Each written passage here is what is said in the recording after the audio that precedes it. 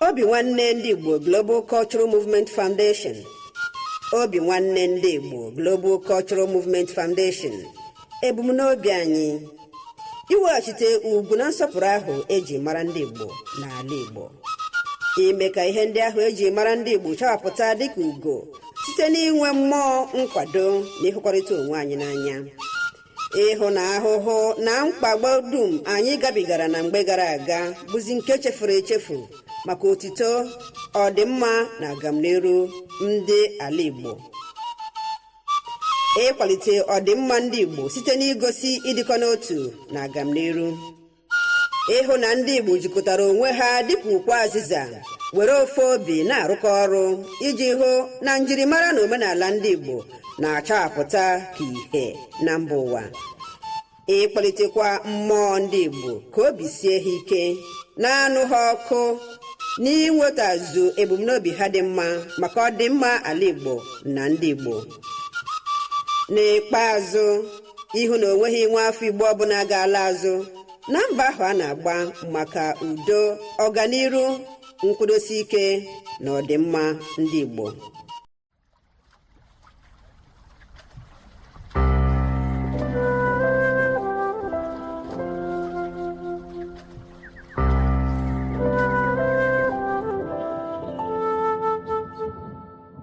Obinwannem ndị Igbo Global Cultural Movement Foundation.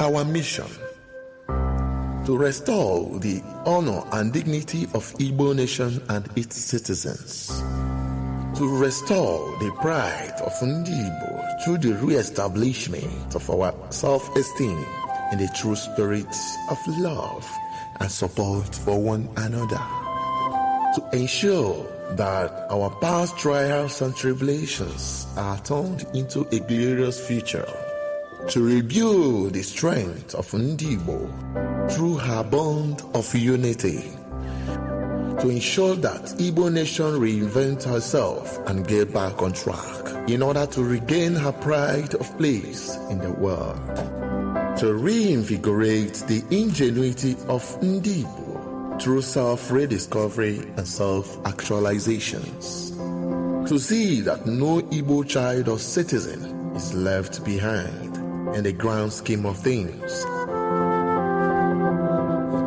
For inquiries, call Director Ubochi Eke Oku Okechukwu, Ukraine on +380 975 221413.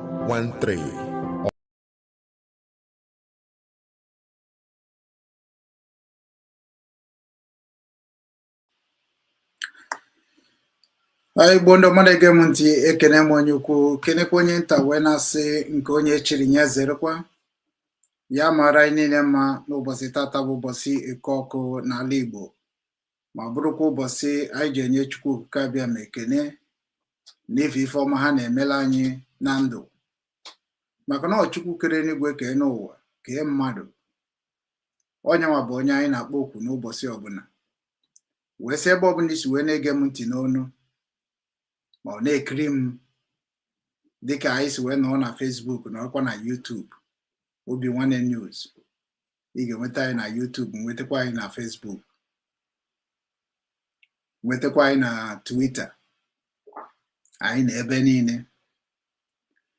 Ife anyị ji wee pụta ụwa bụ ka anyị na-ekwu okwu dịka o si kwesị isi na-adị, na-agwa ndị Igbo okwu nke ga-abara ha uru, nke ga-eme ka ha marakwa ndị ha bụ, nke ga-eme ka ha mara nsogbu ha, nke ga-eme ka ha mara ebe ha ga-esi wee dozie nsogbu fa. Ọnya bụ ife Obinwannem ndị Igbo media na-ekwu maka ya. Ana ọnya ka mụ bụ Ugwu Okechukwu, nwanne unu nwoke na-abịa agbasa kemgbe 2019 hibere Obinwannem media. So ọ bụrụ na esonyere anyị, ịkaba ahụ na-eme ihe kwesịrị na-eme, echezina eche ka na-echetere gị ya, maka na obodo ndị ọzọ na-eji langweji ha wee na-akọwara ndị befa, ma ndị nọ n'ụlọ ma ndị nọ n'ama, ife na-eme na be nna ha. Na ndị be anyị sị that na akụrụ na amara onye kpara ya, mean that na ebe ọbụla ị nọ, na ọ bụrụ na enwere ihe na-eme na be nna gị, nke na-eme ka ndị be nna gị na-enwere gị aṅụrị ma na-echeta gị na ndụ na ọ bụrụ na ọnwụ. Ọ ga na-enye aka, ọ ga na-emekwa ka ị bụrụ mmadụ, maka na ihe mere gị mmadụ bụ ncheta. Icheta ndị dị ndụ, icheta ihe nne na nna gị lapụrụ gị nwa ka idozie. So ana m asị nnọọ, maka ọ bụ na m bịa na-echetara unu, tụsaanụ, gbasaanụ, share. Ọ dịka ma na ayọ na-ayọ mee ihe unu kwesịrị ime. Mana a sị na onye ọbụla amarụ gị ihe dị mma, na ozi anyị anaghị adị ọtụtụ ndị mmadụ mma, mana ọ emechaa ozi ahụ anyị zikwara bụ ife ha ga na-eme. Anyị na-ajụkwa na-asị gịnị mere ndị Igbo ji alaiki mgbe ihe mebiri ka ha ji abịa etinye ọnụ, mgbe ahụ o mebibe ha agaghị etinye ọnụ, mana o mebibezie ha ncha mapụta ekwube. Ọ dị ka ha bụ ezigbo mmadụ. Ọtụtụ ndị mmadụ na ọ bụrụ onye ndị Igbo niile, maka na eso m na ndị Igbo. So mana ndị dị ka anyị na-eche eche tupu o mebie, tupu anyị bịa gwaba gị ka o si wee dị. Ana anyị na-echetakwara gị na ọtụtụ ihe niile anyị kwuru ekwu n'ọnụ kemgbe anyị na-agbasa ozi ọma na ọnya na-emezi na mba akwụkwọ. Ekreti Obinwanne ka m bịa were emebe propaganda. Ekreti Obinwanne ka m bịa were gbawa saga. Ekreti Obinwanne ka m bịa were blackmail ba ndị Igbo, ọ blackmail ba obodo nọ n'ime ya. Ọnya mere na ọtụtụ ndị mmadụ anaghị afụcha update na Obinwanne ugbu a, maka na asụdat na ọ bụ na ijekọta na-eje ha ụzọ, kama ị ga-ejere jehee gbago ị na-azụ jekwa bidokwa n'isi ka ị wee gaa ite ya.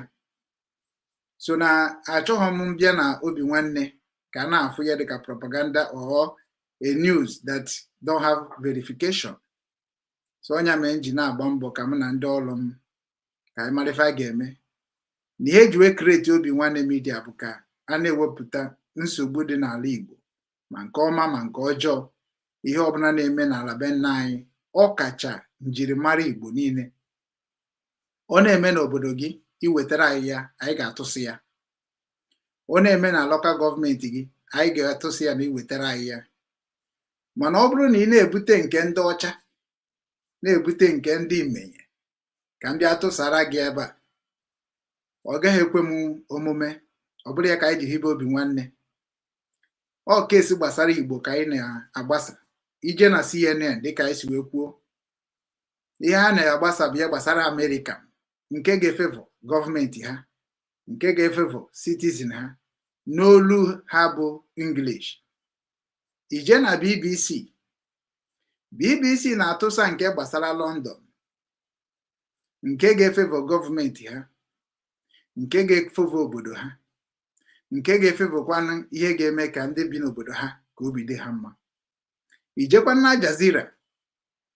Aljazeera na-agbasakwa ihe gbasara ndị Arab country, nke ga-efevọ ha, nke ga-efevọ gọọmenti ya, and n'olu ndị befa ka ha ji agbasa ya. Israel nke unu na-anụ today, a na-akpọ I think South East, kedu ihe unu na-akpọ ya South East, I think maazị m side Israel nọ, betu na amarugo Israel. Ị na-anya efu na ihe ha ji Prime Minister Israel Benjamin Netanyahu, ihe o ji ekwu okwu bụ ihe o ji ekwukarị okwu na be nna ha na TikTok. Ihe o ji ekwukarị okwu na TikTok page ya bụ Israel language. And ihe ndị a niile nwere ife ọ na-akụzi.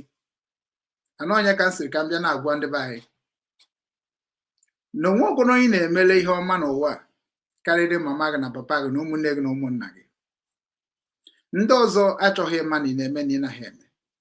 So echefuna nke gị, a na-ekwena ka e were nke gị wee chịa gị ọchị. Maka ụfọdụ ga na-asị sụọ na English. Ọ na-abụghị ọ bụla akụziri m English wee sụba English. Naijiria ekweghị na-akụziri anyị akwụkwọ. Ndị na-agụ akwụkwọ na Naijiria bụ ndị ekete orie. ọ bụ na ịgbalị azụọ nwa gị n'akwụkwọ ọsụba English, mana ndị na-azụrụ azụ n'akwụkwọ ma ndị na-asụ English ebekwanụ ka unu nọ ga-enye unu ji English a wee mepụta na be anyị, ọ iji wee so okwu, iji wee dọọ ndọrọ ndọrọ, iji wee ma aka. Ya bụ na ndị nọ n'ala Igbo na-anaghị anụ oyibo, anaghị anụ bekee, anaghị ede ede, kekwara ka ya esi wee na-ama ihe na-eme n'obodo, maka na asị na information is the key. So n'ọnya mere Obinwanne ndị Igbo Ugwu Okechukwu nji wee sị mba na ọ bụ na iji maka bekee wee na-eso m, ị ga-echere na ndị be anyị na-asụ English ga na-abịa na-enye gị update na Obinwanne media, which na ha ga-abịakwa, maka na anyị mere na ụdị na ị na-asụ bekee ị bịa sụbana ya ka isi mụta, ị na-asụ Igbo ị bịa sụba ya ka isi mụta. Ọnya bụ Obinwanne for you. Maka na ọ bụrụ dat na anyị bịa na-eme ka anyị wee sị mgbe ọsọ ga-ezo ka mmiri ọma onye ọbụla, sonye adịrị unu niile na mma. Ndị niile abụ ndị na-eme ezigbo ife n'ala Igbo, jidesie n'ike, jidenụ ka unu ji na-emesi n'ike na ihe ọma na-apụta na ya bụ aka ọrụ anyị. Ọ na-abịa n'ụdị anyị niile ga-eri uru ya. Ọ bụgo na ya erighị uru ya na ndụ, ụmụ anyị ga-eri uru ya, maka na ihe na-agụ na YouTube today, na ihe na-agụ na Google today, na ihe na-agụ n'akwụkwọ nke ibu, any book, exercise book, novel, or any history book, it is the history about some race, some tribe.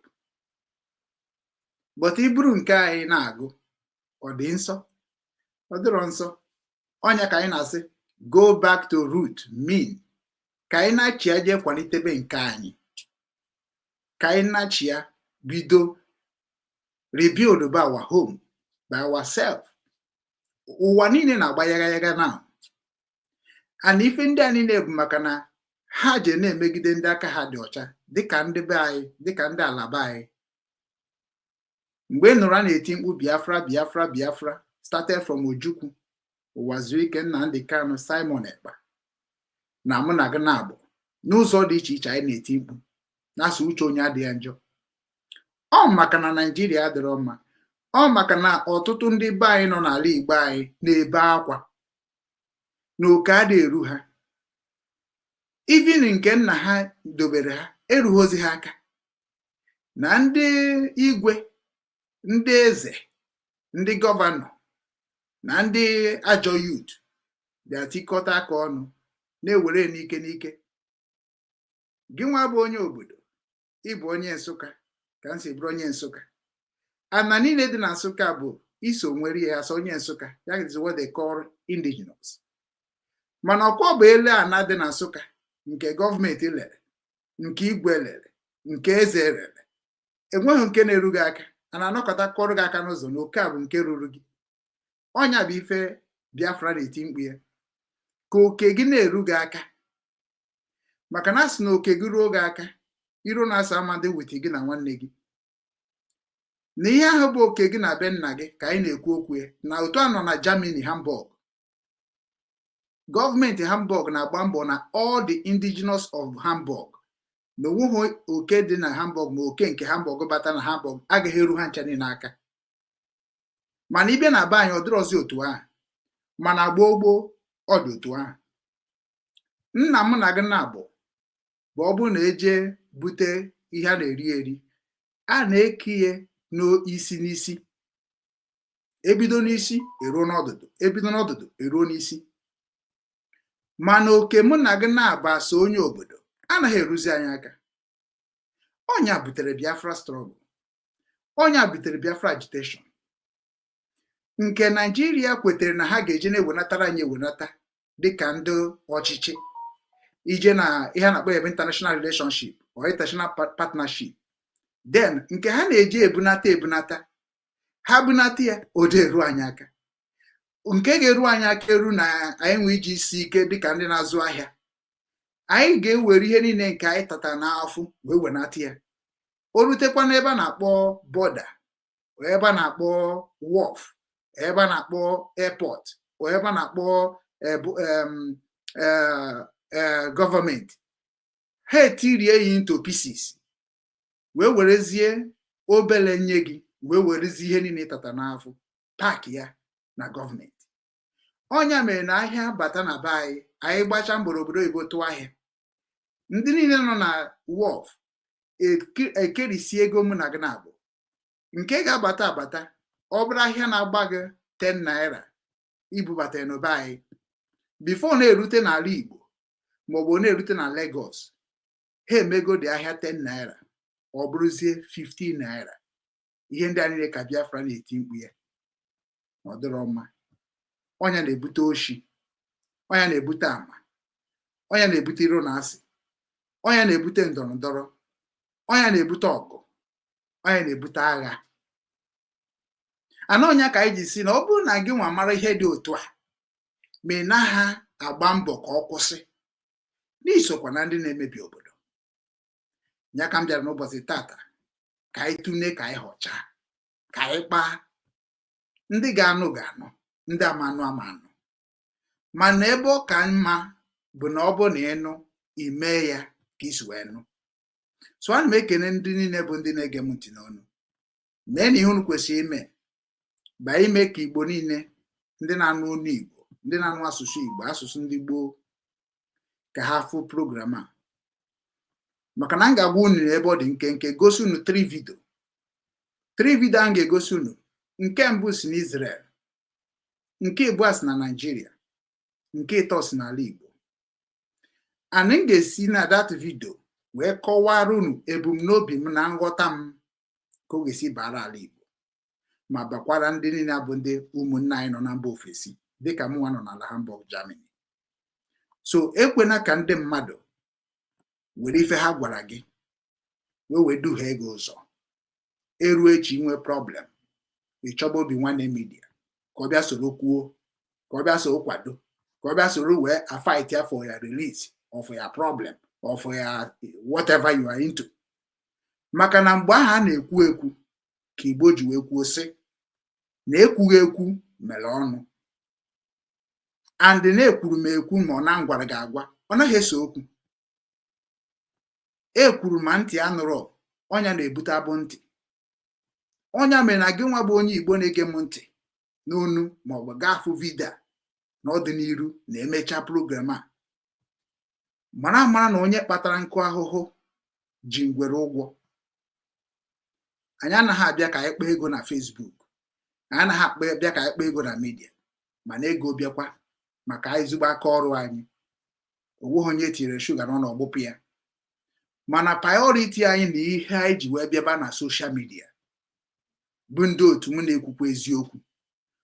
Ọ ka ihe ọjọọ dị n'ala Igbo ka onye ọbụla mara ya, mara ebe ọ ga-esi wee chekwaa onwe ya. So n'ụbọchị taa bụ ụbọchị Eke Ọkụ. Asị m na Chukwu Okike abịa ma nke kere n'igwe kee n'ụwa mana onwe ihe kere ya. Chukwu ndị nna nna anyị ha kpọkwuru, Chukwu ndị nne nna anyị kpọkwuru, Chukwu nke mere na anyị dị ndụ, Chukwu nke mere na ihe na-eme anyị, Chukwu nke na-enye anyị ojije na mbata n'udo, ya ka anyị na-akpọku n'ụbọchị taa. Si ya anya bụ jiri aka ya nụọ ọgụ a, ya jiri aka ya mee ihe o ji bụrụ oke mmụọ, ya jiri aka ya mee ihe o ji wee bụrụ ọkacha kacha. Maka na nne na nna anyị si na ọ dị eri ji, ọ dị eri ede, ọ dị eri akpụ, ọ dị ana bribe. Na Chukwu nke anyị na-ekwu okwu ya bụ Chukwu mmadụ niile, ma anụmanụ ma ihe o kere eke. Na Chukwu anyị na-ekwu okwu ya sị na ọ bụrụ dat na ị chọrọ ka ya nwa hụ gị n'anya ma o mee ka ite ogologo ndụ ma ọ bụ ka ụwa na-ekwu okwu ọma n'isi gị, ị ma na ị ga-edobere iwu ya, ana iwu ya eburu ibu, ọ fịara alụ. Onye kere ndị ụfọdụ na-akpụ ya iwu 10. O si n'aka nne na nna anyị bụ Igbo wee kụziere anyị ọtụtụ ihe dị iche iche. Ịbata obodo ọbụla ha nwere iwu ha ji biri n'obodo. Ịbatakwa na be anyị nwere iwu anyị ji biri. Mana ọ ndị gọọmenti na-akwado today bụ ihe tọnụrụ ya upside down, tinye nke ga-adị ha mma n'ezinụlọ ha. mụ na gị na-abụọ bụ ndị chọrọ idobe iwu Chukwu na-atazi afọ. Ọnya ka o ji adị gị ọ bụ na chi anọghọ, ọ bụ na chi adịghị ndụ. Mba, Chukwu dị ndụ. Ọnya ka na-akpọ ya Chukwu dị. Ọ dị. Nna anyị ka dị ndụ. Ọnya ka na-akpọ nna m dị. And ha ncha niile na-ahụ ihe na-eme. Ịnwụọ taa, ọ bụ ha ji ihe ka ọ bụ. Nwụọ taa, ọ bụ ha ji ihe ka ọ bụ. Ọ bụ ezigbo ihe na mmadụ nwụrụ anwụ. Mana ihe a na-ekwu okwu ya bụ kedu ka isi wee nwụọ.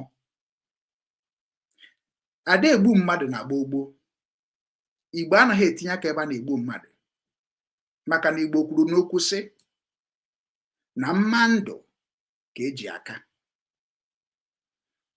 Onye nwere mmadụ ka onye nwere ego. Okwu inu ka ọ bụ n'ala Igbo, mana okwu atụmatụ ka eji wee kwuo okwu.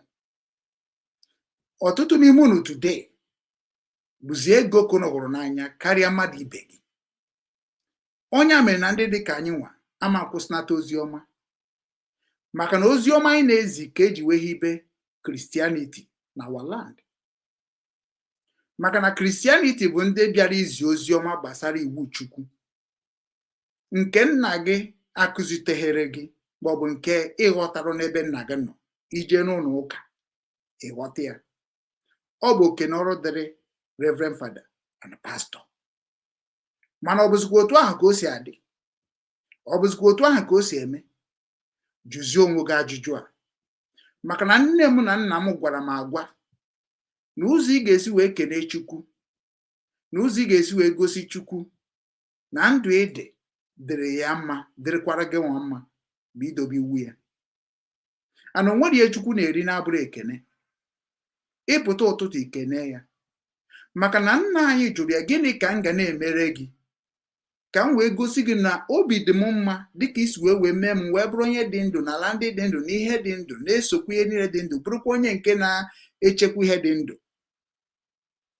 Ọ sị na o nwerekwa n'ụzọ ọzọ ị ga-esi kene m na-abụrụ ịdị na-eme m ka obi na-adị m mma site n'ihe na-adị gị mma. Na nke aha dị gị mma dị m mma, nke aha dị gị njọ dị m njọ. Na ọ bụrụ na ị mara nke dị njọ, emezina ya. Ya mere ndị be anyị ji wee kwuo okwu wee sị na tupu ị na-atụ mmadụ mbọ, tụgodo onwe gị mbọ ka ị mara ka o si afụ. Ọnya mere na dọkịta ọbụla na-agba ọgwụ na-agbabeghị ọgwụ, ị ma na dọkịta ahụ bụ dọkịta ndị agha na-ekwu okwu ya na-agbanye mmadụ nke na-egbu egbu. Maka na asị gị jiri nwayọọ maka ndụ. N'ọnya ka anyị ji si na nne na nna anyị kpara ike, ha mere ife. Ana ike ha kpara ka anyị na-echekwa n'ụbọchị taa. Ihe eji wee na-aza Okechukwu nke mụ onwe m na-aza bụ na Okechukwu ka anyị na-ekwu okwu ya n'obi nwanne. Ihe iji aza Ikechukwu maka na ọ bụ ike nke iji aga n'ụbọchị taa bụ nke Chukwu. Ihe iji aza Chi na-enye maka na ọ Chukwu na-enye. Ihe iji aza Ifeanyị Chukwu maka na o nwere ihe nyiri Chukwu. Ngwazini ka anyị butuo ya. Afa niile a ka nna anyị ji wee na-enye Chukwu otito, wee na-anakwa Chukwu nke ọ chọrọ ịnara ya. Dịka ndị ụka na-eje n'ụlọ ụka ụbọchị ụka ọbụla wee na-ayọ Jizọs ka ọ yọta Meri, ka Meri wee yọta Chukwu bụ nna anyị niile.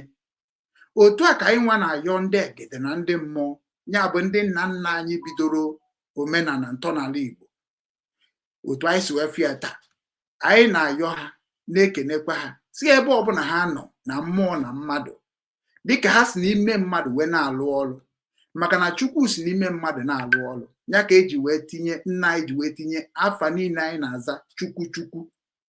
Maka na mgbe ọbụla ịkpọkuru Chukwu, ịma na ọ ga-anụ olu gị. Ịkpọrọ ya n'ime ụlọ, ịkpọrọ ya na tọilet, ịkpọrọ ya n'ụlọ ụka, ọ ga-anụ olu gị.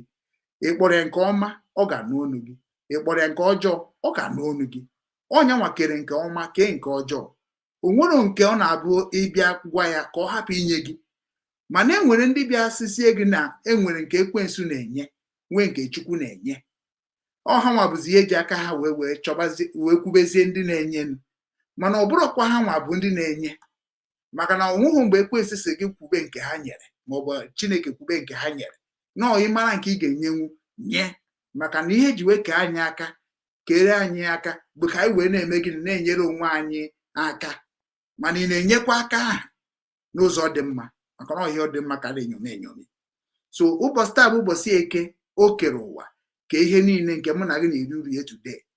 Nne na nna anyị si anyị were ụbọchị taa na-ekene Chukwu kere ụwa wee na-echeta ihe niile o kere eke, ma nke dị mma ma nke dị njọ, na anyị cheta bie ekene bie. So na ọtata ka nne na nna anyị wepụtara anyị ji ekene Chukwu maka ihe niile o kere eke n'ụwa.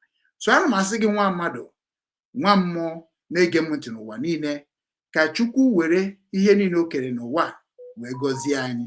Ihe ọbụla anyị na-etinye aka na-eme bụ nke ọma ka ọ na-agazi, maka na ọ bụ ihe ngazi ka anyị na-ekwu okwu ya. Ịmara nke dị mma ị na-eme mesibe ike, ịmara nke dị njọ na-emegide mmadụ ibe gị wepụ aka na ọ dịghọ mma. Ọnya bụ okwu Obinwanne na-ekwu na ụbọchị taata, wee na-asị na ọfọ niile ndị nna nna anyị bụ ndị aka ji ọfọ gọrọ n'ụbọchị taa, na ọfọ nke ụmụnna anyị bụ ndị nke ga-aga agọ, ma ekpere nke unu na-ekpe n'ime ụlọ ụka, ma ihe ọbụla Baịbụl unu na-agụ ka unu ghọta ya, ka ọ baara unu ka unu si agụ ya. Mana onye ọbụla na-eme nke ọ na-eme ọtụba gị n'alụ, asịkwara na ọ bụ nwanne gị merie o, maka ya na-asị gị kpachapụ anya sobe nke nna gị. Ọ na-afịa gị arụ ka ị mara ka ị esi dozie ya, ọ na-agaziri ka ị mara ka ị esi wee yọọ na ọ bụ ndị Nsụka nya ka ị esi nwe aṅụrị, maka na ọ gazibere gị nwebe aṅụrị, ọ gabara gị njọ nje ibebe, ọ bụrụ ya nya ka iji asị gị kpachapụ anya, maka na nke ọma ka anyị na-ekwu okwu. So na ihe ọbụla ị na-eme n'ụwa, ma ndị be anyị anọ na soshal midia na-akpali nwanne ha, na blackmail nwanne ha, na-akọtọ nwanne ha, na-eme atụ asị dị iche iche atụdo nwanne ha, ana m agwakwa gị sị gị dịka m si wee kwuo na mbido, onye kpatara nkụ ahụhụ ji mgbere ụgwọ, maka na ihe ọbụla ị na-emekọnata n'ụwa amamikpe ga-abịara gị n'otu ụbọchị, ma ị bụ pastọ o, ma ị bụ fada o, ma ị bụ nne o, ma ị bụ nna o, ma ị bụ ụkọchukwu o, ma ị bụ dibịa o, ma ị bụ eze nwaanyị o. Ihe ọbụla nke ị bụ n'ụwa ọ ga-abịara gị ụgwọ. Ọ bụ na ọ bịara gị ụgwọ mgbe ị merie, ọ ga-abịara gị ụgwọ mgbe ị na-ana ana. Ọnya mere na ọtụtụ bụ ha na-ana ana ha na confess. Enwe ndị o ji ọrịa wee duna mmụọ, enwe ndị o ji accident wee duna mmụọ, enwe ndị o ji ọnwụ ike wee duna mmụọ, dịka nke na-eme na India. Ị ya gwa m na ndị niile anọ na plane ahụ na-eji India na ha mara ihe bụ ego? Ị na-agwa m na ndị a niile na-eje India na plane nwụrụnụ na ha nwa amara Chukwu? Ị na-agwa m na Chukwu anọnyere ha? Ị na-asị m na ị na-achọ ịgwa m na njọ ha metere bịa mere ha? Ihe ọbụla na-eme n'ụwa nwere usoro o si eme, mana nke ọbụla na-emenụ mara amara na ihe ndị ụka ji wee dị m mma n'alụ, ndị chọọchị bụ ndị Kristian ji dị m mma n'alụ, na ha sị gị kwado onwe gị nke ọma, maka na o nweghị onye ma mgbe ọ ga-abụ. Maka na o nwere ike nkwuchi okwu a m wee jere fụba nne m na nna m, maka na ha ejebego chekwara m ebe m ma bịa, maka na nne m ahụ na nna m akpọbatara n'ụwa ka m chọkwa ka nnachi akwa back to them. Mụ nwa achọghị ịnachi ebe ọzọ, m ga-achọkwa ka ha kpọtakwa m ụwa ọzọ, agbanyeghị na ihe na-afụ na-agba m anya mmiri. Mana ana m asị ka ụbọchị taa bụ ụbọchị Eke, ka o kechapụrụ anyị nsogbu ụwa, kepụrụ anyị ekwuru n'anya ukwu, kepụrụ anyị nghọtafe n'ime onwe anyị, wee ketere anyị Obinwanne nke anyị ga-eji wee hụbakwa onwe anyị n'anya, wee na-aga ụzọ nke Chukwu, maka na ụzọ Chukwu ka eji wee gozie ụmụ Igbo niile. N'aha Chukwu na ndị nna ndị ana ka m gọrọ fast na ọfọ niile a ga-agọ n'ụbọchị taa bụ ezigbo ọfọ, ka ọfọ sọrọ ibi ere. N'aha Chukwu na ndị nna ndị ana. Ise ise ise. Ndewo na ụmụnne m na ụmụnna m, nke onye echiri ya zerekwa. Ọ kakwa nwa nwanne unu nwoke Ugwu Okechukwu, Obinwanne nke ndị Igbo. Obinwanne ndị Igbo ka m ji agbasara ndị Igbo niile ozi ọma gbasara omenala Igbo, ọdịnala Igbo, njikọ nke ụmụ Igbo n'ụwa niile. Ọ bụrụ na ị mara ife na-eme n'ala Igbo, ị ma na onye nwa bụ ihe na-ebute nsogbu n'elu ụwa niile. Na ọ bụrụ na ndị ụwa lapụrụ ndị Igbo ka ha naba jefebekwa chi ha ofufe dịka ọ dị na gboo gboo, wee were nke ha nwere na-emere onwe ha ọgọ, ị ma na onwe ha ụwa niile ga-anọ in peace. Israel ga-suffer more than ever if they never ever do what they're supposed to do as the people God warned for the beginning. Same thing ka m gwara unu before na Israel, they will suffer. Britain apụgodo n'ihe a na-eme. A na-agwa unu na ihe kpatara ihe mmadụ ga-eji taa afọ. Mụ na gị na-abụ mara ka Chukwu si wee dobe ụwa. Then ke ndị na-eme ka iwu Chukwu ahụ si wee dị, maka na iwu Chukwu bụ otu ka ọ bụ n'ụwa niile, kama na ọ bụ n'onu ka eji chenji ya. Ofu ihe ka ọ bụ. Onye megide na mmadụ ibie. Onye mere ji na ọ na America. Kedu ihe ji na ọ na America? Iwu America. Kedu ihe ji na ọ na Hamburg, Germany? Iwu Hamburg. Enwere mgbe m ga-eje were iwu Nsụka tinye ebe a. Ọ dịrọ possible. Maka ntinye mụ na ha enwebe nsogbu. Otu a ka anyị na-agwa ndị niile ji Nigeria na-emebi ala Igbo, na-emebi ala nsọ, ala Chukwu gọziri, ala Chukwu si na onye agba ụmụ m, nna anyị mere ihe dị mma nke ụwa ji wee sị ha ihe dị n'ụwa dị gị n'aka. Ya mere o ji dị ka ihe niile ọnana n'ala Igbo. Mana ndị ahụ niile bụ ndị tikọrọ aka ọnụ, gbakọ aka ọnụ wee Nigeria na-emebisi ala ahụ. Ma gị nwa o, ma mụ nwa o, anyị ga-ata afụfụ ya.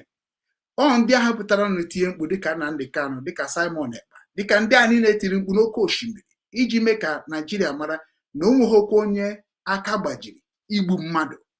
Onweghịkwa onye enwere right igbu mmadụ, ma ndị amị o, ma ndị gọọmenti o, ma ndị polisi o, enweghị onye nwere right igbu mmadụ.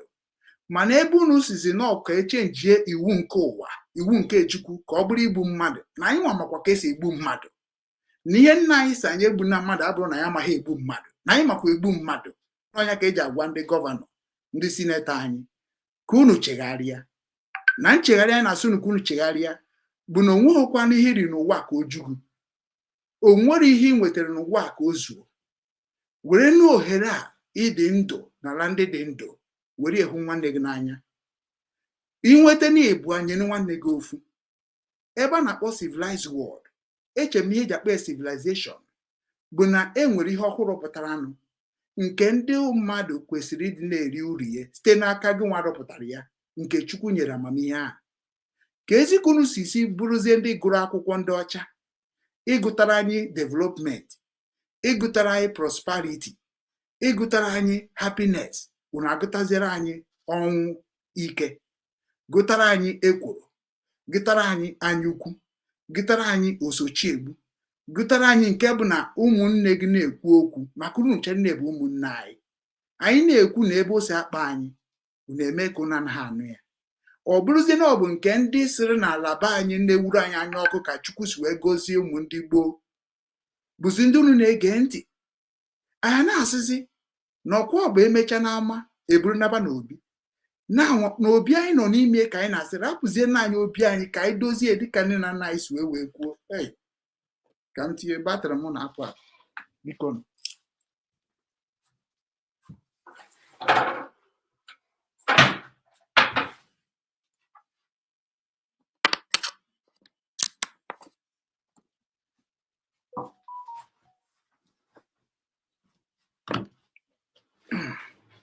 Na-ewere anyị wee echetara m tinye dị batrị. So dịka m si wee na-agwa ndị gọvanọ anyị, onweghị onye na-akpacha anyị arụ arụrụ a. Anyị etinye na mkpu ya esokwumuti. Mana abịa m tụgharịba uche tụgharịchasị na uwe zu oke. Na ihe ọ bụla na-eme today, enwere onye ga-arịgoro na gọọmenti ahụ maka ụnụ ama na ọ dị forever. O wee chetara unu ochie na ọhụrụ. Ịbịa n'obodo oyibo, experience na-enwe ka na-agwa unu. Ịbịa n'obodo oyibo, enwere ndị mgbe a na-anụ ọgụ n'obodo, ndị ha na-eso anụ ha gbafuo. Then mgbe obodo dịba mma, then ndị ahụ na-achị atakwazie ka ha soro rie uru. Obodo enye ha level, ogburu ha egbuo, akwụba ha ọnụ agụụ, mana ha nwere limit n'obodo. Gịnị kpatara ya? Ndị nna nna ha gosi na ha ma ihe. Mgbe a na-edozi obodo, ha gba ọsọ. Mgbe obodo dị mma, ha gbachiata. Wee ji maka agwa ahụ ha kpara wee nye ha demarcation. Ịbịa n'obodo, gị nwa bụ onye bịara bịa agaghị aghọta, agaghị ama, mana ineru anya ọfụma jụọ ese, ndị obodo agwa gị ihe mere onye obodo a ji ata afụ. Anọ otu a ka ọ dị n'Israel. otu akwa ka ọ dị n'ala Igbo. Onye mere na onye na-esoghị wee kọọ ọrụ mgbe a na-akọ ọrụ ugbo, oge a na-ewepụta ihe a kọrọ n'ọrụ ugbo, ndị ahụ na-esoghị kọọ enebe nke a kọtara, onye a bụ na anya na-adị ha n'elu. Imechi anya ha eje n'ọba ji wee were, imechi anya ha bịa na begu were n'abalị. Onye ka na-akpọ ndị oji abalị eje. Papa anyị megidekwara ihe niile a wee sị na ihe a ka bụkwa ụmụnne anyị, maka obi nwanne na onye ọbụla kọchara ọrụ ji, ede, akpụ, na iwepụta ya maka ndị umengwụ were ji na-abọ maọbụ ịtọ tobe na na ndị umengwụ ahụ ga-abịa, a na-akpọ ha ndị mkpa ji, ndị mkpa ede, ndị mkpa akpụ. Ha nwa na-ada agbagharị na ebe ọbụla na-akọ ihe ọkụkọ, ha ji ha tụtụrụ ya. Papa anyị ma ihe o ji wee mee ya, ka ị rapụ ije na nke ndị ọ ga-abịa ije na nke ha were aka tigbuo gị. Otu anyị na-agwa ndị gọvanọ, na-agwa ndị sinetọ, ọ dị mma ka anyị nwa bụ ụmụnne unu tigbuo unu?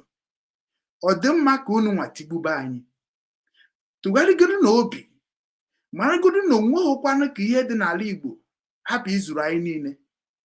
Onweghịkwanụ ka ihe dị n'ala Igbo hapụ inye anyị udo. Gịnị mere na ya masị ebe ahụ wee nyebere onwe anyị aka? Akụnụba dị n'Enugu steeti ga-ezuru Enugu steeti niile nọ n'ụwa niile, mee ha dị comfortable, nke bụ na agwamango eni Enugu man. Otu a ka ọ dị na Anambra, otu a ka ọ dị n'Imo, otu a ka ọ dị n'Abịa, otu a ka ọ dị n'Ebonyi. Ana nke nne na nna anyị hapụrụ anyị, enwero ka anyị rụchaa ya ụlọ n'ime ya. Ọhịa karịrị, mbụbọ karịrị. Kedu ihe a ga-eji ndị agha dị n'ịkpa wee mee?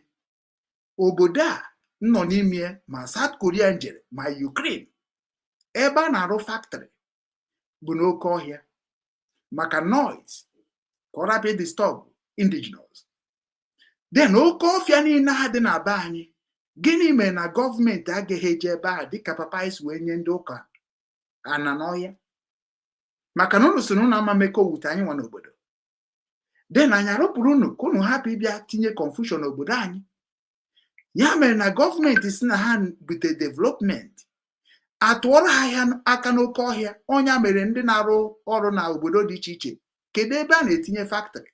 Ị ga-agbagodu asị na town bata na some village, iwe babazie n'ime ime ọkwe bọọsụ kwụsịkwa gị, ị ka eji ọkpa gakwa far dịfe ba factory. Ọ bụ eziokwu ka ọ bụ asị? Ihe ndị anyị na-enwere ihe kpatara o ji wee dị otu ahụ. Ya mere na ị na-anya gọọmenti nke anyị, ha bụ ndị mere n'ihu kwemkpete n'azụ. Ha bịa nye gị nke obere nke ị ga-abịa ịfụ. Gọvanọ anyị na-arụ ọrụ, gọvanọ anyị good job, gọvanọ anyị gaba n'iru, maka na ịghọtara the system of government. And Nigerians denied a lot of intelligent ones education about civilization.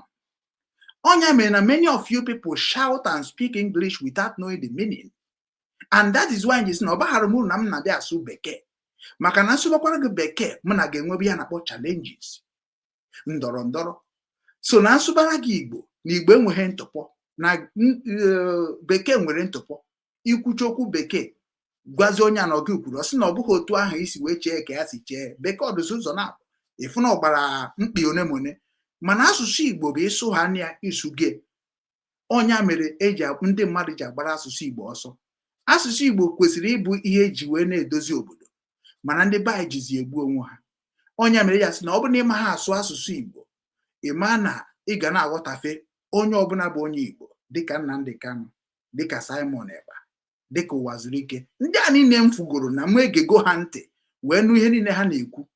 Apart from differences, mindset, understanding, you will see that all of them is asking for one thing. And who are they asking all those things? The same their brothers and sisters. That is belief in outsider than insider. Ka ndobekwa akụkọ ala dis ka ọ rapụ itere m aka, maka na ọ dị m ọsịsọ. Enwere ebe ndị New Rangers na-eji gba bọọlụ African Cup in Germany. Ha mere m invite ka nje ka mmara, because ihe anyị na-ekwuzi okwu ya bụ unity of Africa. Because all the consciousness leaders in Africa must wake up maka na ihe na-eme ndị Igbo kịta gọvanọs mgbe ọ ga-afịaba ha alụ ọkwụnụnwa ga-abịa sị na agaghị egbu ha egbu, ọkwụnụnwa ga-abịa sị na Igbo na-egbu onwe ha, ọkwụnụnwa ga-abịa sị that na at least na ha yọgo mgbaghara sị gbaghara ha maka na Jizọs gbaghara onye mmehie o wee nọrọzie n'aka ndị aka ha dị ọcha. Ebe a ka nsogbu ụwa bidoro, maka na ọ bụrụ that na Jizọs gbaghara onye mmehie nke megidere obodo, nke megidere iwu obodo, wee sị ya na ị ga-aga mkpọrọ, ndị ọzọ ama na-eme dịka ndị pastọ na-eme anyị today, ndị ọzọ agaghị na-eme dịka ndị reverend fada na-eme anyị today. Mana Jizọs gbaghara ya sị ya jekwa n'ime nke ndị dị ndụ na-eme ọfụma soro ha bibe ndụ. Ọnya mere onye dị eme ọfụma ọ na-afụzi onwe ka ọfụma ọ na-eme ọ bụzi ajọ ife, maka na ọ bụrụ dat na ịdị iwu atụ ọgụ mkpọrọ, ụjọ ga-atụ ndị ọzọ imekwenye abụ ife ka ha hapụ iji ebe a na-ata gị afọ. So Chukwu gọzie unu niile bụ ndị nke na-aghọta eziokwu, jisie na ike na ya bụ ihe ahụ a na-ekwu okwu ebu nkata na mmiri na-achọkwa ịdọ n'ime ya. N'ala Igbo ga-adịrịrị m ọzọ. Otu American president bụ Trump na-eklem na-asị America must be great again. Mụ nwa na ụmụ na-ekwukwa na ala Igbo must be great again. Na-asị gị were ka bụ onye ọzọ dị tụirebe gị, were nke gị mebe nganga, hapụ nke onye ọzọ. Maka na ala Igbo niile na-ene anya today na ọ bụrụ na gị nwa bụ onye nke na-ele ala Igbo ele, gị nwa na-ego ala Igbo ego, na ọ bụrụ na ịma ihe Okechukwu na-eti mkpu n'obi nwanne gbasara ile ala, ịma na ọnya bụ ihe izizi na-ebute esemokwu n'ala obodo ọbụla ejere. Go and check it. Maka na ịma na ịbụ onye ọjọọ, iji bikos na ịbụ onye ọjọọ na-agbara ndị na-ekwu okwu ọma ọsọ. Ya mere na ọtụtụ ndị nọ na soshal midia bụ ụmụ Igbo, ụmụnne m na ụmụnna m, enweghịzi onye na-ekwu eziokwu, maka na ọtụtụ n'ime ndị be anyị emego mmehie n'ụzọ dị iche iche within the gọọmenti. Anọ ọnya mere ndị dịka m na-eprichi ọ dịka ọ naghị aga aga, mana emechi si n'akụkụ azụ ụlọ bịazie ekenebe m na okwu ọnụ ahụ niile m kwuru na-abịa na mmezu. Ị na-abịa ekene m na private bus ọ private bus m bụ ihe ị ga-agwa nne gị na nna gị dat na ihe onye akwụkwara bụ eziokwu, maka na okwu ọbụla m na-ekwu mpụta ngwa gị jee jụọ ya papa gị na mama gị, na ọ bụrụ na papa gị na mama gị abụrụ ndị nke ndomi, ndị nke na-asa bụ ndị mbịarambịa, hapụ ịsa bụ mama ha na papa ma ikwu na ibe ha. Maka na ọ bụrụ dat na ịghọta onye ịbụ n'ala Igbo, ị mara ihe njiwe je na nke Chukwu Emeka Ezeni wee gwa ndị Igbo niile dat na ihe ka mma bụ obi nwanne. Maka na etere ugbo etere ogiri, ndị ga-anwụ ga-anwụ, ndị ga-adị ga-adị, weda na ha nwụrụ by this left, weda na ha nwụrụ na right, nwanne ha ga-anwụ. Ana ịnwụ abụrụ ajọ ihe, ọnwụ abụghị ajọ ihe. Mụ nwa bụ nwa nkwụ na ohe Nsukka gwa gị ịnwụ ọnwụ abụghị ajọ ihe, na ihe bụ ajọ ihe n'ọnwụ bụ ka isi wee nwụọ. Onwe ndị a na-egbu egbu, onwe ndị a na-aba abụ, ihe ndị a niile na-eme anyị na oke ọhịa anyị, Fulani ana ndị otu ha. Ọ nke ahụ bụ nke na-agbawa obi. Ọ nke ahụ ka Biafra na-eti mkpe ka ọ kwụsị. N'ọka mmadụ na mmadụ dị ndụ wee ka nka wee nabara onwe, dan na mmadụ dị ndụ bịara were aka ha gbuo mmadụ si ya naba n'oge. Ọ gị bụ Chukwu kerie ya ka anyị na-ekwu na-agwa gọvanọs. Isi na ịbụ onye isi ndị amị obodo, bụrụ onye isi sekuriti obodo. Ihe a na-eme n'obodo gịnị ka ị na-akọwakwa maka ya? Mgbe ị na-arịgoro isira ndị enweghị emegidere ka insecurity bata na be nna gị, onweghị emegidere ka ndị nọ n'obodo ka agụgụọ ha. Ihe niile ka ị gwachara ndị mmadụ, ị na-emekwa otu ahụ. Onweghị onye dị ka anyị were tinye n'elu gọvanọ ala Igbo ka anyị hapụ idozi ala Igbo under 6 months. Ndị dị ka mụnwa, I swear. Maka na ihe Igbo ga-eji dozi befa dị ha n'aka. Mana ọ duto na unu bịara ịsavụ ndị ilo wit ụmụ unu bụ ndị ilo juru eju na soshal midia a na-akpọ content creators. Anyị mana unu azụpụtago ọtụtụ ndị ori, unu azụpụtago ọtụtụ ndị omekome, unu azụpụtago ọtụtụ ndị na-egbu mmadụ. Ya mere unu ji werezi igbu mmadụ dịzie ka ọ bụ ihe lọọ iwu obodo. Mana anyị na-agwa unu na the same Chukwu kere ụwa na-agwa anyị na ọ bụrụ na ihe anyị na-eme karịba anyị aka, anyị soro bube mmadụ. Maka na ịjụọ Russia ihe ọ na-eme na Ukraine, ha ga-agwa gị ife nji wee kwuo ha bube mmadụ. Ịjụọ Israel ihe a na-eme ndị Gaza na ndị Iran ebidokwana, ha ga-agwa gị ihe bụ bube mmadụ. Unu nwa bụ ndị gọvanọ, we are in a new generation. nke bụ that na enwere one day ozi ọma anyị ga-abazu ndị ga-ekunite dịka isi ekwu ya ma mee unu ihe unu na-eme ndị ọzọ. Maka na ọ bụrụ na ị mara ihe bụ gọọmenti abakwana na ya, maka na sị na politics is a dirty game. Why people say so? Because na ọtụtụ ndị bara na politics before our father, many of them after our father, many of them ji personal interest aga.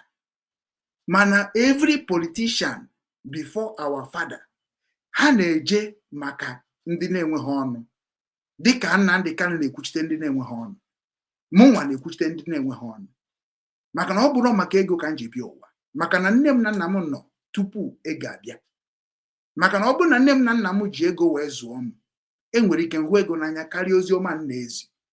Mana o jighị ego zụọ m, and ego enweghị value n'ala Igbo, na ọgụ mere ọdụ valued. Ya mere Nnamdi Okwu Kanu ji wee kwuo sị na enye anyị ọnọdụ anyị dịka anyị si ekwu okwu si nye anyị ọnọdụ anyị, na anyị nwere ike ya ma akpọ ndị ọcha nyere anyị aka ya rụchaba anyị ka o si dị anyị mma.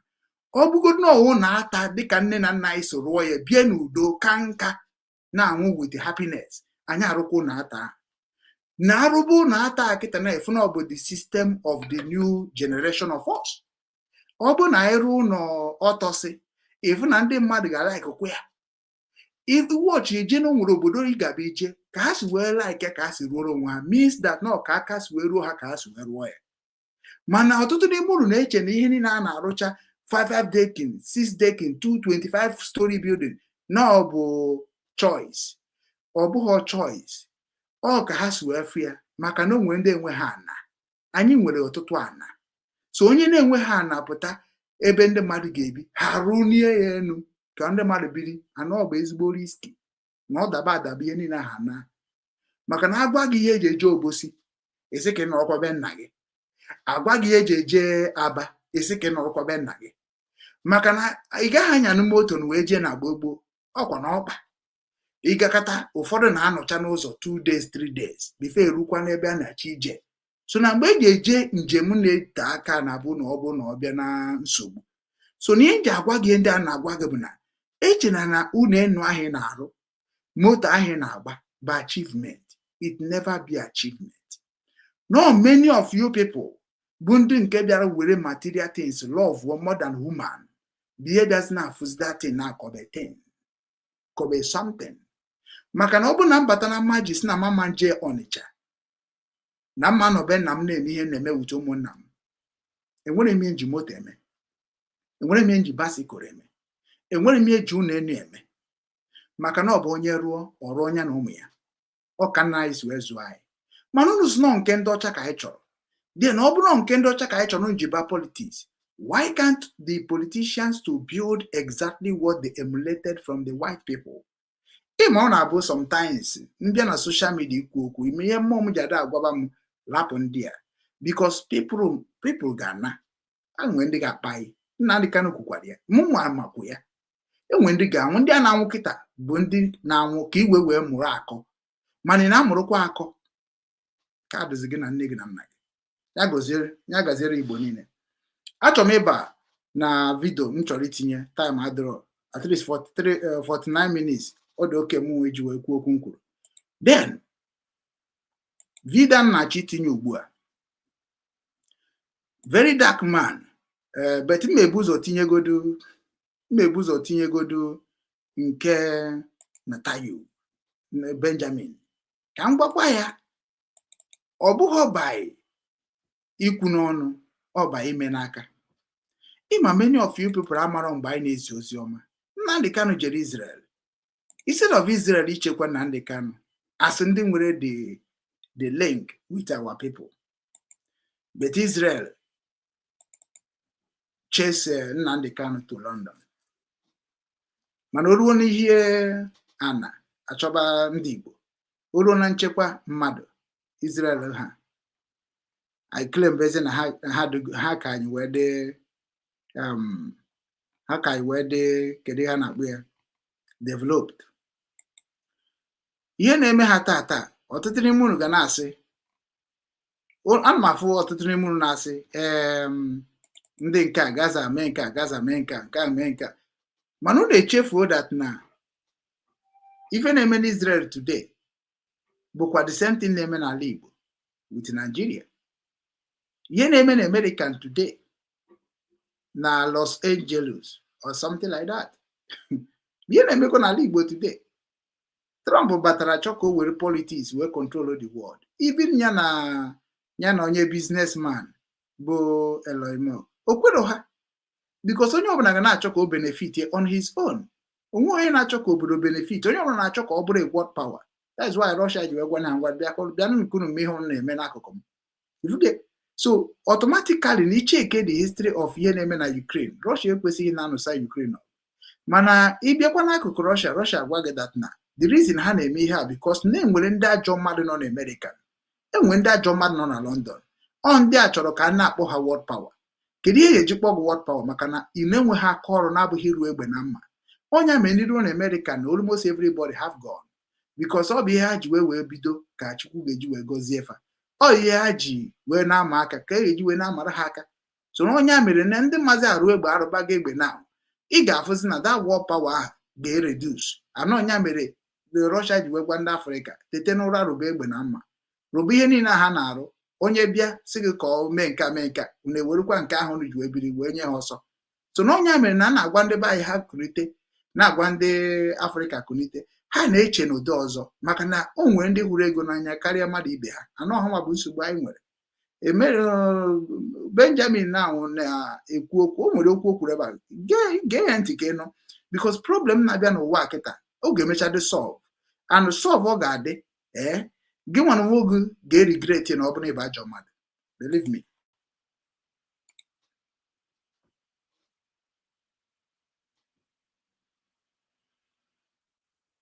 The proud people of Iran. We're in the midst of one of the greatest military operations in history, Operation Rising Lion. The Islamic regime, which has oppressed you for nearly 50 years, threatens to destroy my country, the State of Israel. The objective of Israel's military operation is to remove this threat, both the nuclear threat and the ballistic missile threat to Israel. And as we achieve our objectives, we're also clearing the path for you to achieve your objective, which is freedom. In the past 24 hours, we've taken out top military commanders, senior nuclear scientists, the Islamic regime's most significant enrichment facility, and a large portion of its ballistic missile arsenal. More is on the way. Ihe ọ na-akọwa kịta bụ ihe ahụ eji maka ejide Simon Ekpa na Finland. Ihe ọ na-ekwu kịta bụ ihe eji wee jide Simon na Finland. Ihe ọ na-ekwu kịta ka eji wee jide Nnamdi Kanu na Nigeria. Eji bịa kidnap na Kenya. Because Kenya ga-emecha taa afụfụ nke ha ga-lose all their right in the world.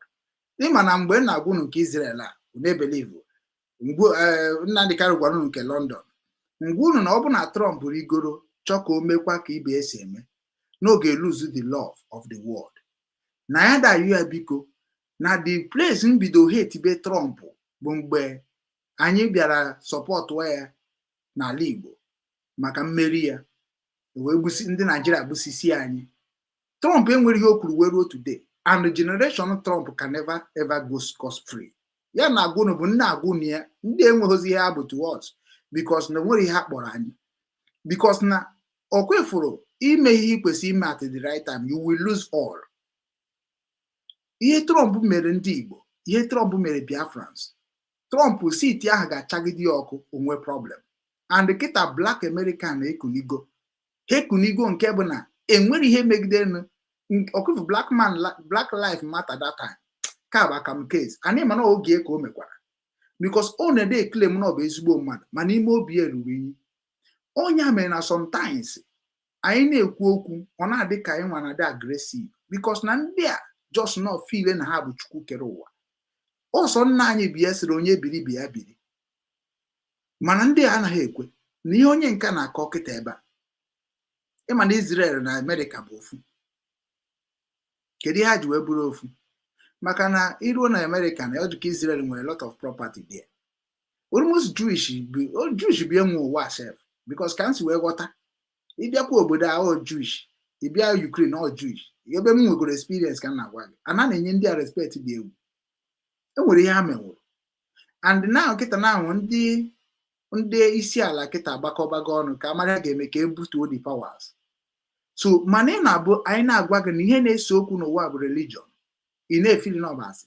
The thing ahụ m na-eji ka m gwa gị the reason ji wee hate Israel, ka m gwa gị today, ka m gwa gị the reason m ji wee kpọọ Israel asị, ka m gwa gị today, ka ị gee ya ntị asị nwanne mmadụ.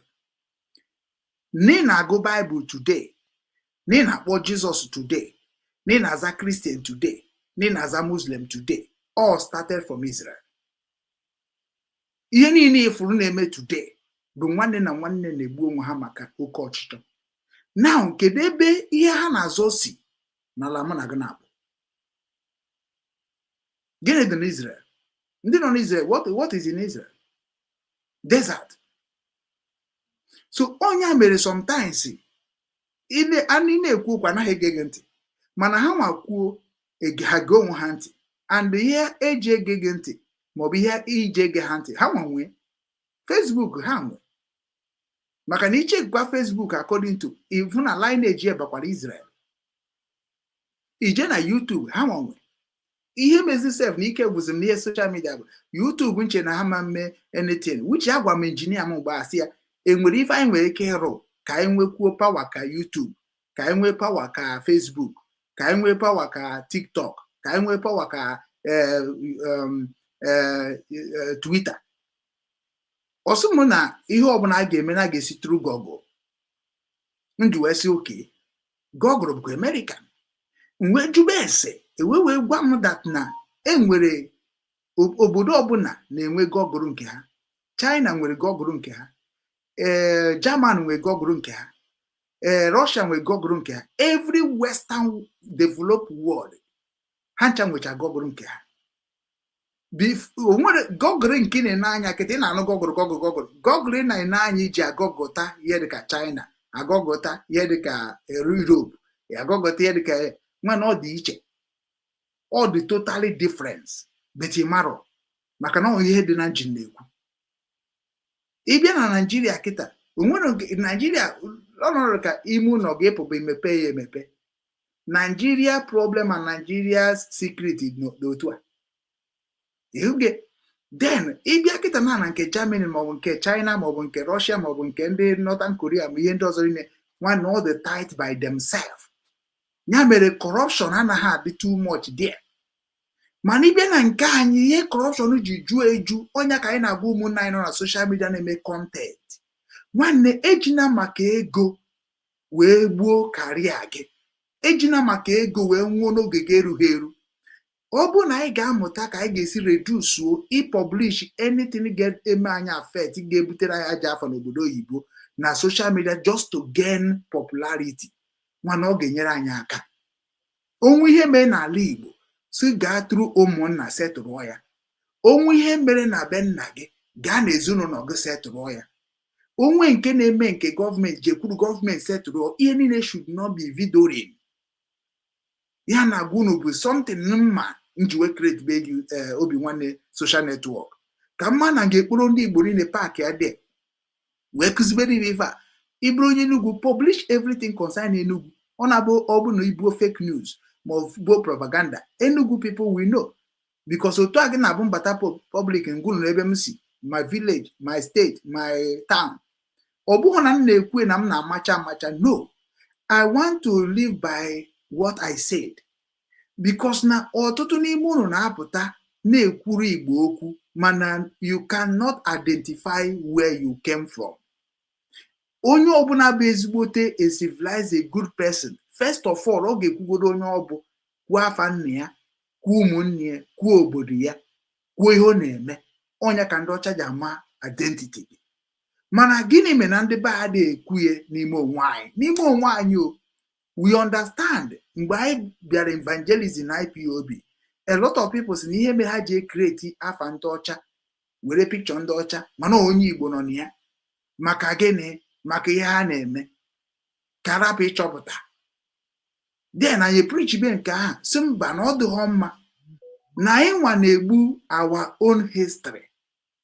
N'afọ anyị ahụ bụ a preaching, a gospel, like a Bible. Papa anyị edere ya ede n'okwuru ekwu n'ọnụ. Na mgbe ọbụla ị kpọrọ Okechukwu na ikenego Chukwu, mgbe ọbụla isi Chidera na ikenego Chukwu, na onye ọbụla na-aza afọ ya na afa gị bụ chi ụwa gị, na afa gị bụ ka isi eme, otu ị ga-abịa na Bible ese Jesus did, Jesus said, Moses did, Moses said. The same thing na-akpọ ha na gị Okechukwu. Ị maa na amarụgo na ihe na-eke bụ oke nke Chukwu. Ya mere na ndụ onye ị na-ene anya, I can never share anything did not belong to God.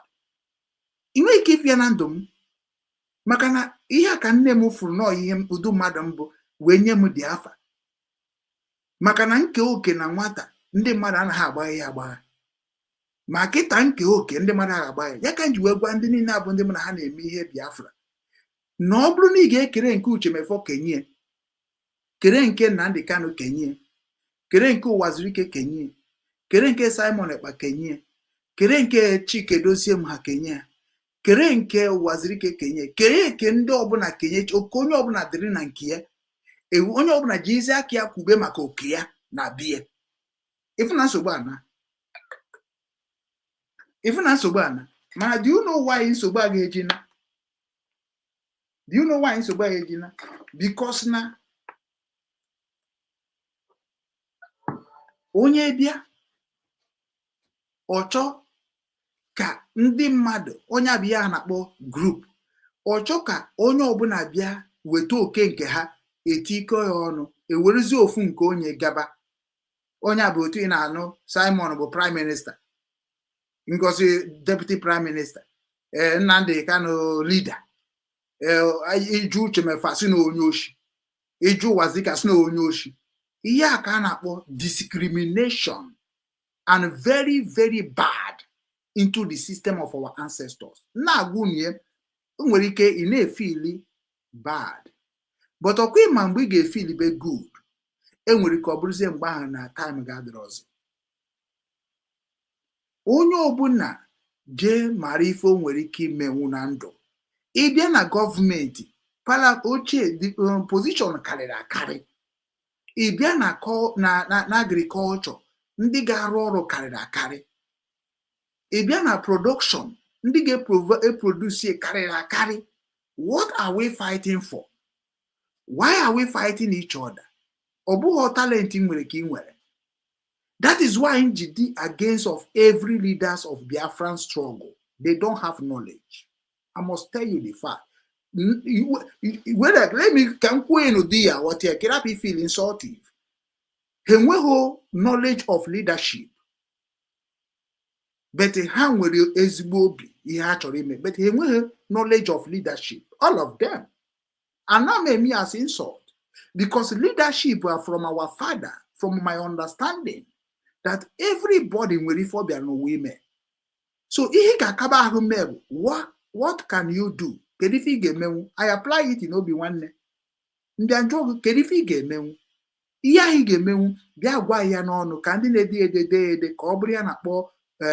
Proposal. Because give people chance to express their life. I am the leader.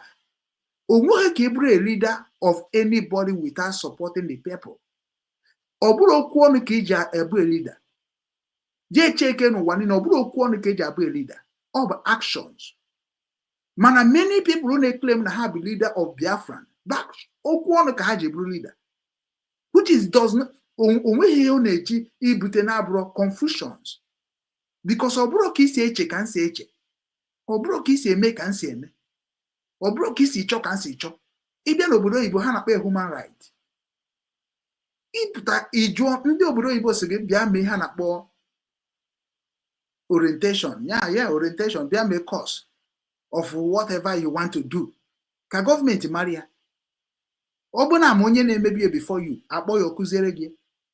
Maka na ihe ahụ mapụta ụwa, o nwere ike onyere onye ọbụla aka. Mana ịbịa na Biafra struggle dị otu a. Onye ọbụla chọrọ ịbụ a commander of their papa and mama.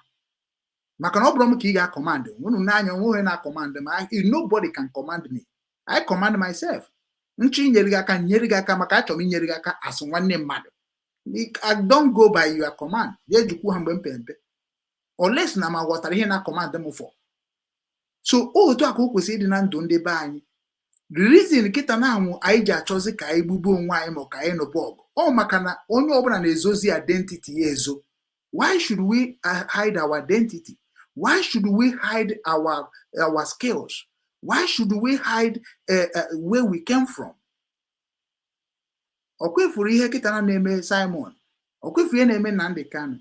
Every day, eji Nnamdi Kanu case na-emere no content. Eji Simon nke Simon bụrụ content. Nke Simon either A or B. It will happen. Ọ bụ na ndị Finland obi n'ime wee sị na ihe a niile o mere na Finland n'afọ Biafra na ọ dara iwu ije nga 6 years, 3 years, 5 years. It is a good thing. He prepared for it. Mana what important message Simon have passed is that in aha na-ekwu maka ya na court. Because now in history of new generation or upon generation or 3 coming generation, ndị Finland na-ekwu maka Biafra, or na-ekwu maka Simon, or na-ekwu maka case of gịnị nwana ha kwuru. Ha ga na-afụ the reason o ji mee, maka ha ga-enye opportunity to ask him, why did you do so? Then mgbe ahụ listizie information about evil committed by Nigerians. Then the future children of the Simon, like nwa ya nwoke ebe ahụ, ọ bụ ụmụnne ya, ọ ndị ahụ bụ ndị na-efilikwara ihe dịka pity for ndị a na-emegide, ha ga-hate every Nigerian children in Finland. And nwa Simon can never, ever go with anything concerning Nigeria. What we are building is not ordinary thing. It is the same like my son. Yini na na-ekwu ndị ọcha chigbue ha gbue m mana ọmamunwe. Mana gị nwa chọọ m bịa gbuo m, amụpụtago m onye ga-abụ ntụwa niile. Ha nwa ga-ekwu maka ihe papa ha na-ebere akwa ya. So and mgbe ahụ nwee ike ọ bụ na ụmụ gị na ma ụmụ gị ndị gọvanọ bụ ndị ụmụ anyị ga-fight to make sure that I wipe you like this prime minister na-enanya ebe a. Onye na-enanya mụ nwa adịghị against him personal. Mana ọ bụ the history they are covering that is destroying a lot of people. Bụ na-ewute m ebe ha nọ. Maka na ọ bụ na ha kwuo eziokwu ndị eji n'ọrụ wee na-anụso onwe ha ọgụ a, ịma that na nsogbu a ga-akwụsị overnight. Mana they keep hiding the secret of what they make, what make them who they are. Mụ na gị na-abụ bịa na-ata afụ maka ihe nzuzo ha na-ezo na ndụ mụ na gị na-abụ. Ewere anyị na-emere lebora, mana ha nwa bụrụzie ndị na-eyi suit na-akpọ tai ka ndị na-anwụ anwụ. Mana mụ na gị na-abụ bụzi ndị nwe ihe ha ji agbu onwe ha, abụrụzie ndị na-abịazi ekwu okwu maka ha. That is why sometimes adị m etinye ha just like na m tinyere ha na ọ ka m na-agwa gị na ndị na-eche na ọha nwa ga-abịa zọọ gị na nsogbu ha karịrị nsogbu gị, mana onye ebupụta nke na public wee mara ya. Simon Ekpa na Nnamdi Kanu na-anya today dịka o nwere ebe m nụrụ something somebody kwuru dịka master prophet. Yeah, master prophet si that na ọ bụ na Nnamdi Kanu ma Simon pụta na ha ga-agbanwe ndụ ha. Ọma mbụ ihe anyị na-eche ha ga-abụ ka ha ga-abụ maka na Simon na-ekwuzi with the government of Finland, and this is the dream of Simon Ekpa. Nke ahụ na-emebu na pati ahụ ọnụ ya ejebeghị fa. Kita na the whole Finland niile is listening to the case of Simon. Ịmanụ na amaghị ha politics. Mgbe Nnamdi Kanu chọpụtara na Simon nọ into politics already, it is when he negotiated with him. And nobody said that I don't know what I'm saying. Even mgbe Nnamdi Kanu ga-enwe ntị n'onu, ọ gwara ọtụtụ ndị mmadụ na onye a nwere ihe ọ na-ekwu, anọ nwere ebe o si abịa, nọ na bekee nọ na ha asụ nwunye. Onye ha na-ekwu den. Ha na-ewetara m ndị niile n'anya, na-ewetara messages. Na our leader is listening to me. Because ana m agwa gị from your origin, from your lineage, and from structure that guide you as a human. I don't talk because I go school. I talk because I born as Nwafọ Igbo.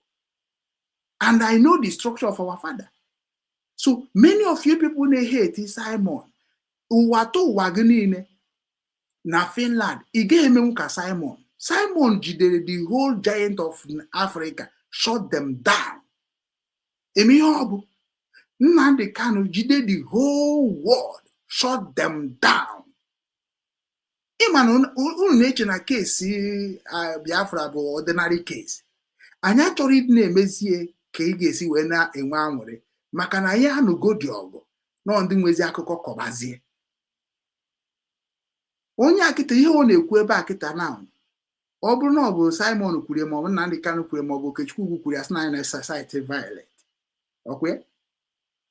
Mana onye isi ala obodo ha mara ma na onye all the indigenous of anywhere are leader. The regime doesn't know what hit them. They don't know what will hit them. The nation of Iran and the nation of Israel have been true friends since the days of Cyrus the Great. And the time has come for you to unite around your flag and your historic legacy by standing up for your freedom from an evil and oppressive regime. Okay. Now, we stand up. We stand up for our freedom, our right, and to fight the real enemy of our land. Waiting Israel, they talk about it because Israel na-akwado Nigeria na-egbu anyị. Because if Israel and Nigeria are partners, and they say that any country violating and humiliating the citizen must be charged against terrorists, which Nigeria have been charged in many occasions about international crime against humanity. Waiting Israel don't talk for our own. Waiting you will be say you dey Israel don't talk about our own. Now, onye ọbụla bụ onye Igbo na-eje feel like a feel pity for Israel. Ka na be ịkpọ gị but na ono ka nwanne anyị na-emezi content.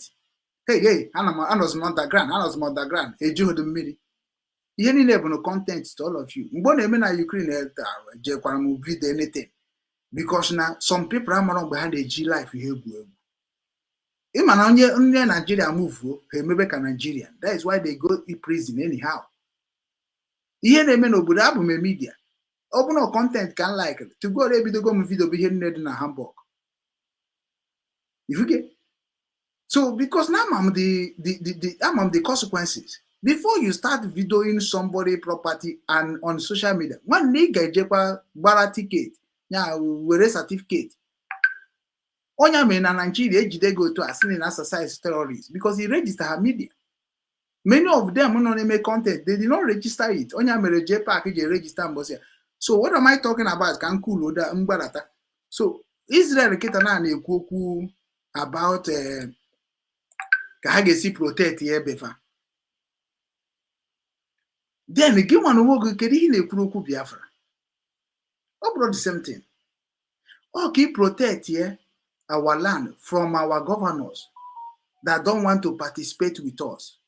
Makana normal way, governor kwesịrị otu a na-ekwu okwu asị onye Enugu steeti na-akpọ ebe m si. Ọ bụ na ndị gọọmenti bụ ndị hụrụ mmadụ n'anya nwee human right. Ha ga-asị nwanne anyị nwoke na-ekwu okwu a, gịnị bụ iwe? Ekpọ bife na menemene ndị nwe m akpọ m. Mana duto na ha nwa ma ife ha na-eme mara arụra na ha na-arụ witi ndị be anyị ha ji arụ arụra na ha nwere ya gbasara ha ihe ha ga na-eche bụ kedu mbọsị ha ga-agwa German na deport them ka ha tụọ m mkpọrọ. O gosiri Obinwannem, o gosiri nwanne onye a bụ ihe anyị ji abịa na social media ka anyị gwa gị na tupu ihe dị ona na-eme anyị na anyị akwadobegokwa. Onye mere njiwe na-asị onye ọbụla bụ onye Igbo na fight against Simon Eba na fight against onwe. Ọ bụ na Simon mere ajọ ife n'ala Igbo ka m chetere gị okwu Nnamdi Kanu na America. Onye America, onye Yoruba jụrụ onye be anyị jụrụ Nnamdi Kanu na Radio Biafra si ya na ndị a na-sabotaji your good work with IPOB nke na-eri isi mmadụ. Kedu room IPOB created for people like that. In case Biafra restored. Many of you people knows what I'm talking about. Unana hechete nke je edozi obodo. No nke je anu oga ka onu. Then Nnamdi Kanu gwa ya si ya na ọ bụrụ ya ka ọ dịrị he take care of those people. O kwuru na radio na ọ bụghị onye nwa bụ Nnamdi Okwu Kanu ka ọ dịrị he take care of these people. No bụ ndị village fa dịka nsakpọ onye amaji agwago m nye na ndị aji Biafra social media destroy all of you. The day you are going to suffer may be the Biafra restoration. Maka ihe ahụ ị na-ekwu ndị bunu ma na Igbo onye befa and ndị bunu ma onye bụ and ndị bunu ma dị agwe na akpa mara ihe ahụ ị na-ekwu ọ bụ eziokwu ka ọ bụ asị. Mgbe m nwa na-ekwu okwu Biafra our people na village bụ ụzọ wọnụọ m na ife a bụkwa ihe ndị be anyị jechara bete because of in truthful dị na ihe gbasara Biafra na-enwere ike ịfụ m ka ajọ mmadụ mụ rapụ ihe a chọọ ihe nji maka ajọ obodo oyibo nwekwa ha na ihe nji maka abịa obodo oyibo na nwetakwe na ndị a ga-eme anarụkwa m ya sef gbuo m na unu amara ihe a na-ekwu mana mmanụ na amara ya hapụnụ m ka m na-eme otu a maka na ihe a bụ politics.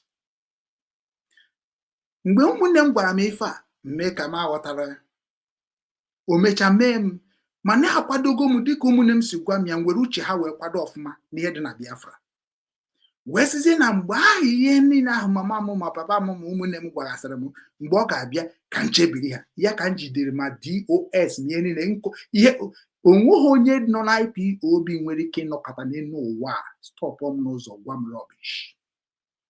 Anụ m ga-ata anụ mmadụ m ga-ata n'ụwa bụ anụ ndị isi ndị IPOB na ha zuzuo ezuzuo n'ụwa because these people destroy my talent. Ime ihe bụ na mmadụ nwere akara aka jụọ onye m bụ n'Ọnịcha jụọ onye m bụ na Mbuko Obosi jụọ onye m bụ na Alaba International nkụbara gị ebe m jigoro eje gị ma na abatara m IPOB to give my people knowledge about what is going to come whereby na-abịa mfụba ajọ mmadụ wee gwaba ha na na-afụ ajọ mmadụ n'ihe anyị na-eme emebe na ha ma ihe a na-eme. The same thing na aha kịta m gwara ndị be anyị ka m gwakwara ndị a si ha you may think that you get power by what we gave you maka anyị nwenyechara ha power one by one mana mgbe anyị ga-anapụ unu power marakwa na mara na Biafra is only for your village. Only for your village. If we eventually Biafra come, and we don't make it for any Afari Beku na Nsukka without the permission of me. Okay, now what the hell freedom? Makana many of you people think that na Biafra it is when we get Biafra now totally munu gana onoche when they make dictatorship. No. Onya mere na agwunu hapụ na ihe unu na-eme na social media na ọ ga na-ebute ọnwụ ike. Onye ọbụla na village ya je jụọ ese ịchọkwara Biafra ka ịchọhọ Biafra ịchọkwara ka anyị dozie ebe anyị tụrụ Nigeria ka ịchọhọ. If people accepted it, leave it like that. But if they not accepted it, start saying it. So Nnamdi Kanu gwara ndị onye ha kpọrọ ya si ha na onye ga-egbu ndị a na-sabotage the goodness of the Biafra struggle ga-abụ ụmụnna ha ndị obodo ha. Ọ bụ asị ka ọ bụ ndị nọ na social media because n'otu a nọ kịta iche na governor of Enugu State no love me, iche na ndị Enugu State does not love me. They love me. Mana ebe the love ga-anwụ bụ ọ bụ na mme ihe ga-eme Enugu State affect. So gị nwa na onwe oge na-preach about the peace of our people. Marụkwa ama na ọ bụ na the peace bịa n'ọkwa ka isi wee make the peace ka a ga-eji make ya own peace. Udoro n'anya. maka na otu ịrụ na-abịa na social media na-emebi ihe ụmụ mmadụ gbara mbọ ya ma ma onwe m just ka iwe wee gosi na you can destroy somebody. My brother, una never see anything. Unu ka emechafu ihe na-ekwuru okwu. Ịma men ka m gwa gị, Chike Doziem no have any power to command you. Nnamdi Kanu don't have any power to command you. It is by willingly you just want to respect Nnamdi Kanu because he is asking or saying something that's going to save your future. It doesn't get handy because the way I'm it get handy because now you want to partner with them to actualize your dream. So they don't have the right to command anybody. Before Abraham, Jesus was born is a language. Many of you people think that coming on social media speaking grammar can save you in what is going to come. Because now this struggle of our people is the same struggle to everybody that's suffering the same thing. So think about other people, how they defend their own. Think about your own. Now,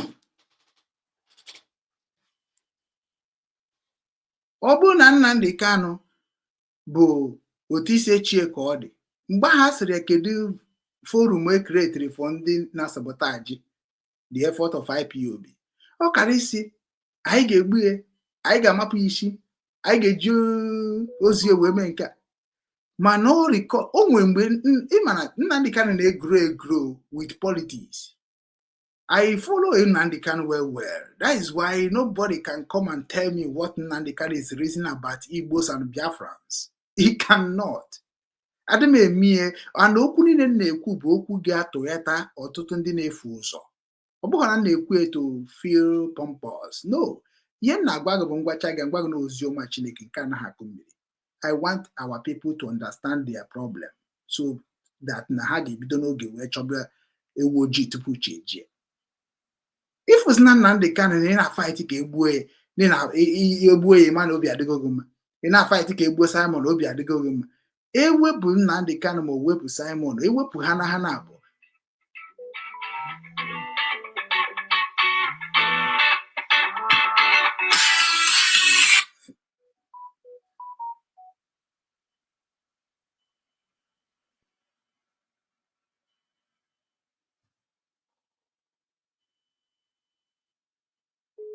Excuse me.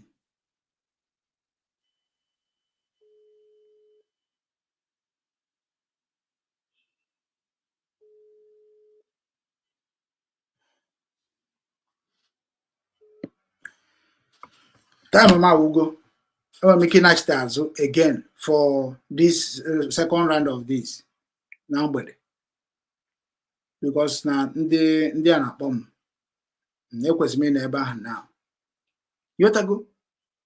So na nchịkọta m because na ka anyị were so nke a kwuo okwu mgbe ndị ọkwara ọzọ anyị etinye nke ndị Nigeria.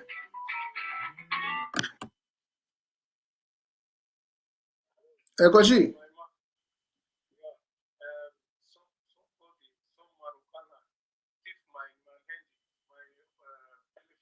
Where?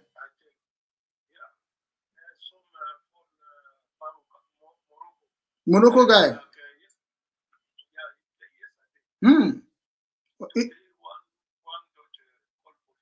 Yes.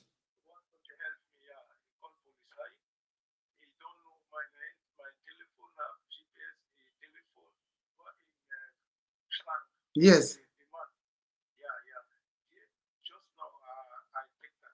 Oh.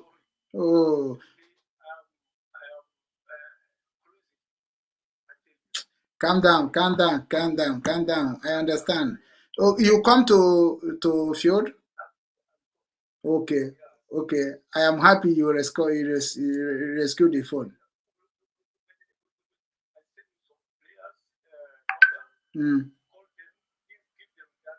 Oh. Okay, I will send you the address. Now. Okay. Because in my life, welcome cockroach na cupboard because now no can't have a gospel because I want them man to say that now quay for life in the by navy and when we can you me and you mean wow and they know that now I'm gonna have the enemy until they repent from what they are doing because more am just not be obodo yibo they're not okay with Africans with our people. The must name with Ohanese and Igbo when Ugwu ndị gịnị nwana na-akụghịrị every day ma enwe mission. I don't want those nonsense. We need to help our people, give them lives. Ọ bụrụ ịmata ịchọzi ka ndị na-amatara ofebe ka Chukwu. Make no sense. No one anywhere can send there your talk can send there.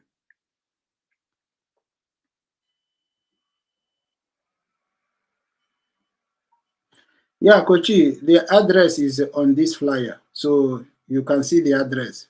Then you may write it on Word and send and on written and send it to the people. Thank you. I'm also coming soon.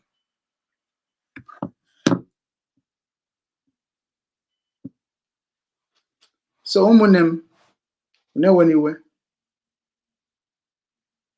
So ihe na-ekwu okwu ya bụ the issue of insecurity and bad leadership in Nigeria affect all the citizens. We are all still citizens of Nigeria. Many of our people, like Otu Akitana, let me say, Simon Abroad citizen of Nigeria, Nnamdi Kanu was citizen of Nigeria. Many of our people, Ejimunde Amamama example. But on Nahara, ndị ahụ ịbụ citizen ha ịgwa gị na-ebe citizen of Nigeria. So adịmanụ ọgụ nwere onwe nke m stupidity. I believe na enyego m preaching very very well. Many of people in our support today ma hand ha bụ ndị dị ka enwe mazi ndị anyị bụ ị na-afọ anyị ka ndị na-akụghịrị akụghịrị. Ọ dị mwute. It pay me so much that now people who lie is people you donate money claiming to fight for your papa Biafra, your mama Biafra. Because all of you are wicked. Many of you people that knows the truth and keep destroying our people. It should not reduce or to that means that is the only thing makes you in a fight. The worst thing he gave me no one was of in my head go where a guy gave me a drum. Imana, many people are pogom na Igbo. That's why things happens. Because each and every na support my each and every Ibia make propaganda na social media, make blackmail. Each and every enough in that kind of life. You can't have me into man name ejiri ezo. Makam blackmail legam amam the pain. No na blackmail him. Nto asi tugudegi amam how is pain. So give one idea say maybe Obinwannem this, Obinwannem that. Onye ka ibukwan. I ga-abịa nwukwu ka Obinwannem si. Edobe m na gị na make am make interview debate. Who are you? Okay, you think I'm not speaking English that I will not defend myself in a court of the law or English court of the law. My brother, my sister, I don't give a dime in anything concern English land. What I'm concerned is my people. But na mụnwa na-enye ndị ahụ gwururu ha na befa. Mụ na gị na-abụ ekere anyị na-abụ agbụ. Agbụ ekere mụ na gị na-abụ ka anyị na-achọ ka anyị tọọ. Then, insecurity adị na Nigeria. You claim that you are not a Nigerian. Onye ka ebuzi? We are all in the same basket. And before we remove ourselves from that basket, we must return back to our fatherland. And our fatherland is Igbo land. And all of us who is claiming to fight for Biafra that not identify themselves as only Igbo, and we're okay survive for anything concerned Biafra. Mgbe Nnamdi Kanu wepụta slogan, if I name be him more, onye anyị na-achụrụ aja bụ oke mmụọ. It's not a brother Nnamdi Kanu wepụtara, no, the colors of the Biafrans. Because now by name that is the song we always sing. ihe anyị na-eme bụ ihe mmụọ, onye anyị na-achụrụ aja bụ oke mmụọ. Oke nke Nnamdi Kanu kwuru ọsọ na Biafra is a spirit. Spirit means that now people that is talk about Biafra, create Biafra, do use Biafra in any manner, already gone. So anyị na-emezi ka emekwa ya emekwa. So imekwa emekwa does not mean that na people aghọtara ihe dị na Biafra. Ihe kwesịrị ịgwa ndị mmadụ bụ the structure of the man that created Biafra. Like Lord Lugard, kwuru sị na ya create Nigeria. Njogna, who created the name of Biafra? All of you where they claim Biafra leadership, you can never ever mention it. For us no Otikpo, or no Filibunka, or for us no the Portugal. Ihe ọrụ na-akọ kịta na onenyeru n'aka. Guesting and the missing words. Because na nke ahụ ịma bụ nke nna gị, ị nọrọ na ya, gị na mmadụ ama nsogbu. Mana nke bụ nke onye ọzọ na-abụghị nke gị, ị na-edefend, ị ga-eji enwe problem. Anyị niile si that na ihe onye ji wee na-ekwu maka Biafra maka Ojukwu. Mụnwa particularly, ihe nji ekwu maka Biafra bụ Ojukwu. Ọ bụ na Nnamdi Kanu kọchara ihe na ọ kọrọ na asị hụ n'aka onye Igbo nọ na ya, enwere m ike ịkwado Biafra from beginning. Na-ekwu maka Igbo. Mana ọ maka Ojukwu, and juzi ihe Ojukwu ji wee mee, ọ bụ na maka ihe m na aga na-agabiga na Nigeria today, insecurity. So the same thing ahụ ka a na-repeat. Then kedu ka anyị ga-esi bịazie na-ekele m na anyị chọrọ udo n'ala Igbo, mana anyị achọghọ ibido from our families. Ebe aka m ga-ahapụ ya. Israel na-eme mkpọtụ nke ha, America na-eme mkpọtụ nke ha, China na-eme mkpọtụ nke ha, kedu nke na-akpọ ya, India na-eme mkpọtụ nke ha, Russia na-eme mkpọtụ nke ha. My brother, ozubego ọnụ, and ozu ọnụ, then na amara ihe eji wee bido na-asụ na Biafra is a spirit. Onye na-ekwere a ga-ekwetere ya. Mana m ga-eji last word a wee drop ọrụ nwa bụ ndị ka na-eme agitation in a violent way. When I talk about violent, it is when you are doing something that when they arrest you, you will deny. Were ihe ghọtara? Ihe ọ bụla ị na-eme ọ ga-abịa ejide gị sị na ọ bụrụ gị mere, na imere na mmanya, ọ na imere na imere nke, kwụsị ya kịta. Kwụsị ya kịta. Ihe ọ bụla ọ ga-abụ ị na-eme aka na-abụ uwe oge ofu aka.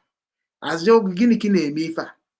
It's not bụ content ka ị na-ekreti. It's not this. Maka Chukwu kwụsị ya, maka na Amadioha ga-etigbu gị n'ezinụlọ gị.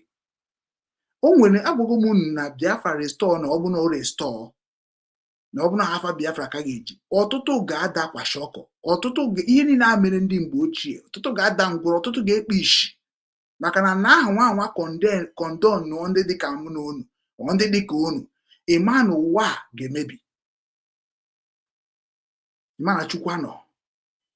Maka na ọtụtụ n'ime unu na-akpacha anya arụ ana, just ka i wee dị popular. Ị na-eme ihe asịsị eme na-eme. Ị na-ekwu nke asịsị ekwu na-ekwu. Ka i wee dị popular.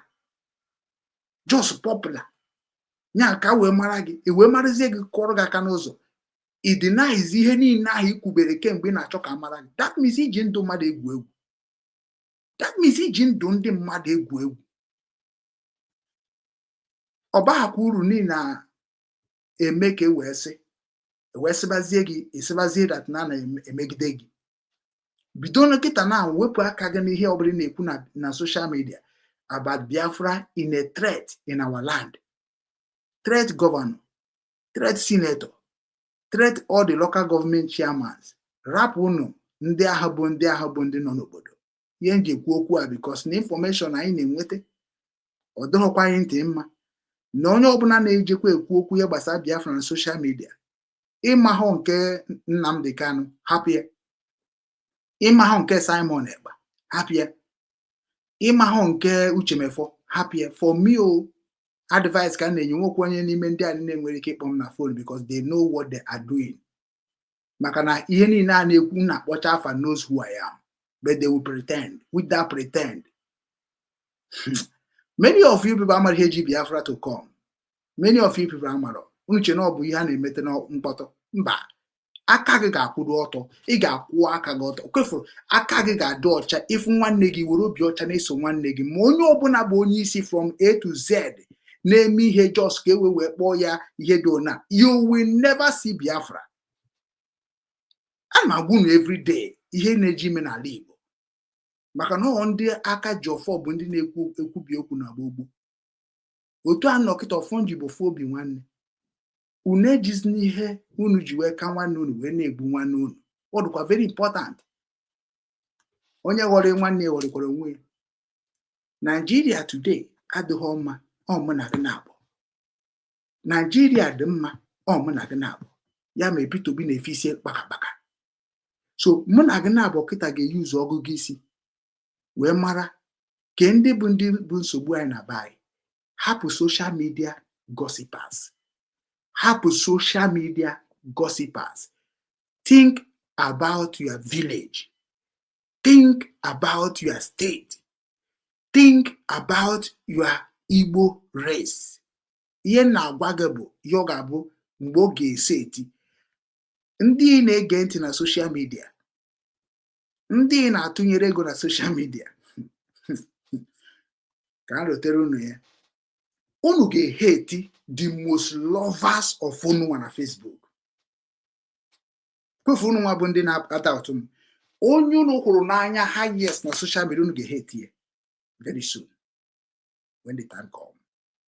Ya ka ejigbo unu si na market kpakpa Nsụka. Ndị ahụ ị na-afụ ihe na-eme ma ihe na-eme ha, mana gị nwa amara ihe na-eme ha. Gwa m the case Simon, ị ga-ekwunwe ị na-akọ rubbish. Gwa m the case Nnamdi Kanu, ị ga-ekwunwe ị na-akọ rubbish, because every case have a settlement. Mana because na ihe ha mere bụ political, that is why they cannot come out so easily.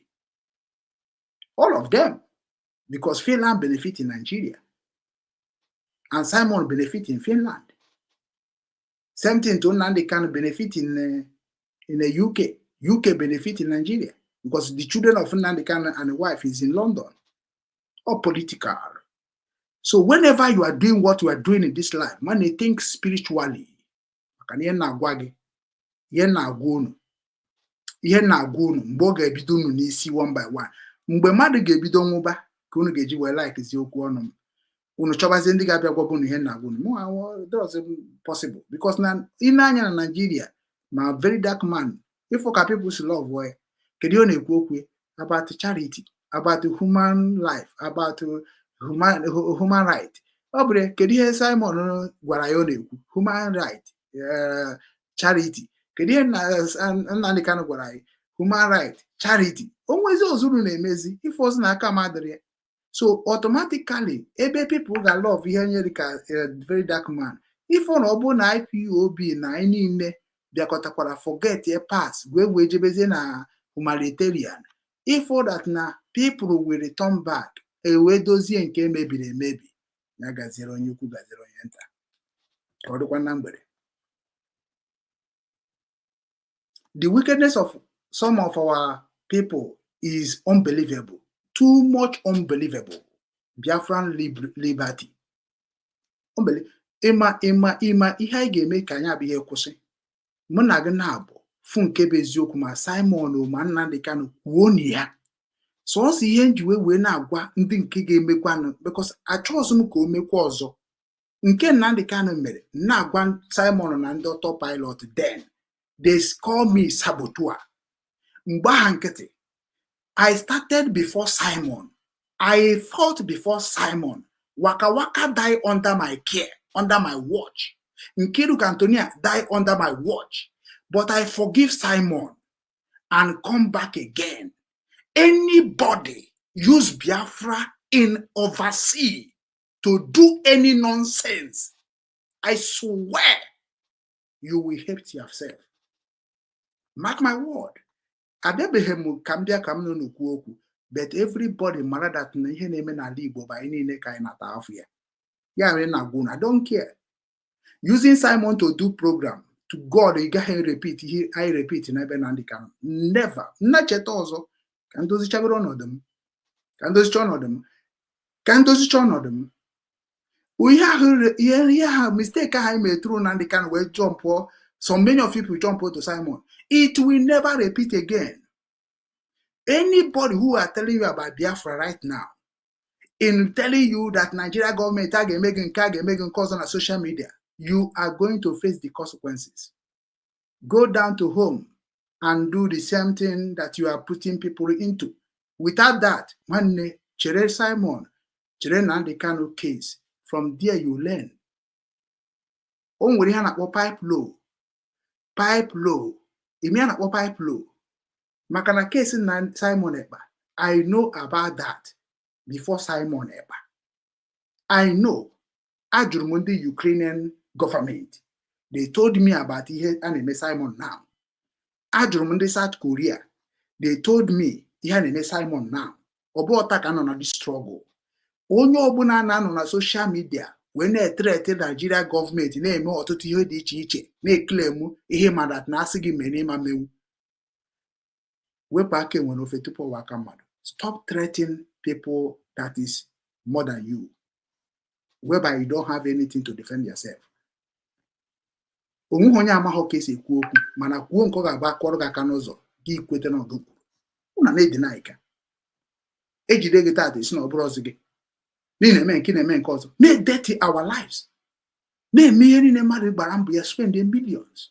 Ọ dịka ihe egwuregwu, ọ dịka caricature. I'm a content, and I will never be a content creator. I am a writer, history teller, human rights activist, freedom fighter for my own history.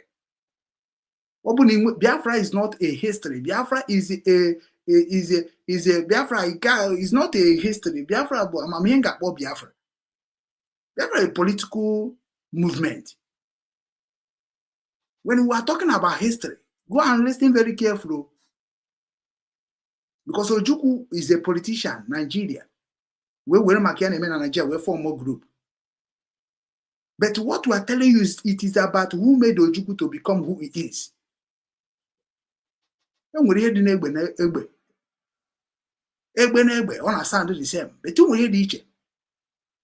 think that whenever you shout Biafra, you are now making Igbo people to be saved. Now lie you.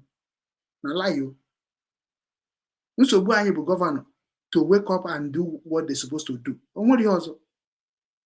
Calling Nigeria government, whereby that night ikpọbeghị nna gị, ikpọbeghị nne gị, ikpọbeghị ụmụnna gị. Ọ na-egosi stupidity. Whenever we are talking, let us talk about our home. Kedu ihe mee very dark man kịta na ọ ji adị ka ọ na-eme ọfụma? Even in ihe mere na state here, kedu ihe o ji eme ọ na-akpuo. So na ịbịa na steeti nke anyị ka anyị take care of our states. Anyị asọrọ that na anyị ga-adọmpụ Biafra. Anyị asọrọ that na anyị achọghọzi Biafra. Mana let us start from the root. Nnamdi Kanu kwukwuru ekwu. Unu na social media na-eme ndị be anyị adị confused na-acha na ere na-eji ndị be anyị na knowledge ndị be anyị in a way that they will keep suffering. You are causing the problem. Tell everybody to come and go back home by your knowledge. Onwezi ka ndị Nigeria si wee bịabazie internationally. Then Nnamdi Kanu no there. Simon Ekpa no there. Their case already there. Mana more you are doing what you are doing today, the world will not see where they can point a finger.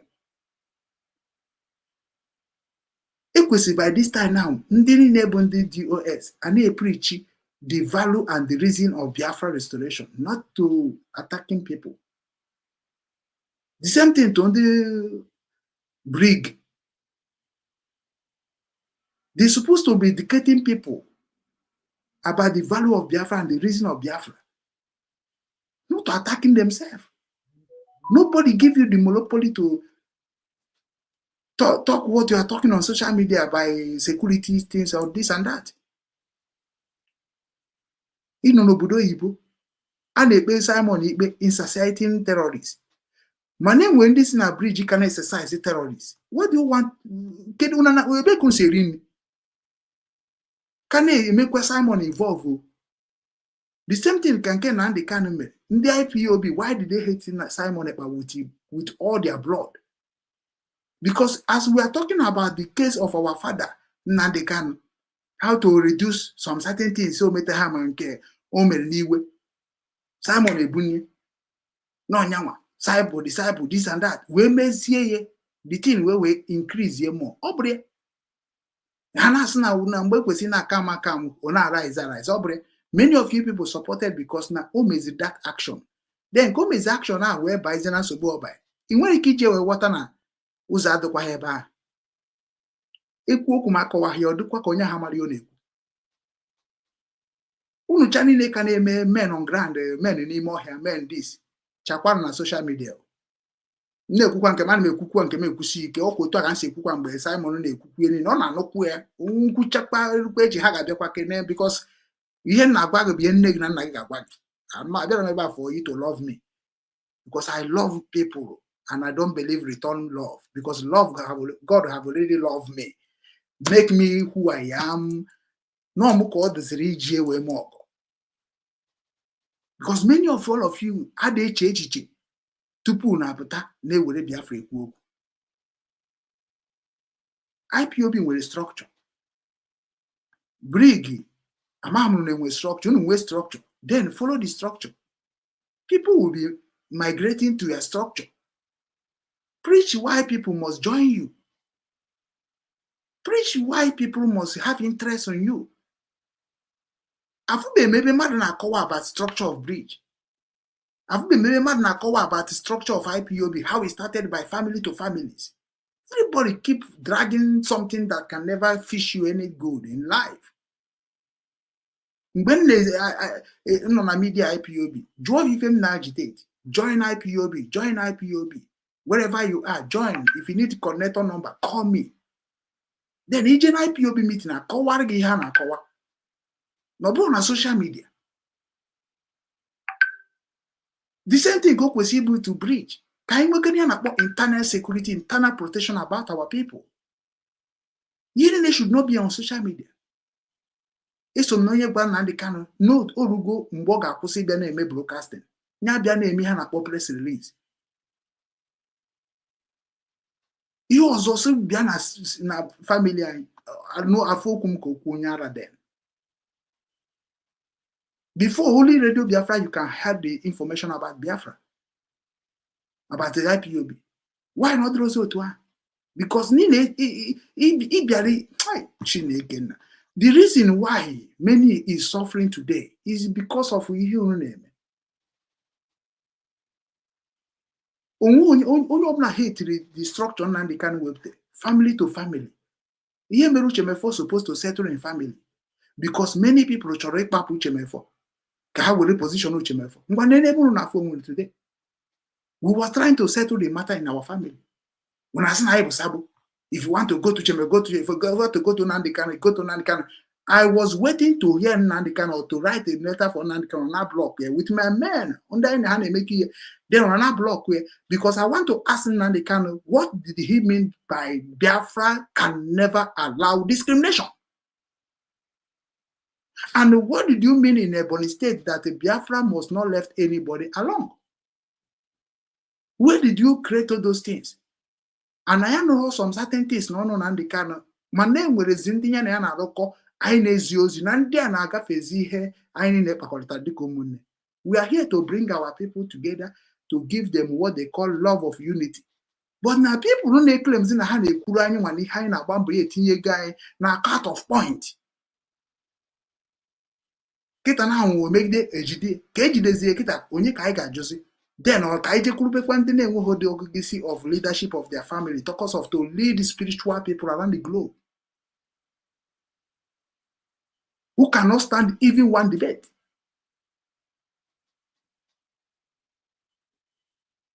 Ndị nke bridge abịakwana none of them can stand any debate. Ijo ha question asege akọ rubbish. People who don't even know the story about themselves can tell you about story about what their father could not even experienced. Channel na social media, they destroy what we have already settled. No, we not identify you. Join the any na boss. Na social media. You go to her beke. Can he contribute to your society? ị na-abịa ikwu maka Biafra. Your family or the note, divorce everywhere, hatred everywhere. Na rubbish na social media. Ị nyebeghị nne gị na nna gị aka. Ị na-abịa gwa ndị Igbo si bịa soro gị mee gịnị? Unu jide onye ọzọ na dọọ ya fam ma abịa na nke unu then na-achọzi reconciliation. If no we going to ha under ka amara ha ga-eme ka reconcile like somebody like Achebe Metusela nwanne Metusedek. Ndị mana these people watafere ife n'ụzọ dị iche iche ka m awatafebeghị m na nna agwa gị ihe ahụ iche ka m gwa gị ana agwa gị. Nnamdị Kanu ịkarị ya wee hụ m ịkarị ọfụ m Nnamdị Kanu na karịa mụ. Nnamdị Kanu pụta o nweghị ike iji ọnụ ya n'ụwa condemn Okechukwu Ugwu. Although possible. Why? Because now he believed in whiter than white and whiter than snow. That's what he believed. Then he marry ahụ kwuru bụ ma nke ngwara nyanwa bụ Nnamdị Kanu ma nke ngwara gịnwa ma nke ngwara nya bụ asị bring down. Now wetin I love. Don't talk anything like people think that na social media can make money. And ihe butere njikwa na social media agbago mbụ na grand ka ọ stop war. No. Ụwaziri ke na agwụ ya reconcile ya since nyakunu na ebu video ya kpagharị everywhere. The same ụwaziri kunu kọtọrọ. Tomorrow kita na uche me phone kunu na chọkunu dolly queen to pieces. Onwezie ka ozu bịa ka kwuo na ndị kara kitu na eshi ebekwa ya chefu kwazi ihe unu mere. The same Simon Akitunu na ha vo onwe ka finance Georgia in his favor. If we really you talk, why can't you people stay in one truthful reign? Mistake can come. Nobody's above mistake, but when you do the mistake, correct the mistake and see from your brother or your sister mistake and correct your own.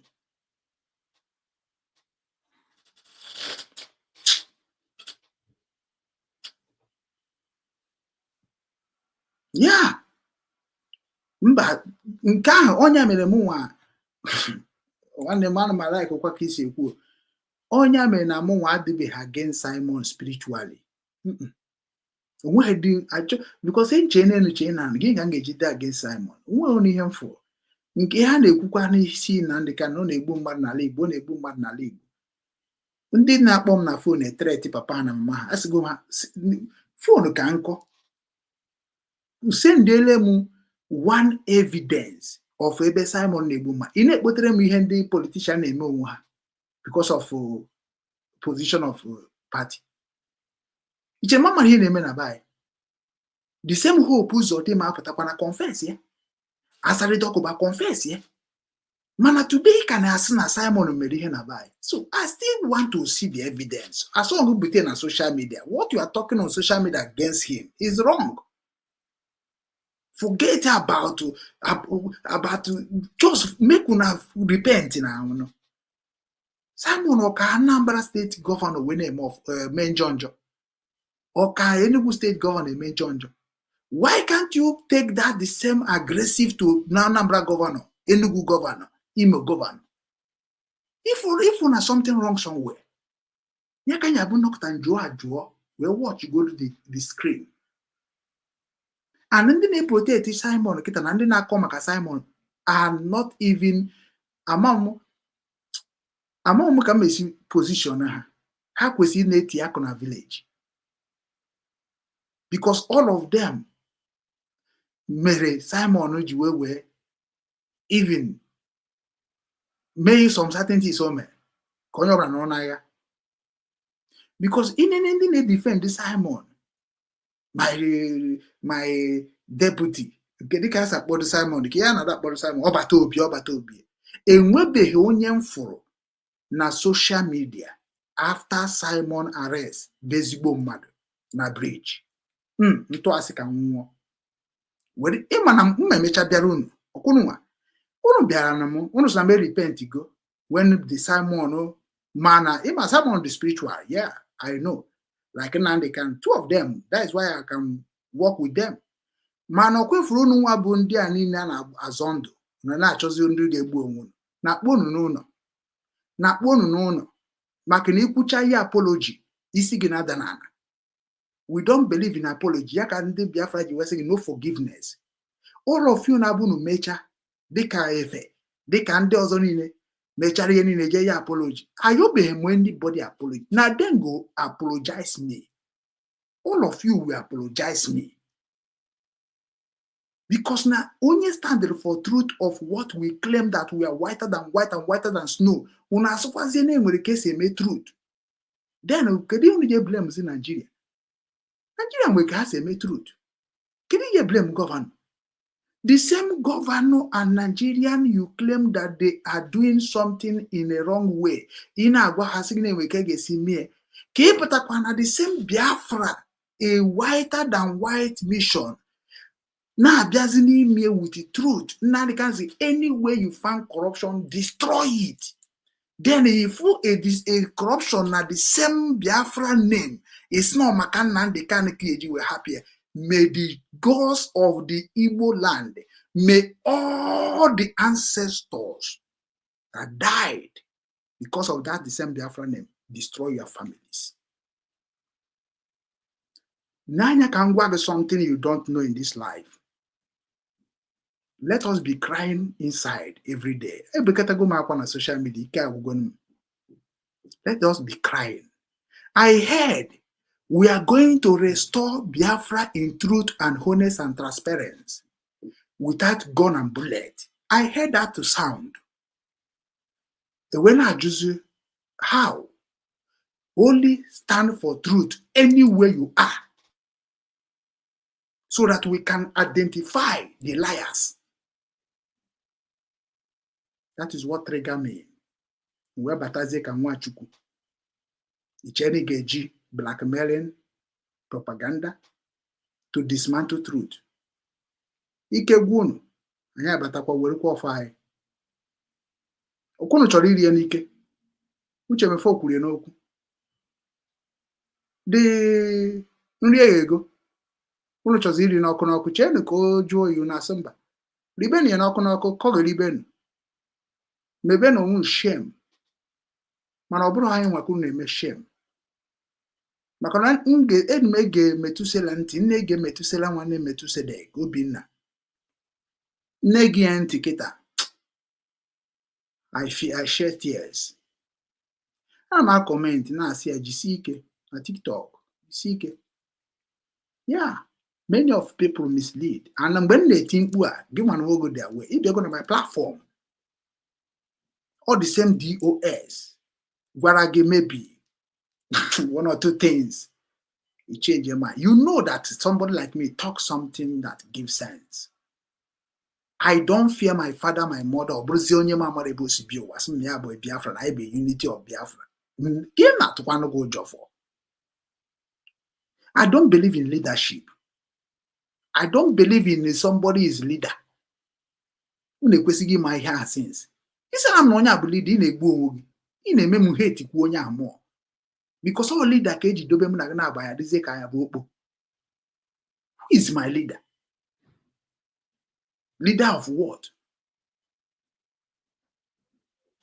Mama na ta afu n'obodo. Mama na gabi get a lot of things I cannot even explain here. If I can say okwu ko onye kpu nshi n'ọnụ. Maka asụmetis na akpụ. Nnenechi ihe ga-eme na social media nsị ka m ji nwa withdraw. Mmụọ m asụkwa m na ndị mmadụ na-emi n'ime mmụọ. And onwere ihe ka ewute n'ụwa ka mgbe ị mara na ị ga-esave nwa onye ndụ ịlapịa ọnwụọ. The spirit can never go away from you until you die. Ama m ihe a ga-eme ndị Igbo na social media ka uche ha bịa. Ama m ihe a ga-eme ndị Igbo n'ala Igbo ka ha fụkwa onwe ha n'anya. Ama m ihe a ga-eme ka Biafra struggle ka ọ bụrụ one. Enyego m emphasis enyego m stasis many times. Jugodo ndị a na-eclaim na bridge and ndị a na-eclaim na Biafra name. Why can't them recognize ndị agha bụ ihe ụzọ before ha wepụta? And ha gwagodo anyị one thing ha mere the difference from ndị agha na kọtọ. Nye ha the message. Careful onye pụta asị eburu onye ọzọ dịka ebuko nkụ onye pụta ọ na-ekwu ka o si like mgbe ụfọdụ iwe wee m nkwuchi okwu mpụta nsị hi kedu na-etiri mkpu we supposed to understand the truth why you know what you believe onye agaghị anabata nwoke enwego onye ifo na social media mkpọọ ya na my Obinwanne media mụ na ya na-ekwu okwu mgbe ọsọ mwepie na-abụrụ na-akpọzi iyi isi na okwu niile na-ekwu ma nke IPOB ma nke briji ma nke ndị wazirike bịa defend ya mana ife ile that na ị chọghị ime in that way enwere ndị agha gị n'ihe niile a gị na ha na-emekọ mụ na ha na-emekọ onye mere ụlọ amaghị ka this Biafra si structure ihe niile nọ na briji ụfọdụ na-arịbata abịa akọ rọbish maka ị na-agwa ha rọbish mgbe m na-agwa unu na dis road unu na-agba unu ga-ehe etie unu che na-asị unu ga-emechikwa fight kwa onwe unu che na-asị maka na enwere some meseji unu na-eweta nju na ajụ na ha sa nwunye mana enweghị ihe eji wee respect indigenous people of Biafra nke Nnamdi Kanu biodo nke nso na one of it stubborn child all the difficult to defeat a coordinator Obrasi Denia here in a debate about Biafra. These people, the first tribe of this IPOB, they are intelligent by nature. Even ego akwụkwọ nwanne ị na-asụ Igbo, people will bow. Ịgụzi akwụkwọ na-asụ English, people must listen. So the educated and knowledge and spiritual one, kunu chani nebu ndị a batazirinu na akọkunu like. Ihe mamno ka ndị mmadụ follow 4,000 is following, 5,000 is following. After following you finish, they are going to tell you that you are a bad person. Ọkwa ndị a follow gị gasị na ebu bad person. Mgbe mụnwa bịara na scream Simon, ọkwa the useless one, they assume that you have repent. And the same useless one bụ ndị na-eji akụwasị akwa na-ezuzugharị n'ụzọ gịnị nwa France. Ị na-asị na me repent ga ebe ụmụnna gị niile bụ ajọ mmadụ. Mụnwa bụ Okechukwu repented from what? From saving my own career in IPOB. Imakwe bụ repent. Unu ji ọfọm na-akpagharị. Unu eche na m ga-ahapụrụ n'ọfọ njin IPOB. M ga-eso unu sogide unu sobu na ebe unu chọrọ ịba. Mụana. Onye mere one guy kwuru okwu. Ọ rịkọ Ugo 247. Onye message afọ m Ugo 247. Adịbe echefu okwu ahụ sị m that fear Obinwanne. Fear Obinwanne is not a person you can do it. Because if you are not truthful, if you don't know what your message you are passing, you cannot understand Obinwanne. But a message in a pass, you can moyambo. Mana okwefuru asị that onye mere na gị ihe, ichi me onye mere na gị ihe, ị ga-ejizi uche nke agbara ọhụrụ wee jee. Many of you people think that na mụ abụ IPOB member. Unu say deny. Maka onye ọbụla bụ IPOB member. By general, by birth, by right. So whenever you're talking wrong on IPOB entirely, you already affected yourself. But in the leadership, Hagama na IPOB with leadership. Then, ndị mmadụ mata na that support their bad leadership. Onye abụ na ndị mmadụ aghọta na this family is understandable.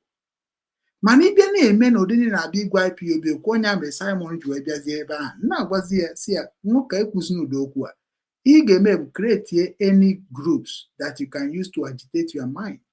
Leave this IPOB. Ọ karịrị 10,000 generation of you coming. Enweghị onye ga-emebinwu the structure of IPOB because all bụ whiter than white and whiter than snow. Even Nnamdi Kanu can never do anything in IPOB. Because now many people know Nnamdi Kanu by IPOB.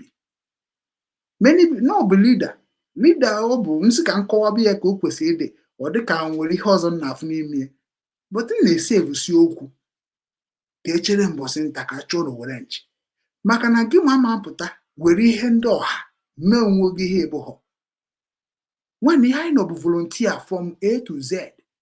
We never enter a leadership. We are still volunteering our best.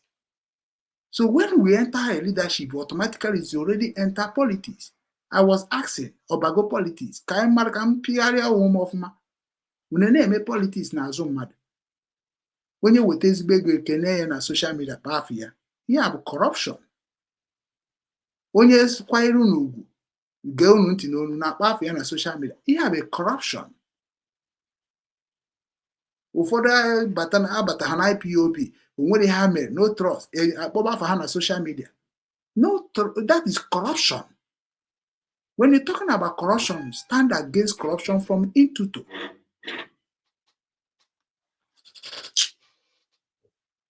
Many of you them, because now Simon biara deba powerful.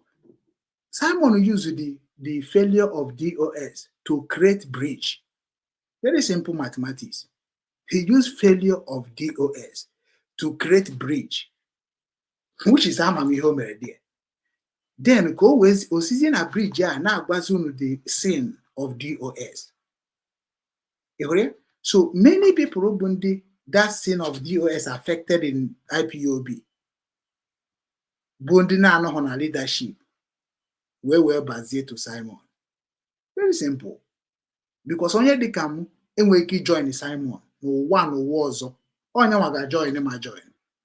Na m na-akwado ihe ọ na-eme does not mean that na m nwa na-aba ore ya n'ihe their mission. No. Ọ nwanne m ka ọ bụ onye Igbo. Mana m nwa ma na party ya. Because I was not born into that kind of such party. I'm a party. IPOB is my party. IPOB is my church. Your IPOB is everything about me. That's why I stand strong on it since long time. But nothing nke kazimo ekwu okwu si na mano na mgbe emepere IPOB na mamari na IPOB. Mechizi ọnụ. Weje create is Obinwannem. So ihe ahụ ga na-eme na IPOB mebe me no Obinwannem. Is it not what you are looking for now? In what you are seeing? Instead of me to be coming and attacking IPOB, attacking this and making that, then I created this one. And when we go over DOS Oku, when we hand send ndị dịka Ikenguru Agụ, ndị dịka Efe, ndị dịka Achara Ugo, ndị dịka Ọkpara Ezechukwu Bikem, ndị dịka Metu, ndị dịka kegasị ha, Oke General Afubemebe gwara m okwu. Which today, where are those people in the hand send them? Makama Ogunu na DOS, I know them. I know them. I have speak with them. I have deal meeting with them. I have sent them message. They go and return my message. So betu no when we be no. The media emerunu bia were a cut of I was a moderator almost 5 years. When you be a meeting, see anoro. Point Opera moderator. 5 good years. Mgbe nna dị ka select all of you unu ndị emebe m na mụ na ụmụ amara na-eme na mere select m nso na ọ bụrụ ya na mmadụ na karị mbaji ahụrụ n'ọkụ wee sị unu na ọ bụrụ unu ga-abịakọta ọnụ werekwa the systematic of my way na media so na ọ bụrụ unu ga-abịakọta ọnụ mee ka ọ bụrụ a group none of WhatsApp wee mmadụ ka ga-esi na-abịa na-release information about the IPOB on social media. I said it si na ọ bụrụ na Simon ga-abụ onye isi unu na ọ ga-amagbukwa onwe whenever open a more there, inga fight be in one group. And I know one group and you went log and a guy dying. Now bo long IPOB. What long a guy die as a media. Before you go outside, bring topic and let us analyze the topic before you go. Because no many of you people are there for peace of our people. Unechen open Simon with the Biafra today. That's na one home gene bia na ebakwa. Onye obuna with the Biafra bo onye Igbo. All of us get up. That is small mental reasoning charity ignisi. Ojukwu today back on. Uboneke na kpafia na ina ekwoku Biafra. Ihe aka eji we mara na nke gị end go. That is why you get kpachapụ anya. Kwanyere human rights people ugwu. Afufu almost all of you na tana Biafra today. Una cause am now. Mana second chance, last chance ka enyechara almost all of you now. Onye pụtakwa kịta na bịakwa sị na akọ akụkọ Biafra without evidence, without any proper investigation. Muna gana aba marugonu na human this is possible. Anya bụ ewu na chi. Anya bụ atụrụ na ekpoka gịnị. we are human. Mmadụ enwere ike ịpụta na-asị gị nweta gị na-asị m nweta ma ọ gị mụrụ m. Enwekwa m ihe ọjọọ mere m ga-eji asị nweta m. Nne ka iji na-afụgasị ha na-ekwu okwu instead of ịgwaba Nigeria gọọmenti bụ problem anyị okwu gọvanọ anyị okwu ka ha chegharịa chibe anyị ọfụma, ha bịazie na-eme individuals. Kedu ihe individual nwere ike ime gị karịrị ihe gọọmenti na-eme gị? O individual bụ problem gị ka gọọmenti? Maka na ị mana ha ejiri egbe na mma ị na-etretizi ha from threat ahụ na-etreti ndị mmadụ na Biafra struggle ka ndị leaders ma ndị ordinary people ji eche na were egbe na mma ji egbu mmadụ. Because every time I say nwanne nweta gị, even though ikpeazụ a ka m bidoro na-ajụ ndị mmadụ, do you know the meaning of IPOB treatment? IPOB treatment bụ ọ bụrụ afọ gị na-atụ asị nwanne expose obi, mana ha bịa tọnụzie IPOB treatment na na-eti mmadụ ihe because of ihe mere kwere mmadụ and ihe mere Rochas Okorocha na London. That thing na ma nke mere Buhari. Anyị mere ihe niile ahụ onto se ka ndị be anyị wee marakwa that na ihe anyị na-ekwu maka not that this is our character. Mana ha may impose. Our character of IPOB is evangelism, ozioma, missionaries. Mana ha turn ya upside down. Ni chọrọ ije mee ihe ahụ ị na-emebu na Nigeria before na IPOB, anyị sịrị mba. Ọ bụ na ọ bụ otokoto ka bụ na onye ushi na ọ bụ deri nwa mama ka bụ nwanne je create a group ọzọ.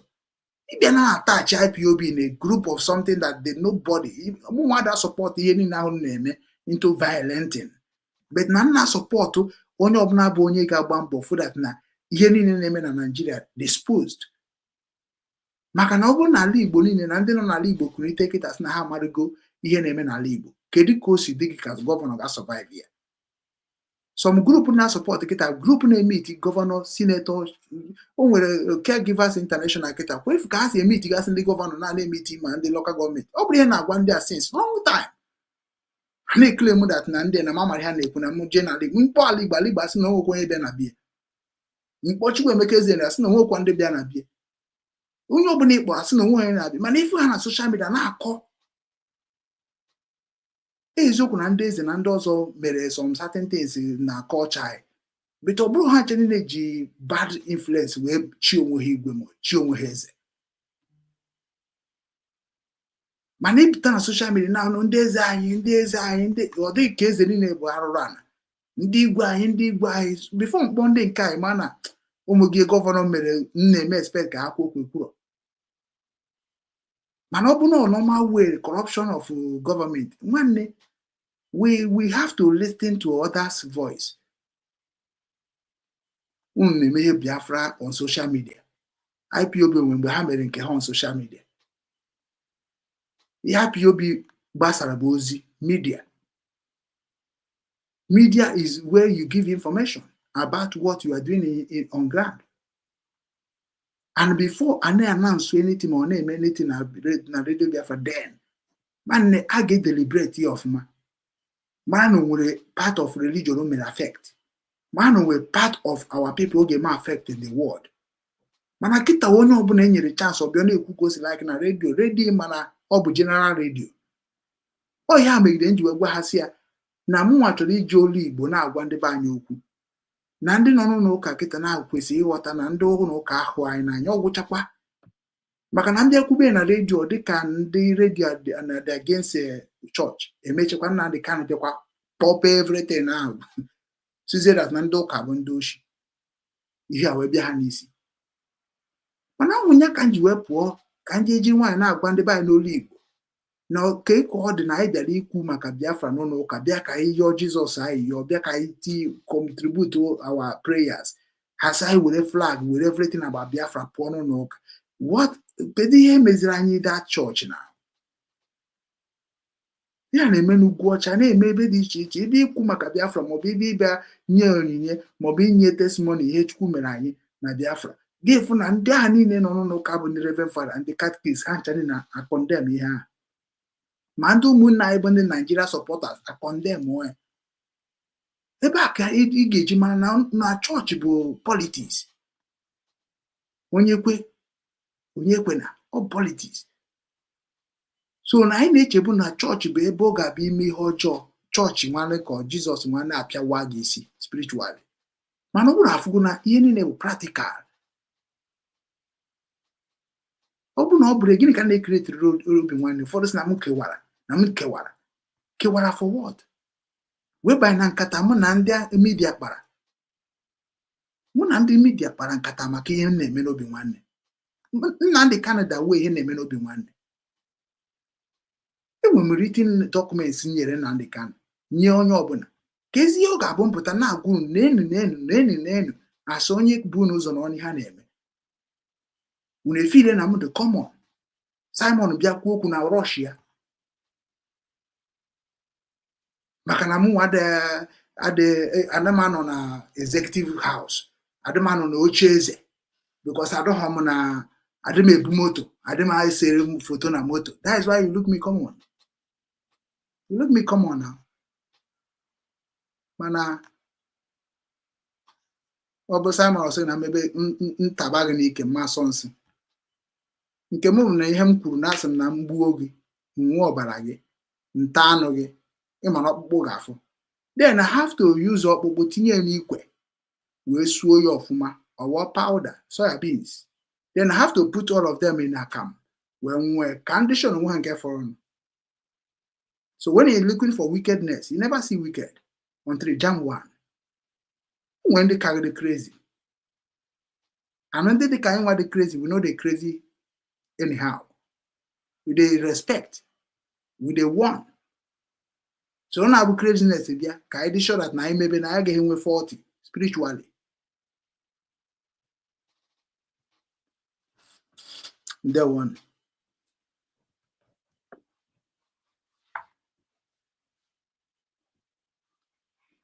Of course.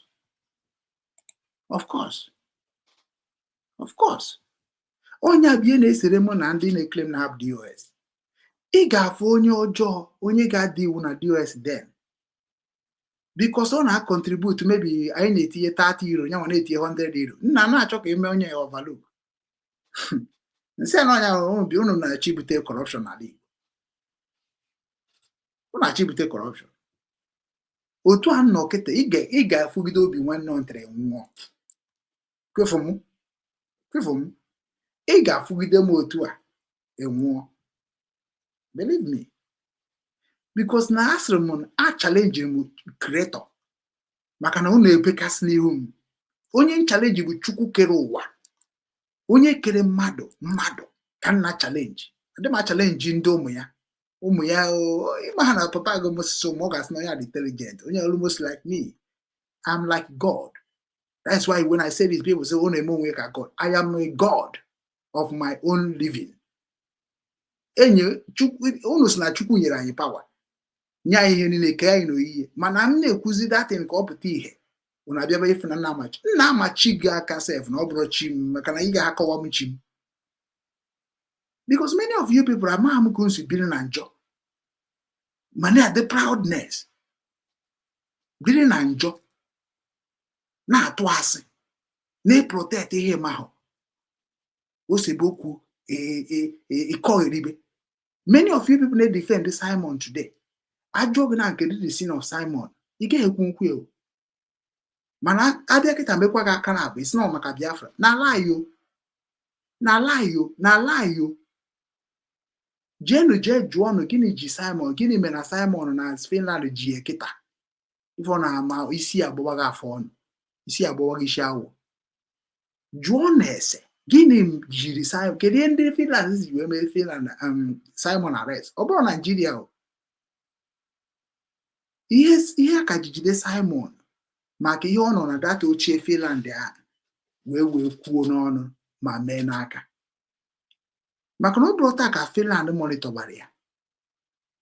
Maka na ihe ọ bụla Simon na-eme, ị mana Simon bụ a politician who draw the attention of the world politicians.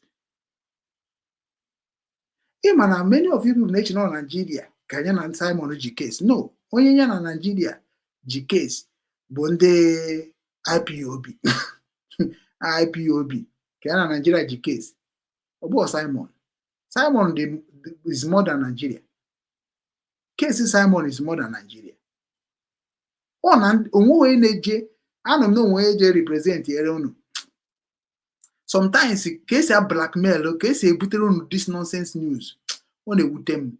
Before I heard when you people always say Simon nọ na bedroom ya ọ nọ na ochie ọ na-anwụ akamụ with nwa ya nwoke. Ị mara ihe nji agbachi unu nkịtị sometimes ihe nji agba unu nkịtị sometimes because unu dị too local. Unu dị too local and that locality makes all of you to become a bandit online.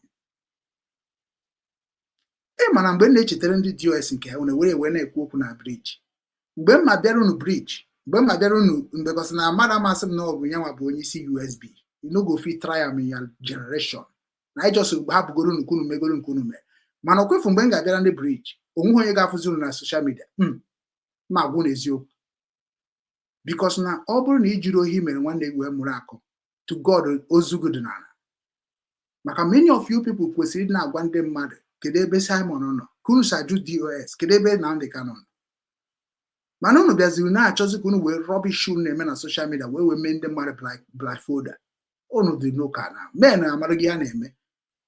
Also only really idiot can contribute in that foolishness movement because many of you people feel that na ebrozon was a bro odeke bukonko today unu korebo na korebo ihe ra dey eme unu. The Bible is no ikiji ma ere mmadụ taka iji ma ere geji. Don't look at me like a fool. Because many of you people think that what we are suffering when Nnamdi Kanu was arrested, it is a child play. Everybody was silent. Because what happened is trigger for everybody mentalities. We are trying to fix up. Then, when a job opportunity are featuring here because now we are IPOB member. Not at all. Ozulali. For another answer, I have Ibron can evidence. Na evidence of what? Who are you in IPOB? I am only journal put stand against of a rubbish member. Because na bụ onye bụ information minister of IPOB before. Igbo hana m ihe na-eme ngwa gị ịkpọ ha n'afa gị ihe ga-akpọrọ gị coordinator na-eli digide. Kpọrọ m obodo ịnọ ngwa coordinator gị na-eli dig. Eji m informations. Eji m records. And ị na ha na-drop phone na ma atụtụrụkwa call na-akpọkwa coordinator and no nwoke coordinator mkpọrọ m IPOB onwe onye mkpọrọ na take time pick my call. Maka na meji power m bịa na social media na-eme mkpọtụ na blackmail na-ekwu ikwu side a blackmail ikwu side a propaganda ikwu side a goodness ọ na-adị ka nwere ihe na-eme bịa ma ha na oyi ndị ị na-achịkọta ikwu ọnụ mana onye ọbụla mara ihe ọ na-eme a sị na mmadụ adayọ Chukwu nyere m aka onye ọ mana ọ ga-akụgbu. You no go beg God to come and help you to destroy whoever you want to destroy. Many of you people just follow Simon to destroy the DOS. From a chance you know na DOS, na chọkọrọ dị bata na IPOB, terminate the effort of Nnamdi Kanu, everybody ndị dị ka anyị by ikwu IPOB anwụgo. Even they use IPOB na as IPOB Nigerian. Ka uche mefo na use IPONK. Nechunu. Sinanso badro. Oh no, I booked the slogan of IPOB Nigerian.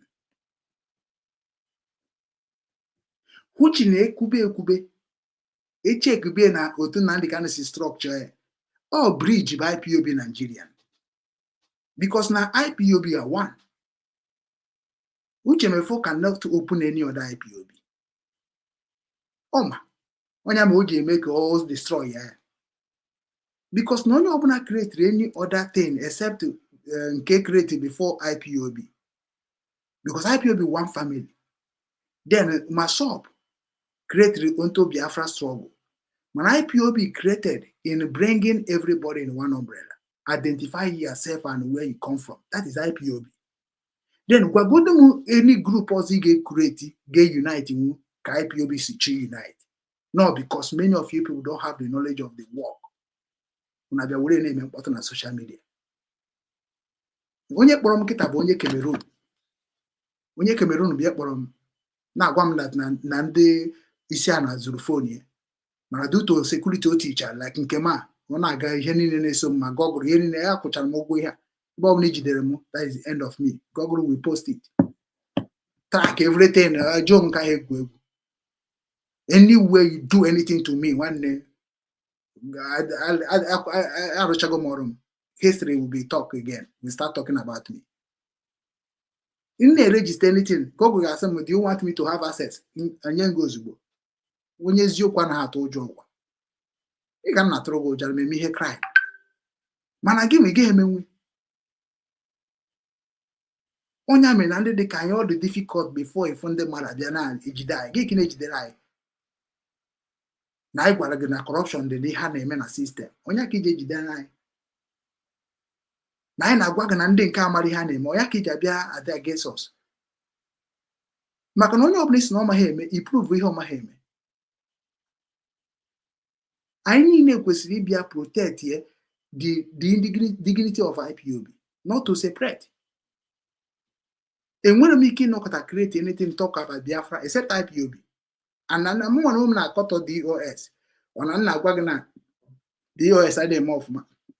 Or to prove in a have leader. Can Nigeria is a brave leader? Or but everybody on Nigeria by your mother. Okay? So in a fight in Nigeria with their government. So government are poor, a particular set of people. They can be count, but they cannot count Nigerians. For us 20 million, for us 200 million. The same thing IPOB. You can't count the member of IPOB. You can never. And don't you keji we wagana ebo ni IPOB so geje. He create a group today. They will enter. How they no be one to do ebeni? Ne ha attitude ha kan jama. Se na egolo ma kan kuziri all. Onwe onye ga send gị bịa to me ma gwa onye sendri. Obu honu. Oles no boy ebe mejebe. Maka na amacha m ihe ndị ba anyị na-eme tupu anyị kwuba IPOB. Ndị na-eje n'obodo Igbo suo nwanne ha imi ka o wee buru ike wee gbanata. Gị na nwanne gị ga-eme biznes ego suo ikpe eke na onye a na-eme ihe dị na mebi iziri ya wezo nke obere je onye tọpụ ka iwetazie nke afọ ọnụ. Mgbe ahụ were nke obere ahụ pụọ ikpe eke abịa nwere then iburuzie the main one ahụ wa ibia na ba anyị na-azọ mere ọla. Ndị na-ekwu okwu na-ene m anya chena m na rubbish. Sometimes ihe na-agwa unu ncha niile bụ ndị na-eji Biafra ekwu okwu. Ihe nji agwa unu okwu ịma na na-ekwu nke m na-atụ aka. Ihe nji agwa unu okwu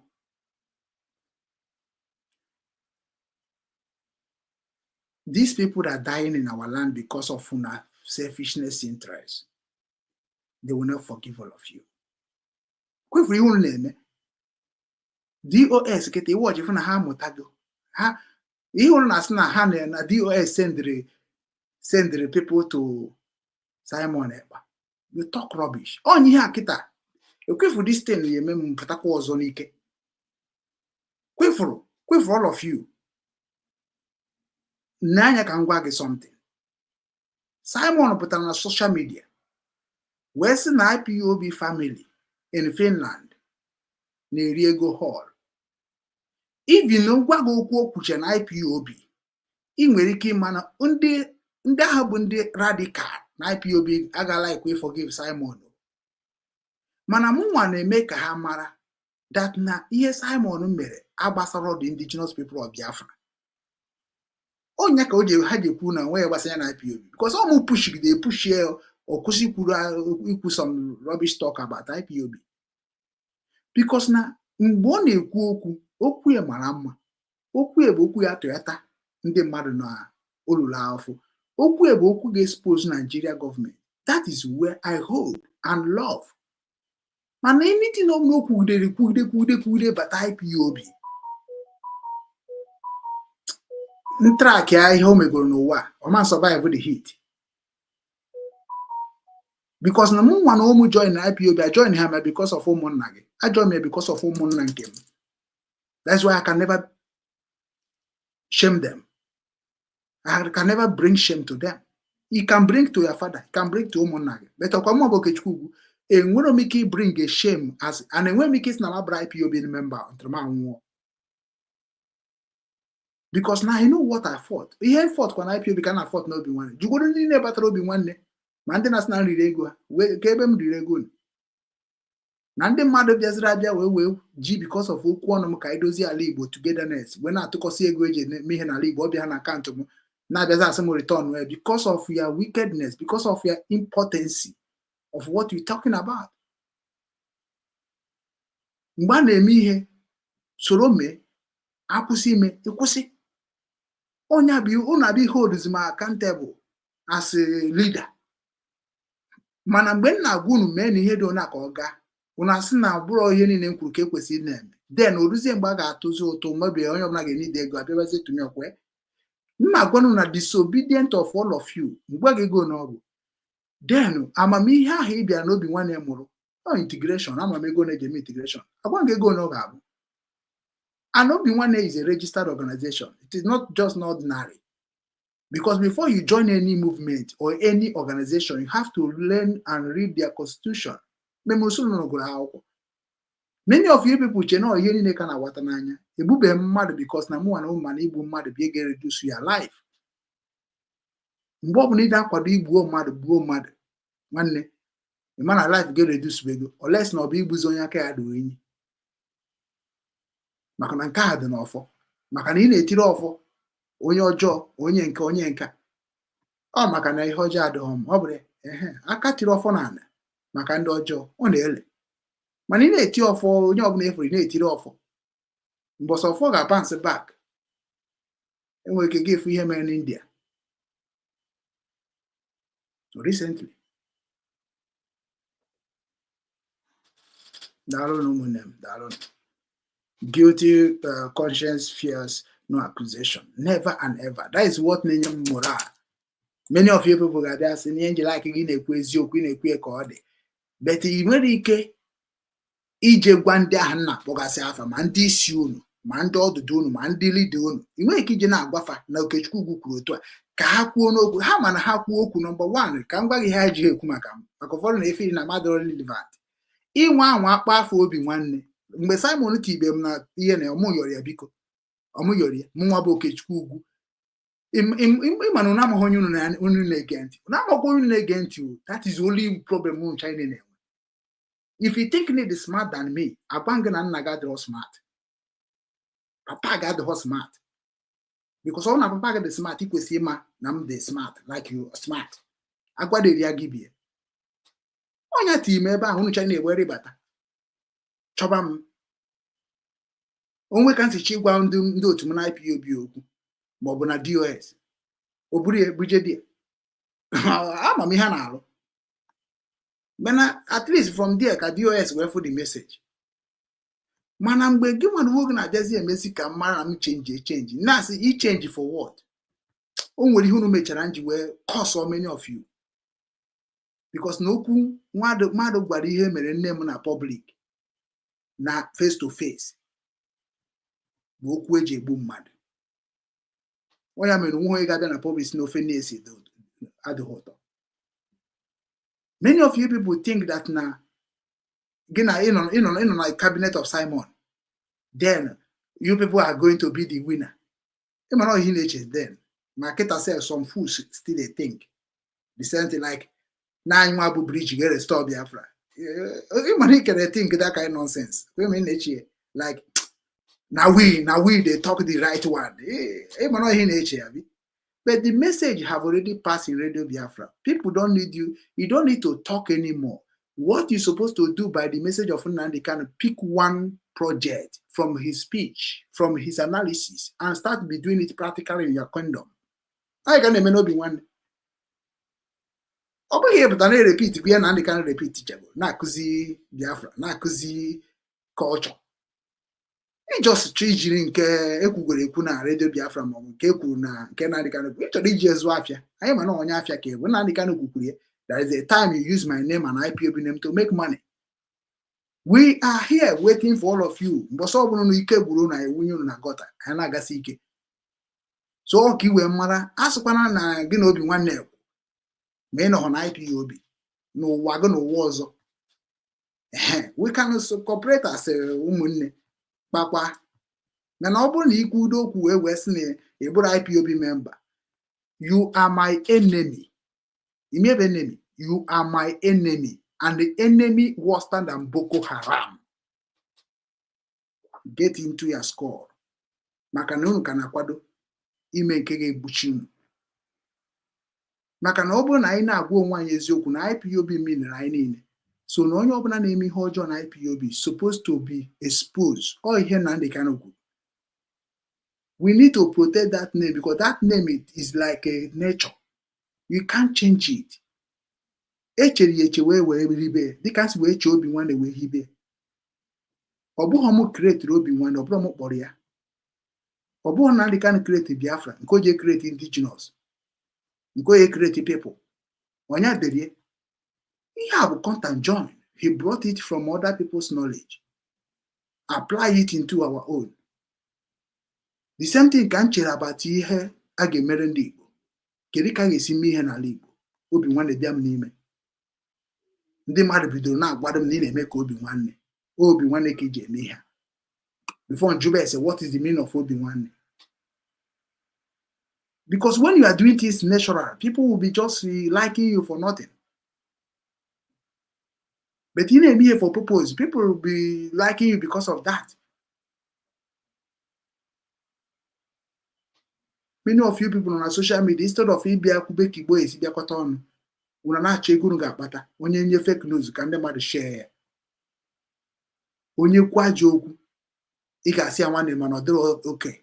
Equadie, Macane like Ronya Obonoku.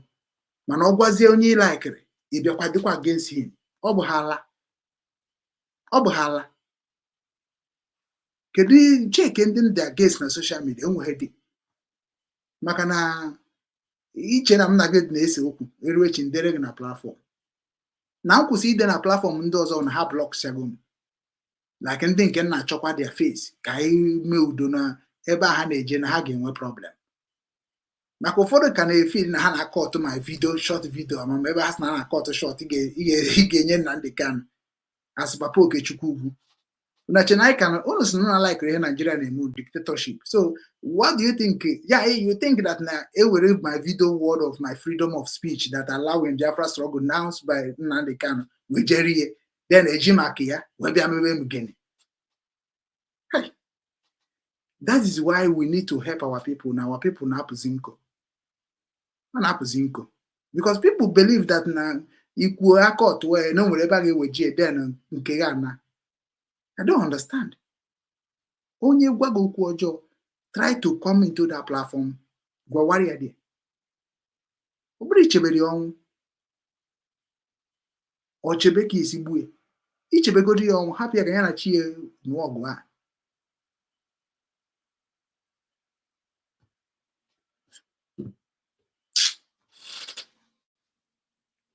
Amaka n'ugbo ọgụ, Adaobosi, Oju ga na awara ndị egede na ndị mmụọ. Afọrọ m gị, jisi ike na ihe na-eme dị mma, na-awa ya ka ajụ. Ndị ba kpọrọ ịwa ajụ. Kobe ya kpọba ndị ichie niile. Every day na-emeshọn their name. Nwere ihe ọzọ. Sọọsị ya bụ ọgwụ ngwọrọ. Nnamdi Kanu na-akpọ Chukwu Okike Abịama, Chukwu Okike Abịama, Chukwu Okike Abịama, Chukwu Okike Abịama. Mụnwa wee goro Eke, Orie, Afọ, Nkwọ. Tibie ka mgbu. Before ndị dị ka Jọfọ ha na ndị otu ya ama. Ịma na ihe dị spiritual dị too bad. Type onwe Eke, Nworie, Nwafọ, Nwankwọ, ala Igbo. If you are there, you married date years in create that page. Otego ihe niile abịa dị m n'isi na ọ bụrụ ihe ụlọ na-akọ erisi na social media. Nya mere nji wee buru my fight gbada ala Igbo. Right, really. All the village, all the state. Mana ndị a na-eklem na ha na-ekwu okwu Biafra. Why are they hating Igbo land? You are in abroad. You talk something that going to destroy your people in homeland. Inwekwara Obinwanne. Many times unu pụtara na-ekwu sị na unu nwere men. O nwere n'ebe nọ men na bụ Nnamdi Kanu. He said, we have men. Even we gwa ndị Yoruba unu chọọ men anyị enye unu men. Mana anyị ghọtara the slogan. Mana many of you people bịakwa na-asị we have men on ground. Ofu kọọlụ ka m ga-akpọ fon na ya steeti. Agwa m na onwe onye nebe. Yazi onye ka ahụ mbịa isi a na-agbali. Kedu ka ndị be anyị nọ n'obodo oyibo ga-esi na-ebelieve na-atụnyere unu ego n'ebe unu ji egwu wayo? Why? When somebody say we are on this state, nwanne gị nwa bụ onye steeti a kpọọ n'onye ndị obodo jụọ ya na ihe dị ono na-eme exist. Bifo na-ewere ego amen gị na-etinye n'ebe ịma na a ga-eji ewe na-agba wụọ na social media. Onye fụ ha na Okechukwu Ugwu amarugo n'ọbịa ọmịa because na na-agwa ga na-agwa ma nne gị ma nna gị.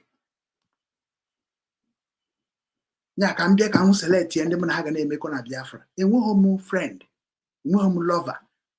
Ihe mbụ general, onye admin of general. Ebe ọ bụla njọ dị, anyị ekwutọọ ya. Ebe ọ bụla ihe ọma nọ, anyị akwado ya. Ọ ihe m believe. E believe m na select ndị aga na ya respect. Select is ndị aga na-agwa okwu anyhow. Onye ka na fight, onye ka ji join IPOB. Nwere ya ọzọ. So ụmụnne m bụ ụmụnna m ndị gere m ntị n'onu, agafere m ezigbote time here. Ihe ji wee kwuo much when I nwoke na comment ọ kpaliri mmụọ m. That's why I'm like in a comment. Ichi nwete m use your comment. Because ịkpọ akpọ ide. Because o gosi m that na ebe Biafra liberty na-ede ihe no na-ede na anụmọnụ na-edekwa. That means na many have wake up. Another comment is not one much. Ya comment with ishi de gama. Onye ọra na-ekpuzi aka onye oshi. Ka mara nke ekwuta. Ọ nke ahụ na-eche ka m ga-ekwu.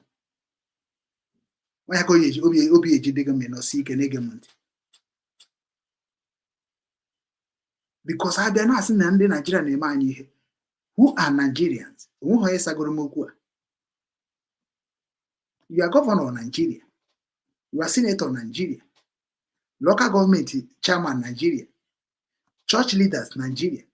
But if you're on social media na threat in Nigeria, man won't be humble say for a threat to governor. Check in and they can broadcast threat. Listen very carefully before you learn.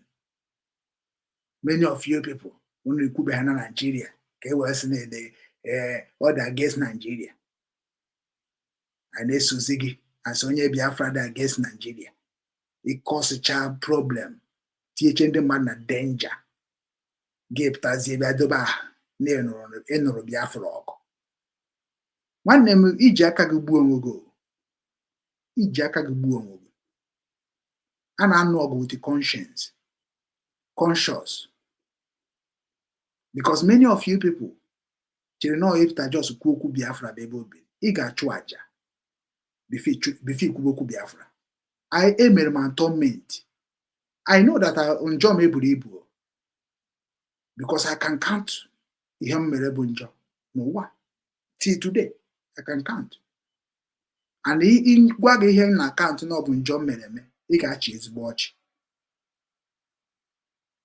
Because I'm not a sinner and can never be a sinner. So when I'm talking about the sin, about the truth or people of God, don't see me like ordinary. See me like somebody that's special on what I'm saying. Nne Muslim na ọbụna ọ bụrụ onye nwa mụrụ m na ọ ga-ekwete na mbụ nwa mmadụ. Mama m nwaanyị nkwo Josephine Ugwu. Ọ bụrụ ya zụrụ m nọchọ m ihe ọjọọ si nne m na ọ sachapụrụ m ọbara dị ya n'arụ. Ọbara dị m n'arụ mgbe ọ mụrụ m.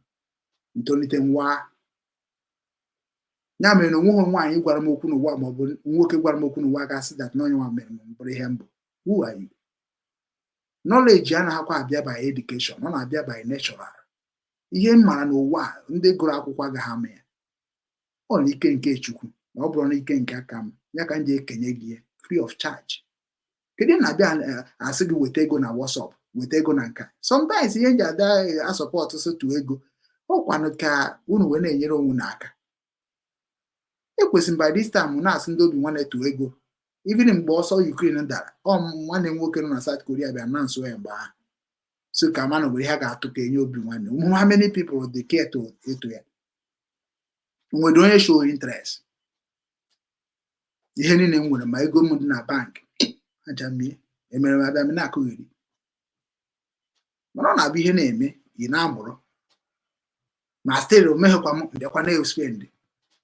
After the war na afụfụ nta n'obodo a na-spend bụ ego na ndị mba anyị nọ n'ala Igbo tụrụ Obinwannem spend go m nearly 6 to 7 million. Nwanne m nwaanyị bụ my sister n'ebe a bute jeje ọnọdụ ya ha ji common na meeting anyị mee. O bute the account now mbunye gị publicly. I don't talk rubbish. But na m na-agwazi unu n'ebe enyemaka ga-esi na-abịa ka anyị na-enye unu abịa na destroy ya. Ndị nọ na social media a na-akọ asịrị na-agba saga na na-ege ha ntị na-asị na ha na-ekwuru Biafra okwu. Unu cha ga-ata ụmụ unu ga-ata afụfụ. Ọ kwefuru iwere ego na-enye onye ọ ga-abụ mecha ọ destroy ihe ndị ọzọ mere. Ụmụ unu ga-ata dị afụ. Nke m metere ụmụ m taa afụ ya ka okwu ọnụ m ga-eji dị ile n'isi gị. Ịbịa na social media ị na-asọpọtụ ordinary human being ịmaghị ebe o si si nọ na onye abụọ onye na-ekwuchitere Biafra. Ịmakwa na kedu na dakpe backside backstabber ka ogene mara ịma mmadụ mma n'azụ. Ịma ha na the reason nji wee stand there with Nnamdi Kanu today na Nnamdi Kanu apologize gokwa Waziri Ike because mgbe a jụrụ ya ajụjụ ọsọ yes no ọ ghọtabago. Ọ bụrụ ka o si bido mgbe ahụ na-ekwu ka o si wee kwube mgbe a bịara jụba ya ajụjụ. Yo cheke ewu rekọd ya na Nnamdi Kanu ekwesịghị ịpụ na IPO na Waziri Ike masọp. O kwesịghị. Ọ bụ na ọ na-enye Ojukwu respect o kwesịghị isi na masọp pụọ. Mana ị jụọ ya ọ sị gị na the reason o ji wee pụọ mgbe ahụ na ka o wee mee ka ọ bụrụ ka o wee gaa to worldwide mana masọp aghọtara ya mgbe ahụ. So I follow everything. Ọ nọkọtakwa nsị ka nsị na IPOB pụọ baa bridge. Anụmanụ ihe mbụ bụ anụ ọfịa na anụ mpa maka mbụ. Family gị eji m ya na-agwa ndị na-ekele na ha dị smart okwu. Family gị ịnụrụ nwaanyị mụọ nwa na-abụ maọbụ ịtọ. Then otu ị mụrụ ụmụ nwaanyị ụmụ na-abụ na ịtọ. Then ofu a na-enye nsogbu. Or even papa gị na mama gị na-enye nsogbu. Unu bụ ụmụaka eji because of papa gị na mama gị na-enye nsogbu wee sị na papa gị na mama gị abụrụsị mama gị na papa gị and then unu na-apụ na family a unu ga-eje create onwe unu family nke unu with who? With whose surname? With whose name? Ihe ahụ ibu na-akpagharị na-esi gị ka nsị bụ afa gị bụ ihe mere gị na ịma akarị nwanna gị na ndụ. Ụfọdụ na-emegide claim oje change ya maka ndụ ka kụziri unu to change your name. Onye mere arụ ha mere na ịmara ụfọdụ na-asị na ụka ama anwụ nata n'ala Igbo. Ụka ama anwụ na ihe a na-agwa gị ga-anwụ bụ corruption inside the church maka na ụka onye ọbụla na-aka ụka. So na gị wee bịa sị na nne gị na nna gị abụrụzi nne gị is like emumu. So na gị nwee nọcha na IPOB na Biafra family sikwazie na ịnọghọzi na ya ihe omumu you are gịnị mumu. I don't remove it. And then nwerekwana ihe ị ga-stand ka ọ stand there when you are against of your father and mother ha na-etigodi gị ihe na they born you na they have the right to kill you. All politics bịazi na-emezi ka enwee ihe na-akpọ second thought which is religion. Maka na mgbe gboo bụ ọ bụ na ịmụọ nwa ịlaik ọnwa gị dobe n'akụkụ fichapụ ozugbo nọ mgbe a kọbara gị akụkọ mgbe ochie ka eji wee mara ihe ndị ụka ji wee kreti etibe mkpu. Nkọbara unu akụkọ gbasara ejima nwere ike itie mkpu mana mụ achọghị ije dị. Why? Because na onye na-akọrọ na social media bụ okpo maka na ịmara ihe ada akụ ya akọ n'ọnụ. Ọnụ ka ihe Biafra ekwesịghị na-akụ ya akọ n'ọnụ. Ekwesịghị na-eme eme n'omume. onye ọbụla na-abịa akọrọ gị Biafra the same thing to omenala be nna gị, onye ahụ bụ ego ka ọ na-achọ, because of the another way format of criminality. Ya mere ha ncha ji eze Okechukwu gwa eze, because na ịbịa ha na-akọ ihe gbasara Biafra na social media without action of what you are acting on ground. You are a content creator. You are a hungry money chaser. You are a public figure chaser. Many of you people that are against Okechukwu Obinwannem, how many people ki inyegoro knowledge na be nna gị? Otu Obinwannem si create families in all Igbo land. The whole 5 states, create all of them, teach them what they should know and come together. Obuna ha dere otu aha 10 naira to all of them. Ga-ebidoro ofu onye afia. All my knowledge. Mana duto na onye enyebeghị, ọ dị ya ka ihe a na-eme nwere isi, wee sị ya na onye ka Lolugard ji butere unu River Niger, so unu kurubezie mmiri bụ mmiri unu, nye ego, unu wee kwere. Na unu erughoro m, unu niile nọ n'Obinwannem erughoro m 3/4 mba aka m bepụrụ ebepụ na court of the law, na stubbornness, na criminality, na killing. Unu erughoro m, unu nweghị ebe unu ruru m. Ya mere nji emerụ n'ebere. Ya mere nji emerụ n'ebere. Maka na ihe m na-achọ isi unu niile erughị ya. Ya mere nji wee fụ unu ka ndị na-enweghị future. Maka na if you have future and listen to me and join the group where we can do like a family, you're not supposed to be feeling like you are wise by silent, not exposing the evil, attacking the evil. And when you saw it in Obinwannem, you na fight with corruption. Ina afụ mmụọ n'obodo Igbo ma ebe kemgbe ụwa m jụọ ma mama m jee na ama jikịta ya jụọ ha Okechukwu ugwu. Adọsọ nge na-agwa ga na m agwa gị village m ije dị jụọ ha Okechukwu ugwu. Etoro m with them. Mana the little one m na ha tụrụ de jụọ ije na Nnobi je jụọ ha onye mbụ. Ebido m na nwata n'ụba ọgụ ihe nkịta ka m matadịrị nke bụ ife. Onye ka o ji awa m isi na m na gị na-ekwu okwu. Asọ m gị ga-emu ntị o. Mana ịnwa anwa ga-emu ntị. We will listen to me. We water okwu ọnụ m niile to God. Ihe bụ wisest man. Ihe bụ ihe ndị ọcha na-akpọ professor. The man is a professor. Because what makes you a professor, it is what you know by book. But what makes you a onye amụma, ka ihe a na-akpọ onye amụma na English ọkwa prophet abi. Ihe make you a prophet is your knowledge. Many of you people be on social media, everybody now will be clapping. If I want to be a fool, I begin to talk like a fool. Then fools will fool my program. If for the English, how it sound and end. Because now many of you people think that na onye na akụkọ maka mmadụ, o saga ka ndị Biafra na-akọzi na social media. Gwagodu m mpụta ọzọ m ga na-akpọ ha afa. Ebere na-emere ha na ama na ha na watch m. Mpụta ọzọ nkwuo mkpọ ga-afa. That is me. So ihe m na-ekwu kịta maka message. So ọ jizi m opportunity ka mpa ya maka m ga-apụta ọzọ. Agwago m unu before 6 months. Mpụta ha n'ọzọ. All of you where they claim say you are talking about Biafra are not saying how to unite the whole indigenous people of Biafra together. Government of that land will knock on your door because we must begin to write a letter direct. As far as in abroad. We are going to tell that we have to write and report this person. No, they may be right by. Nke a bụrụ onye na-akpọpụrụ Simon Court onye ihe ahụ na-akọ bụ story. Nke a bụ na a ga-agwa gị na na-achị dere onye akwụkwọ. Stop. Onya by IPOB treatment. If you don't have evidence of what you talk about Biafra, Rapia, Maka Nigeria had the against of speaking about Biafra. Obrasi, right, I'm here. All the way you treat your father, it is the reason why your father say get out. Because na ina agwa na ndị governor na ndị senator ka bụ ụmụnna anyị. Maka na ajụọ na nwebe onye ijide n'aka governor gbagburu mmadụ. Ọkwa ndị unua youth ka na-use egbu mmadụ.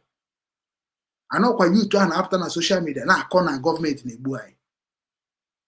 From madness. That is why a very dark man kita apụta go make program ya.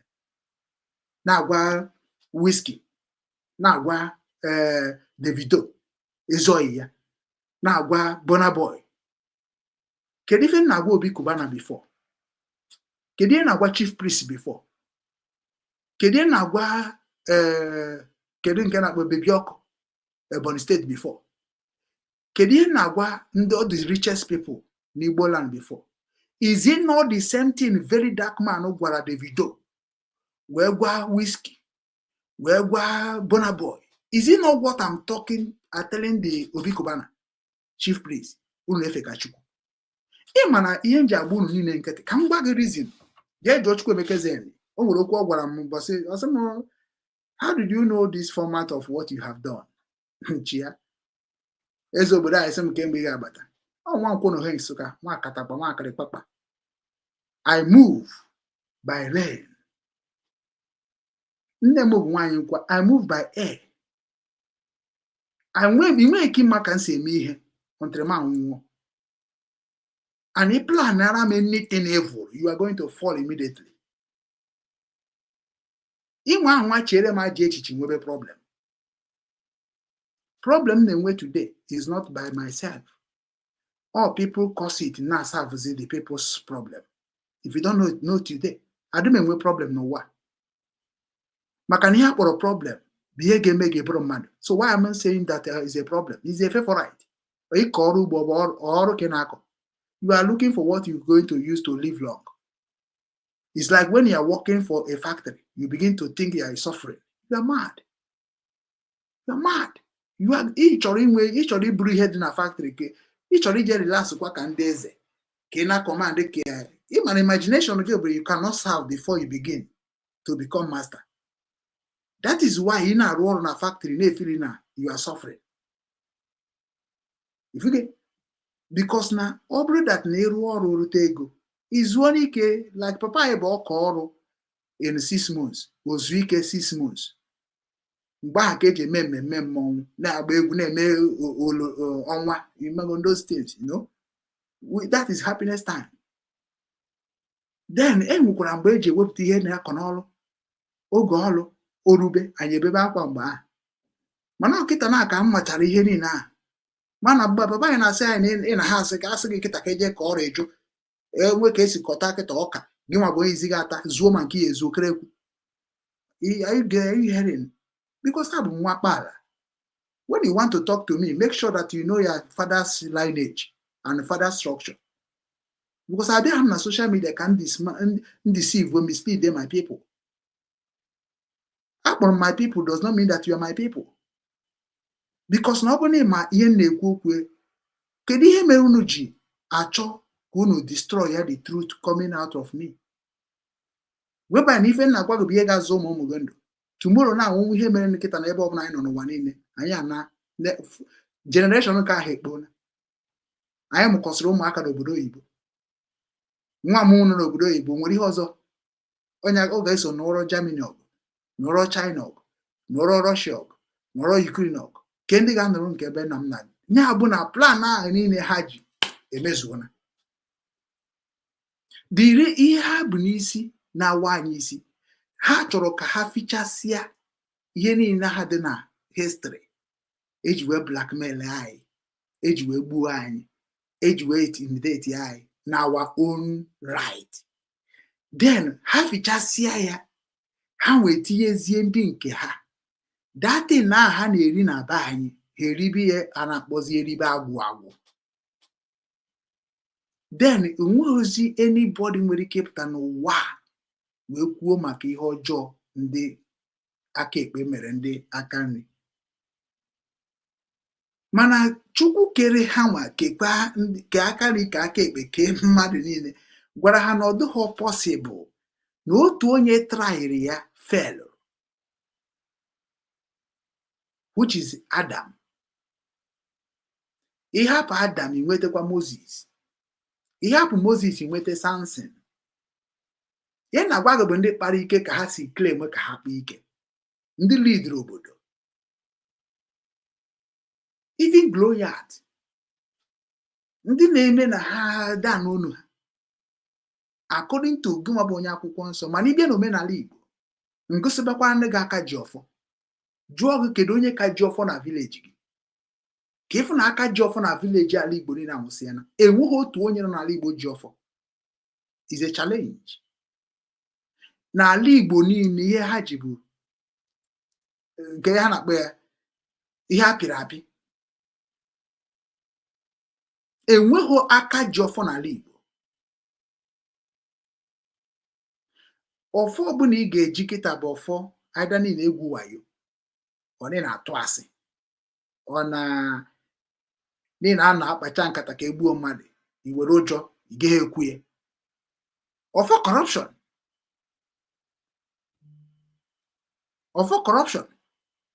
Maka na mgbe anyị nwa pụtara wee sị ka anyị bịa yọọ apology of ihe anyị mere ndị mbụ na ndị egede through IPOB and torment, which na-efichara ụmụnna anyị na-edina n'ala, because na njọ niile anyị mekọnatara dị too much.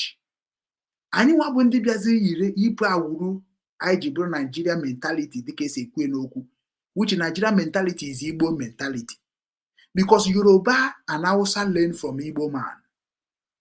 The term we bido wee mara the message. Oyibo learn from Igbo man. The term we bido mara the message. So when I learn from my teacher, if my teacher no take time, I may know more than my teacher. So now, ndị anyị na-eklem na ha bụ enemy anyị learn from us. They know our trigger. And Ebos were the worst. Na ha nwanụ ha nọ n'oche all the 5 states. So when I'm telling my people who shout about Biafra to never ever use Biafra as a comedy, ikucha isi na ikuho, because oge na-eri isi unu. Maka na before we win Enugu state leader, before we overthrow, ihe anyị na-etiri mkpu ya maka souls that are going to be perished. Because na Enugu state governor, maọbụ Imo, maọbụ Anambra, you cannot, ịga-agbanwe ime, ịbazie ha ime aba, ịma na ị ga-efichasi a lot of things before you survive. Unless na ọ bụ ndị ihe niile ahụ gbara ya okirikiri bụ ụmụ ndị youth chọrọ ile ya. Because ndị gọvanọ ji eje n'ala Igbo, kọmụnwa nọ n'ala Igbo mee politics form pụọ, ndị gọvanọ ji eje n'ala Igbo bụ ya youth. Most of ndị na-anya na-eme content are serving government. Somebody like Anyi Don, somebody like Obi Kubana, somebody like Chief Priest, they are government servant. That is why anything will happen to them, tomorrow they will release. Jugodumu why haja agbachukwu ata eze n'ugbo, ata eze onye ifite dum. Jugodumu gịnị ka haja agbakwurie? Maka na Nigeria nwere ndị nwunye. Nigeria be business country. Na-erisi mmadụ before you survive. So enwere ndị ji wee survive for many years. People like Ato, Obasanjo, Babangida, Tinubu, all sorts of them, Abacha, Peter Obi. These people are surviving with the same system you think you can pull down overnight, and the Ebon or Jobu the Nesibu and Kakobuna dead. These people you are talking about is their father and their mother. I have told you these people making noise on social media about Biafra every time. I mean, you see, can see no be one agency begodozi. Makama I'm not gonna egbu anyhow. agwa maazị ya ịbịa na social media na-etreti Nigeria, onye bụ Nigeria? Onye bụ Nigeria? Many of people will say I will take the fight to the Sambisa forest. Onwe ha nkuru kwuru ekwuru mere eme. Maka na ihe m ji hate him because I remember everything most of your leaders said that is not working. That is why he hate me. He hate me. Enwebe ihe m kwuru Obinwannem eme ha. Ma ego m kwere ha nkwa. Onwere ihe m kwuru n'ọnụ m agaghị eme. Mana many of them say they don't do. Ị nweghị ike iji ewe chetere ha na ha bụkwa ndị ọdịda. Ha wee dagide dajuo. Ha dajuzie kọp. Ibezesi m soro gị nwụọ. Ka as if to say that na onye na-anwụ gbogbo m ise na-anwụ kaikai. Many of you people na-ekwu okwu na social media abụrụ onye Igbo. Maka na gwa gị ka isi wee bụrụ onye Igbo. Efu na onwe ike ọ bụla ịbụ Fulani. Ya na-agwa gị na ijikwe ịma na sometimes unu na-ekwu okwu adị m eso unu ekwu maka na ama m na mbosa ga-ekpe ikpe. Many of you people will just die because of what you have said. Many will go blind because of what they have seen. Because n'ụwa a gwara gị n'oge ikpeazụ, which is oge ikpeazụ bụ oge ikpe, ga-adịkwa egwu. Many of you people just they talk without thinking about the future references. Maka na unu anaghị ekwu ka ọ dị mma echi, unu na-ekwu ka anụ ọgụ echi. Nya mere some group of ndị na-eklem na ha bụ Biafra. Ha bịa na-asị gị, if we get Biafra, imagination of the religion, if we get Biafra, you will not enter, you will not go, you will not this. Jugodo onye ha na-ekwu okwu a, are you going to be the president of Biafra? Ọ gaghị akọwa nwunye. When is going to be the Biafra come? Ọ gaghị akọwa nwunye. Mana Biafra abịago the day Nnamdi Kanu na nso Radio Biafra. Ịma na ụwaziri ike na Nnamdi Kanu efinishigo Biafra. Na ya na-ekwuzi okwu ya bụ kedu ihe a ga-eji Biafra wee mepụtara ndị Biafra without fight. Ụwaziri ike je na-eriri onwe nke na Imo steeti. Ihuge Nnamdi Kanu na-ekwuzi nke na na-eri nke na IPOB. Nkwe. That is how they divide the mission. So automatically, gị nwa na-etizi mkpu Biafra today, ji isi ga-achụ aja. Because what I understand in the mission of Nnamdi Kanu and the preaching of Nnamdi Kanu bụ ọ bụrụ na ịmakpụ blog bụ sibi ike. You need their support. Ịkpa IPOB. That's what I was thinking. Onye ka m bịakwa n'Obinwannem na-egosi na ọ bụ ife ka m gere Nnamdi Kanu kwuchara. I chere na ịbịa n'Obinwannem na support Obinwannem ka wee create a job opportunity to the one or the youth that is doing mkpụrụ mmiri, mkpụrụ ọgwụ na-egbu onwe ha because of what you have said on social media. You think ị na-eme Okechukwu. Agwa na enwe m aka na abụ. Aga m arụ ọkpa m niile na afọ m ofu na na-arụ ọrụ 8 hours. Ebidokwa na m ya. So, whereby that now, why am I suffering? Is because of my people at home. Nwere nye my junior brother, Orie ka o si like. Nwere nye ndị onye Orie ka o si like. Eruo echi ọkpọkwa m na phone. Nji maka Obinwannem. Emekesi get out, mee nyezi gị erukwa echi, mama m apịawa m azụ. Mana ana m echi nwaanyị nkwọ warning. Nne m mụrụ m nọ na mmụọ ka m na-echi warning. If ọ bụ na o je ha oye gbaziere ụmụ ya onu. Condemn way and nchebirikwe na mbịakwa na that place anyị ga-abịakwa fụkwa in next generation. Eyie m egwu nwa na-eyi nne. Mụ na ga-abụrụ ọgbọ. Ọnya mere nji wee bụrụ oke nna. Ị na-anụ ya? Oke nna m ka m na-eke, ya bụ nna m Igbo. Ya bụ nna m Eke, ya bụ nna m Orie, ya bụ nna m Afọ, ya bụ nna m Nkwọ. Anọrọ m wee bịa dozie nke nna m emetere ya ka m ji wee na-achọ udo n'ala ndị udo. Enweghị m ihe m na-eji wee gbuo mmadụ m nwere na be m. Mana ihe niile aji afa Biafra nso wee tie mkpu na 2013 till today. Onye ọbụla bụ onye mere Biafra in a way na o wepụrụ mmadụ ndụ bịa bụrụ ndị aka ha dị ọcha. Adị m ekwu maka ndị Nigeria Army nwee m ike ichere aside. No, onye ọbụla bụ onye Igbo o nwere ka ị survive onwe maka na ọ na-abụ nnenecha ihe na-eme na be anyị mbebe anya mmiri, mana ndị a na-agwazi ka ha pụọ n'ọkụ si na ọkụ ka ha mma.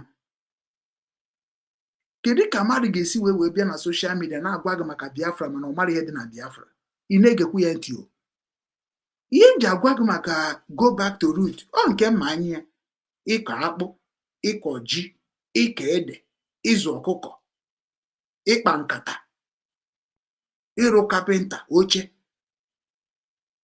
igwu egwu ọnwa, ịtụ sụwa, ịtụ nchọrọkọtọ, ịgba bọọlụ na ọbatakwuo na be anyị, iti mmanwụ, ịgbakọ n'obodo ewee kwuo ka obodo ga-esi na-aga n'iru na kosi ụga, ịzachasị obodo, ichekwa obodo.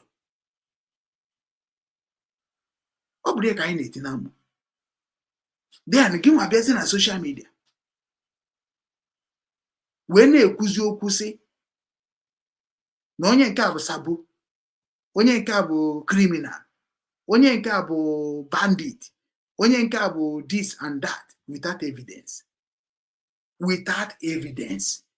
Onye ahụ fụọ aka ọkpọ iwefu na aka ya zara aza esi a please or speaking in tongue, please ọ pụrụ m apụ n'ọnụ, please or frustration, please ọ ka ndị mmadụ wee mara na m na-ekwu okwu Biafra, please if confession, open confession adaba.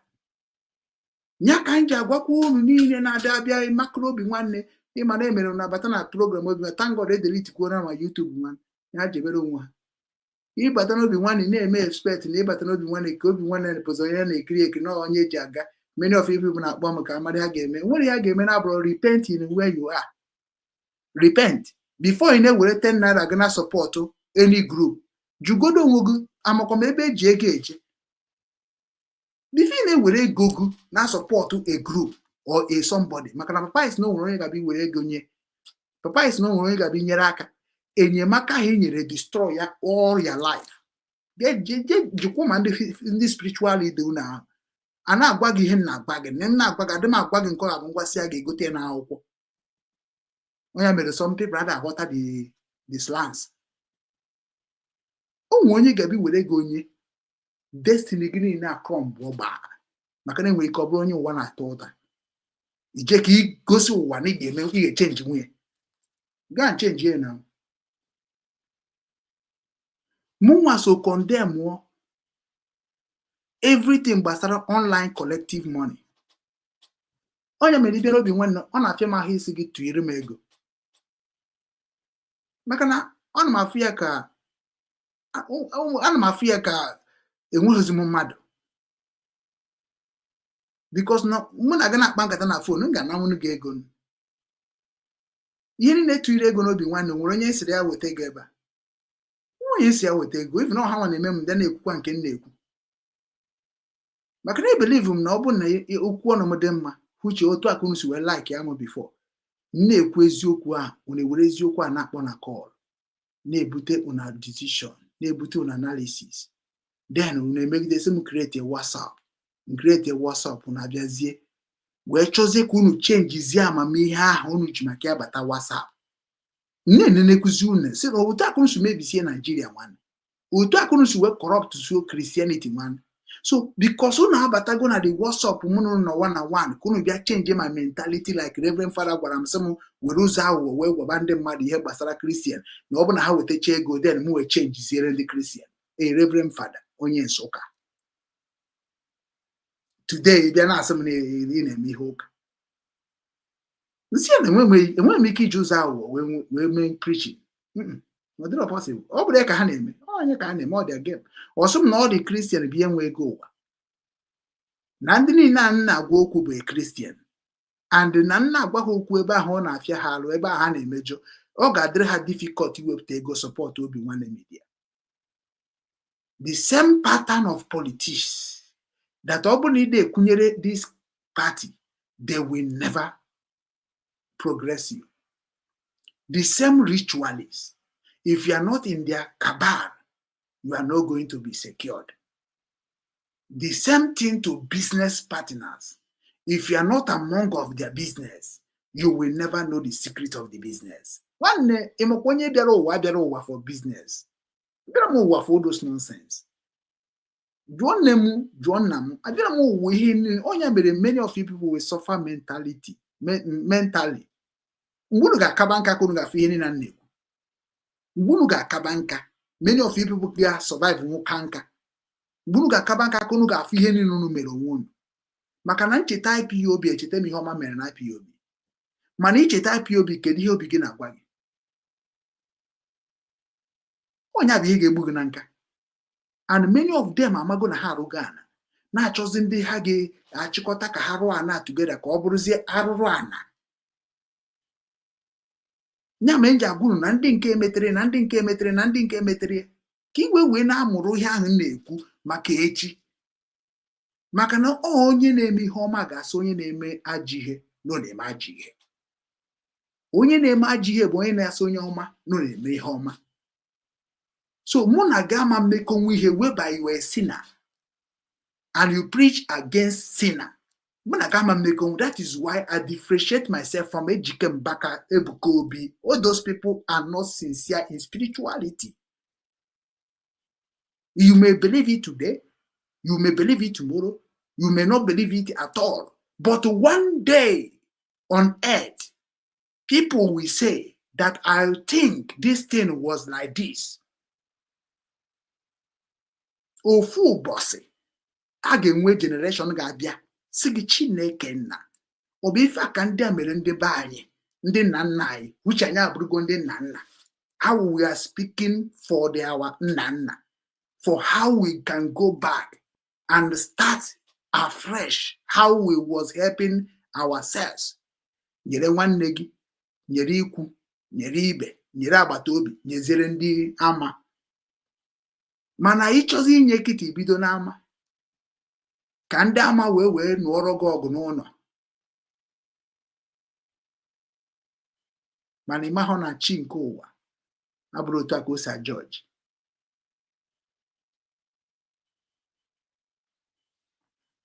That one.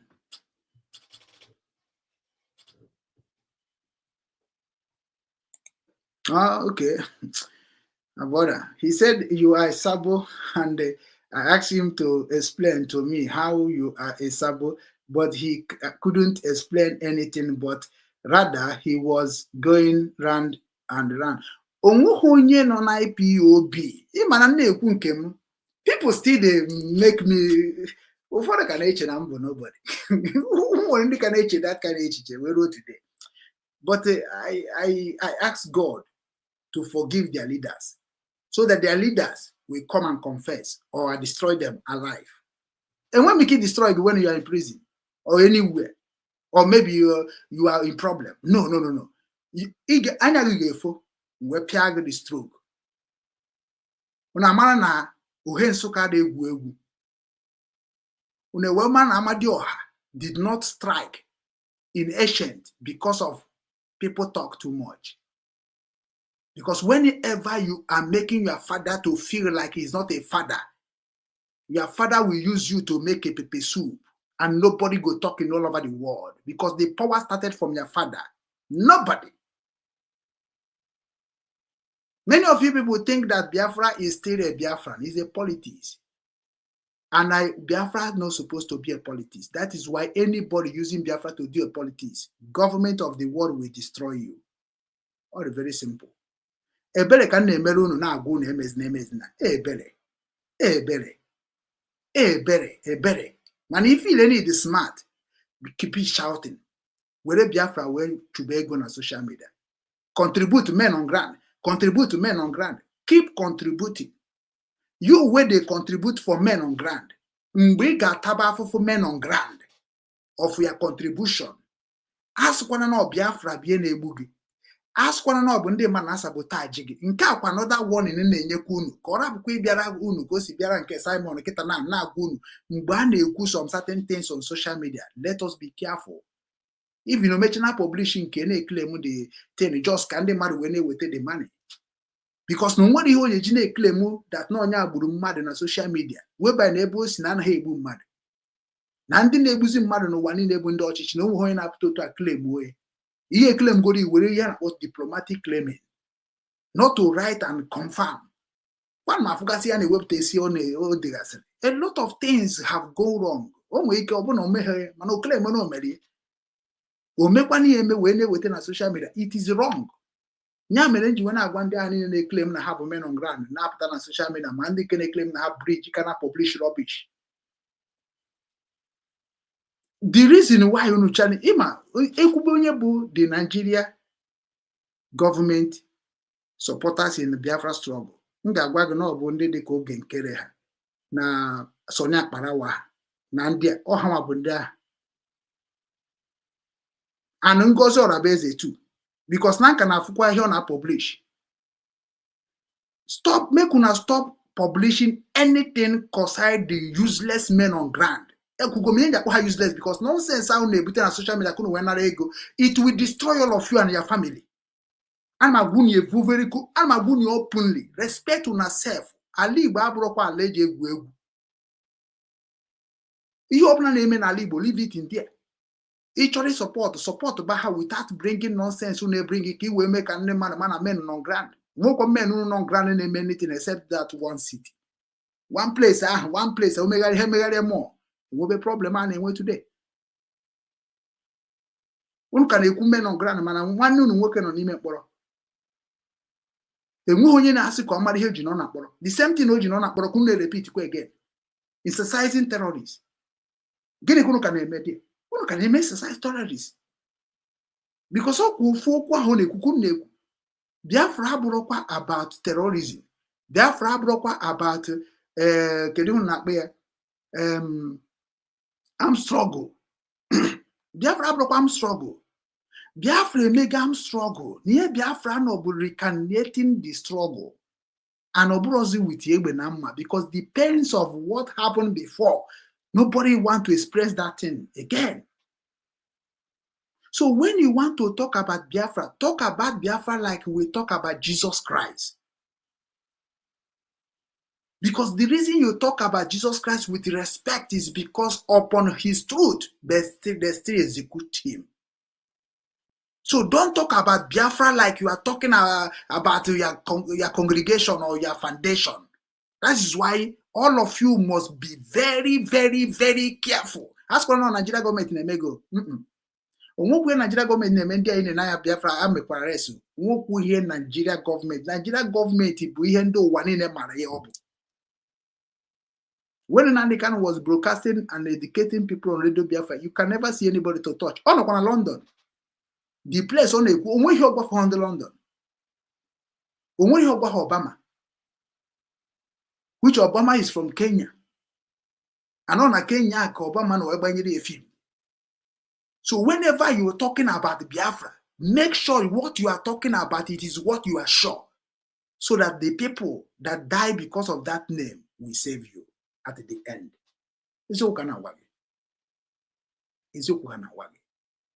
Don't imagine who name on social media. I don't know, before you kwuo maka Biafra on social media before, by POB my name. And when the Nigeria Gabia, personal Nigeria Gabia threat, even in Sagog, before IPOB will bring the make the will bring their power to powerless, especially Sahara Reporter, Showere Media. Showere Media so near push him to open media. Facebook so near push him to open Obinwannem social network. I want to let them know that we can do it. And why Namade me in a far away like the Otua Kwesime? Because I told me we pego, I told me we write their history. Jondo be one name when they make social media. So were they against Biafra, they against Igbos. It could go me before. Now the same IPOB, Monaha, Barambo. Na media where we bring the Sahara reporter that was against of every single thing Nnamdi and IPOB was doing. The same Sahara reporter can make a gift and also now copy what they wrote. Whereby now this Sahara reporter you are talking about is a propaganda site, which in the hand and the government about one, and that is why you cannot see their office in Nigeria, because they are working with a political powers who bring more money is what we will agitate for. That is why you see somebody like Dr. Njakri keep it rare. Those lady that Nnamdi Kanu was hated. Because if you don't know the system of what is going on in the Biafra stuff, don't talk about it. People from America talk trash, sometimes talk rubbish, cannot even confront what is going on in Biafra name in America. That is why Nnamdi Kanu said, if you want to calculate people can return Biafra, go to Europe or Hamburg. American upon what they have, how much they have, contribution on Biafra is very difficult for them. They are there. They always claim that they educated professor with enough future. Many of them is very, very greedy, envy. That is why sometimes accordingly, I begin to say, let me have a mercy for more, man, for more time. Sahara reporter that is was against us, but now.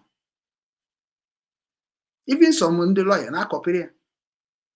Is it not a shame that the indigenous people of Biafra website are not known again?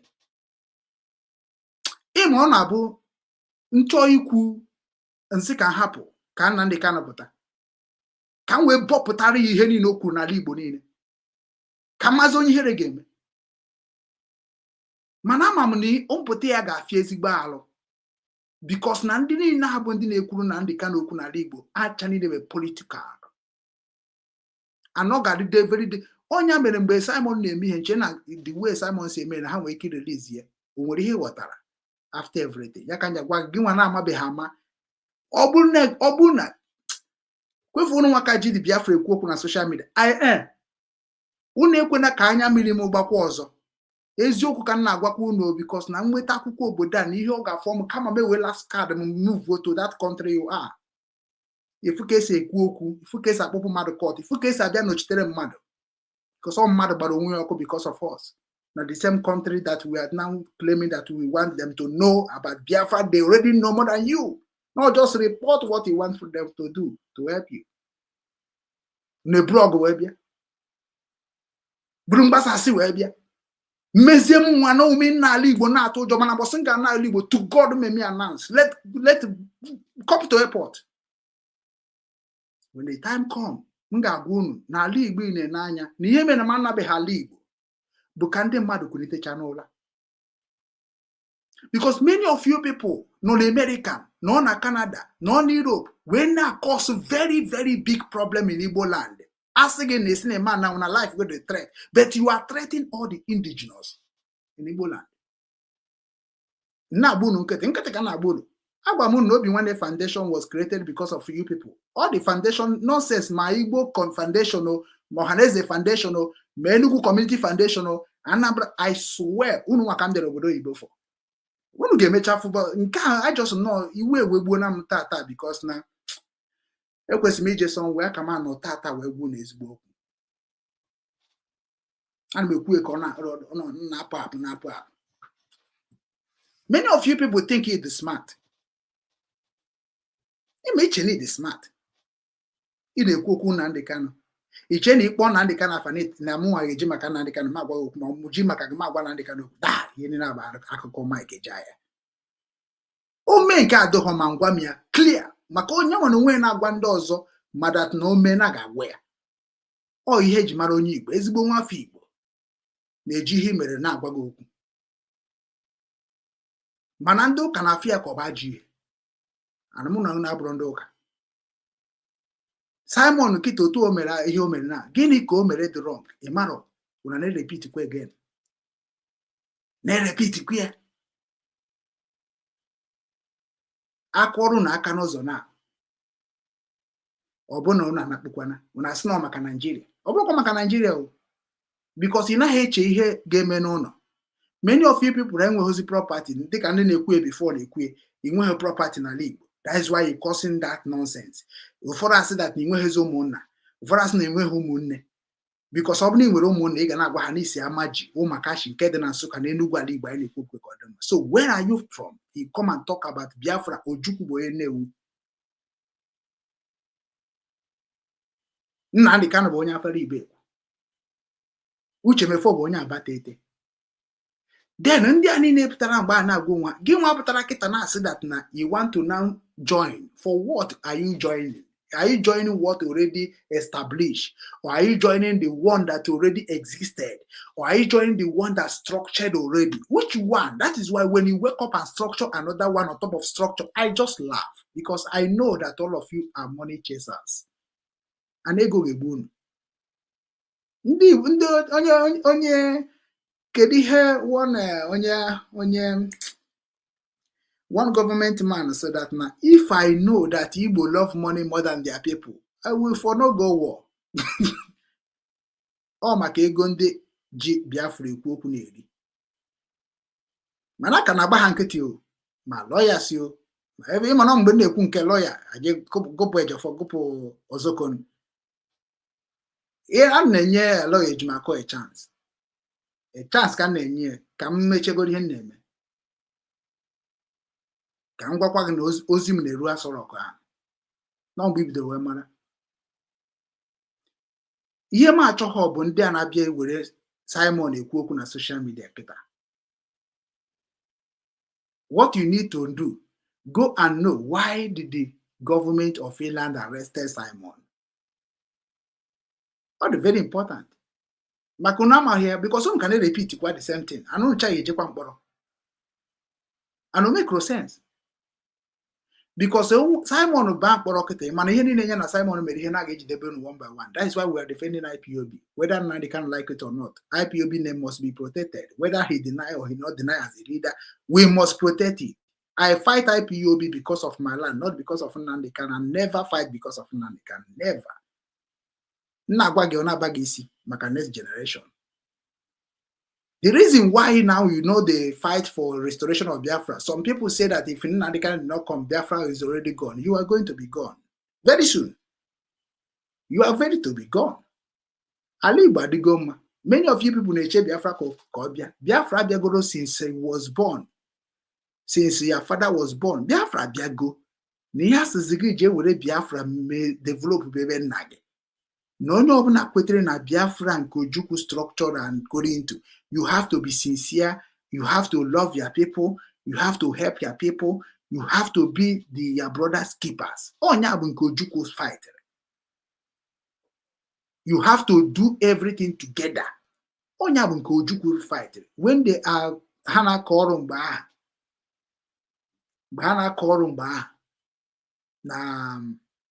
na war. Okay, if you can't go with the yeah, but the unity. That is how Igbo people do things. One love, one move. Oh, Nyamiroja Fiari, he defeat Igbo people. Even today, how plot to Chago governors. But the governors know that they cannot do more than what they are doing now. Only thing Hage Mezebuna Gimwa Buzonya Habu original thinker of the land. Hageji frustration swogi.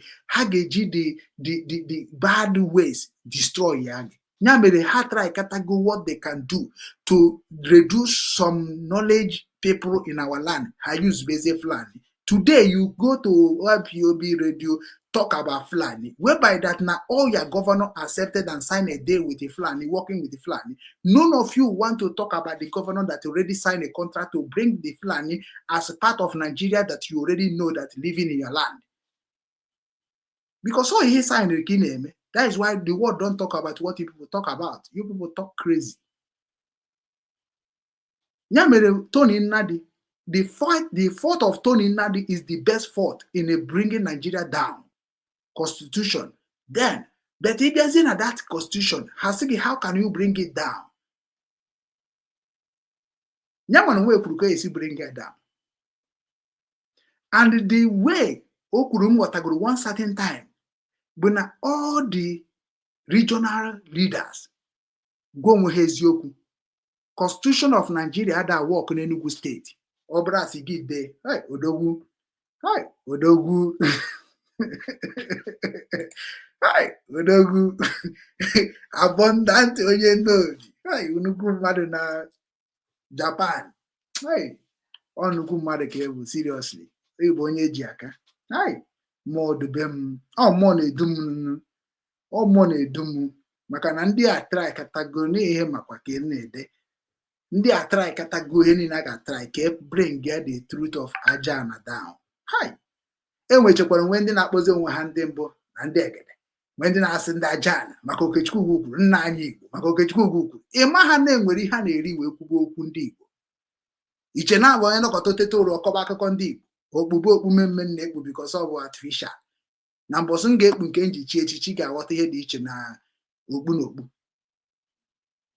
Maka na mụ nwa na-ekpu nke onye mụ na ya meet na Denmark so m na onwezi o jide okpu eme nọ na-achọ isi ebe a bụ na mgbe ọ gbara ọsọ na Denmark gbajee Holland na-asị ya na-ekwe ngwongwo gị dị ebe ọsị m hapụ ya na nwere zi anụ kwuru okpu ndị Igbo dị n'ime ka ị na-akọkwa n'ihe ahụ dị apụkwe n'ihe ahụ ọsị m were na onye echichi ka mbụ ọkwa otu a ka m si wee were okpu a wite akwa nwere akwa onye kwa mma nke ahụ agbara m. That is where I started wearing this cap. Ejughọ m ego m go ihe a na ihe a mkpụrụ otu a na-ekwu ya kịta ka m na-echeta that guy na-echeta ihe mme na Denmark na-echeta ihe ugbu a na-echetara m history. Mana ị nwere ike ị na-ekpu nke gị ka ị wee gosi n'ebe onye Igbo kwesịrị ikpu okpu a. No, onye Imo steeti bụ onye si m were okpu a maka achọọ m ka etufuo ya maka ọ sị m buru akpa bunye ndị immigration. Okpu ji wee n'ọnwa ya ogbo ji mgba nkwụ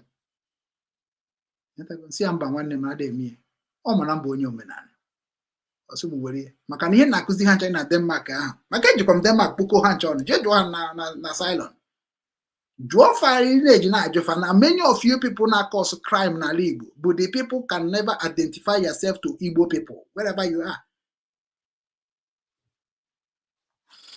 Itoho n'ala Igbo ndị toro n'ala Igbo na-ekwu okwu maka ala Igbo gị nwa bịakwasị onye mere na many of you people a ga-ekwu maka obodo ala Igbo nya kunu ji wee tụtụrụ Biafra kunu wee destroy ya ndị Igbo na-agwa unu na unu ekwene m unu emena m ka m hate Biafra struggle unu emena m ka m regret fighting for Biafra which is na mụ ama mmenwe come and fought all people inside the Biafra which is ke ndị nna anụsọ ọgụ ndị agha bụ ndị ji Biafra egbu mmadụ ke ndị m na-anụsọ ọgụ ndị agha ji Biafra confuse the mindset of people we are reconnecting because na ama ha by their name, by their fruit, by their color.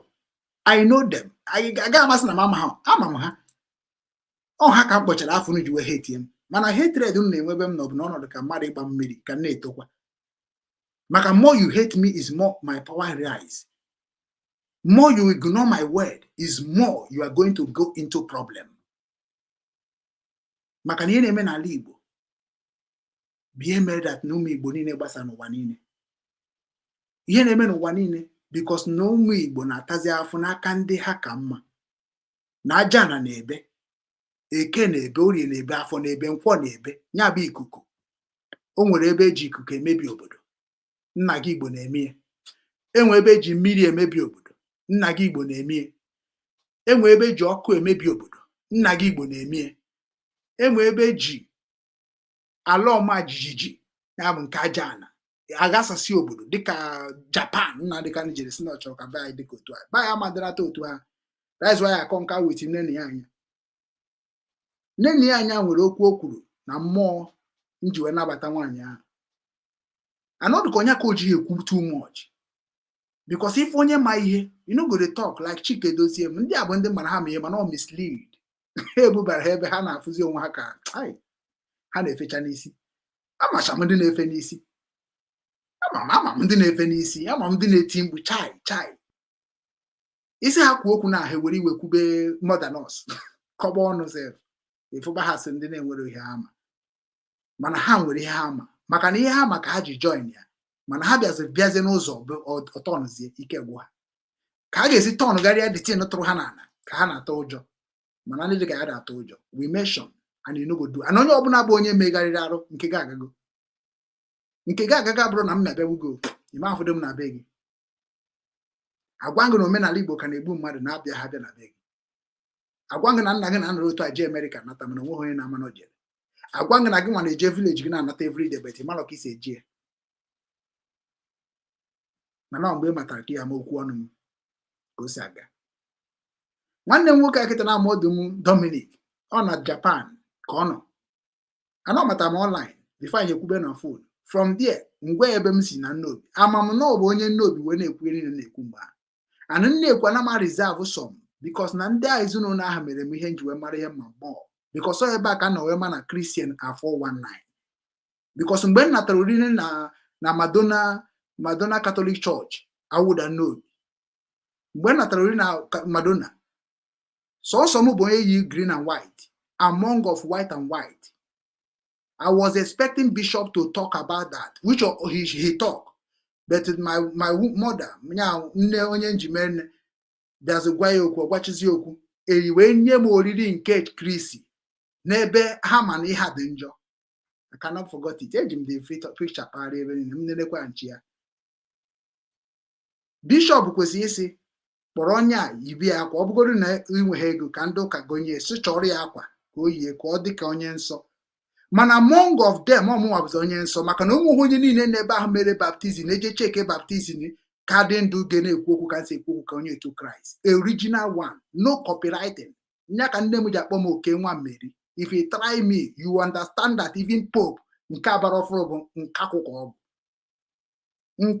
ka ọ bụ ịmaha ndị bụ ndị Igbo until gị meet efa n'ụzọ maka na ihe eji mara ndị Igbo mgbe bụ agha o Igbo na-eji anụrụ ndị mmadụ agha wee na-anata amaghị m na mmadụ mmiri away because okenye ka ịbụ a na-abịa egoro ndị Igbo jee nụọ ọgụ unu amaha na nke a unu ewere Biafra na-egbusisi onwe unu chere na unu eme onwe unu ihe ọma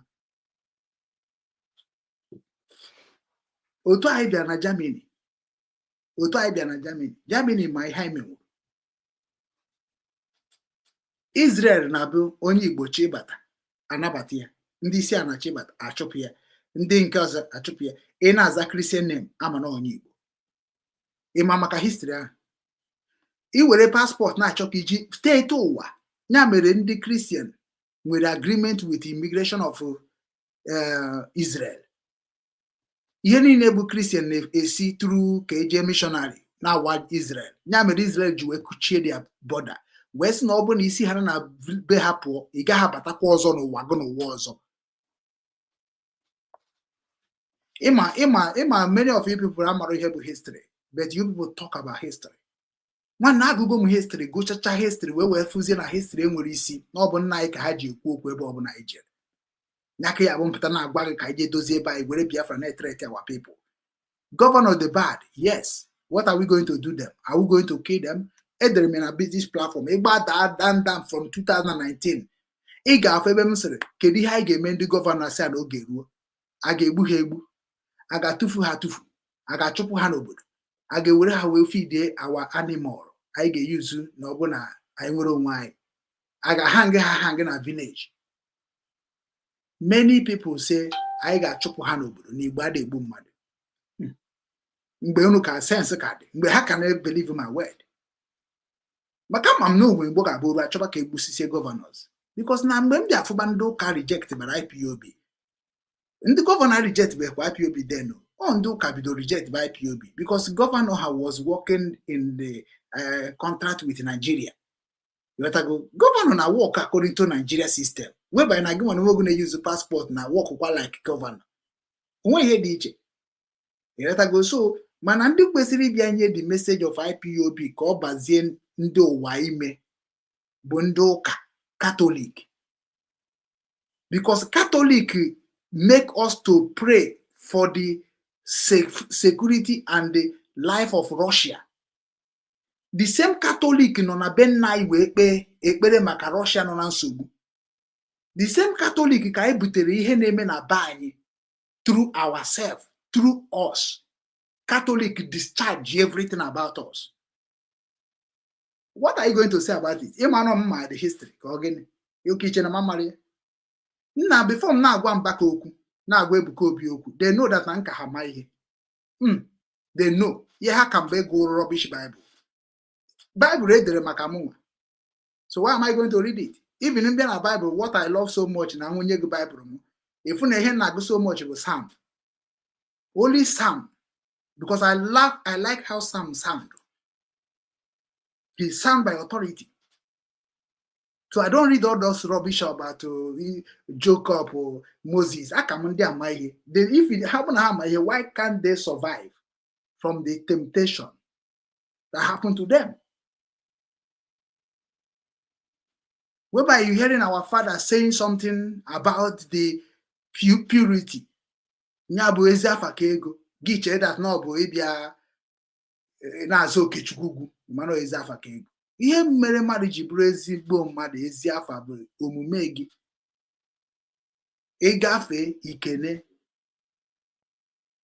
Ịchịrị aka na abọ na-aga fụ onye eji ofu aka isi ewele ofu. Onye bụ ihe bụ purity. Mana unu chedi na-abịa ekwu okwu maka Okechukwu Ugwu na social media ma ọ bụ ndị na-eche nonsense n'ala Igbo. Have you thought about what I'm saying? Onye ka ebe, how many years kunu niile ji tom?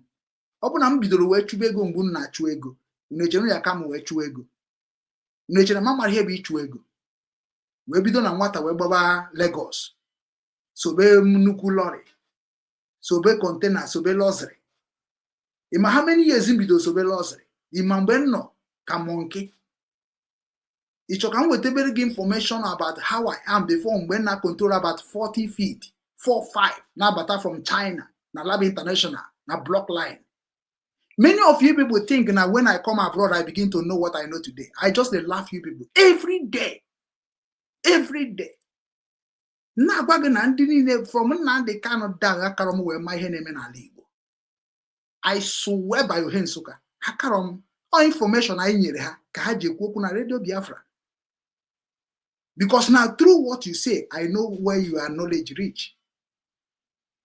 Many of you people on social media it destroy Igbo people. Mana mwa bụ nwa nkono he nsuka biazere na asi ikuku bụ ihe na-ege ntị na abikuku. On voice m ke na anu, that is air. You are hearing my voice, that is air. Onya bụ nkwo. You are hearing, nya bụ air. Because no one could the voice you think Nina support Nnamdi Kanu, then you have already win. You think Nina support Simon, then you already win. That is what makes all of you a loser. Do you know why? The fact and figure of the reason. You come to fight for Nnamdi Kanu, not for Biafra restoration. You come to fight for Simon, not Biafra restoration. That is why all of you will keep failing until you see yourself in a grave. I'm an aguni in worldwide. Fight for your land. Don't let your land to fight for you.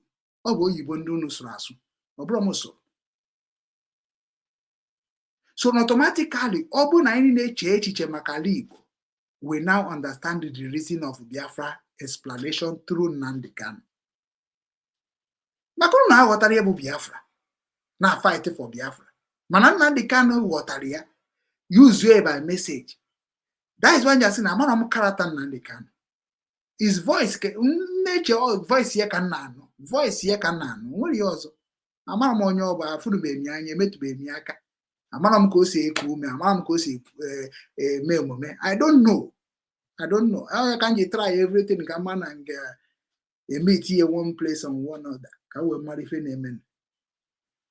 Unfortunately, if we're going to go see the Kembo, as well as in Ukraine, I feel in Nigeria, in Kebwa, Maram Hemegidere, J Kenya.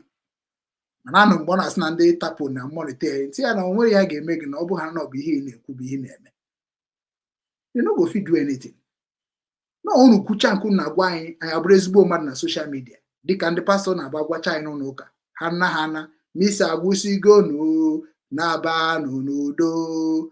Ejena altar je mụba kai ha ebe ha nwudobere. Ọ bụ na otu akụm se mekwa na IPOB unu bịa na Radio Biafra na preach the gospel of the God gospel of the nature, gospel of unity, gospel of love. Wepụ n'azụ wee mebie cabal. It's not DOS. Then all of you will never ever survive it. It could mean as before. I'm not going to hear every day. Because I live by word. Okwu ọnụ ka Chukwu ji kowo, okwu ọnụ ka o ji ekegharị ya. Otu a kịta na anyị bịara kwuchie ihe dị na Biafra. Ọmụnwa na-abịakwa ekwugharịkwa ka isi wee kwuo ya. Onye ga-abịasị wee gbara gị odibo ga-arịgote n'elu oche bịa gbaa odibo. Mana ọ bụrụ inweghị odibo, then automatically mmadụ ihe niile kwuru bụ eziokwu. Na onye ọbụla mmadụ jebe na bie, automatically onwe onye kwesịrị na-agbara gị odibo. That is why when you call my leader, you talk rubbish in my ear. Because ọ bụrụ na Biafra bịa kịta na Amaji Nsukka and a lot of things have destroyed. I need to rebuild it fast before I die, before I get weak. This is why the Fulani is trying to make sure that they massacre all the villagers so that they will now tell you about the history, about what they have done to you through the Nigerian government name. The chain I'm not on social media for what? For what? How much do you have? Here in our India na plane Kahama. In Azom Chiroro Meror, Kobi Kubana Nefegari ego. Na to ego na drug bandit. Igwacha hoku achobebe ga-egbu mana o nwere ndị ha ma bụ unu wa ntre ha nwụsịsị ya uto ụmụ ha niile anyị ga-eme ka anyị consume ofu ebere ka nka na-emere ndị a ofu ebere ma ọ bụrụ ụmụ ha niile ga-awụ mbeside ofu ebere maka na nwa bụ onyinye Chukwu. If not ịkarifu ndị a otu ahụ ụmụ ha na-adịcha ka onukwu akpa akpụ ịkarifu ba ha na mbe maka the children of the Most High can never live in pain, and they are now causing the pain and living in a harmony. Although possible in ụwa. I had a baby, I had a woman. But na ị ga-eme gị ihe a ga-akpọ ihe ndị Igbo na-akpọ ya amoosu. Ndị Igbo na-akpọ ya amoosu. Ndị ọzọ nwere ike ịta gị na ha ma nweta gị maka aka ha dị ọcha.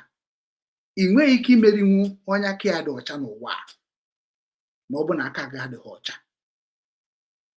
Ana onye aka ya dị ọcha na onye aka ya dị ọcha na ha nụ ọgụ maka na ikpe na-ekpere onwe ya na ọ bụrụ ihe ndị Nigeria na ndị Igbo na-eyuzigharị na ndị ka wee na-eme content na social media maka na Facebook bịa sign na contract with the Nigeria government wee gwa ha the kind money on social media wee create all the youth a handwork on social media. Mana sometimes nọ na bụ nna agwa gị okwu ị na-ekiri m.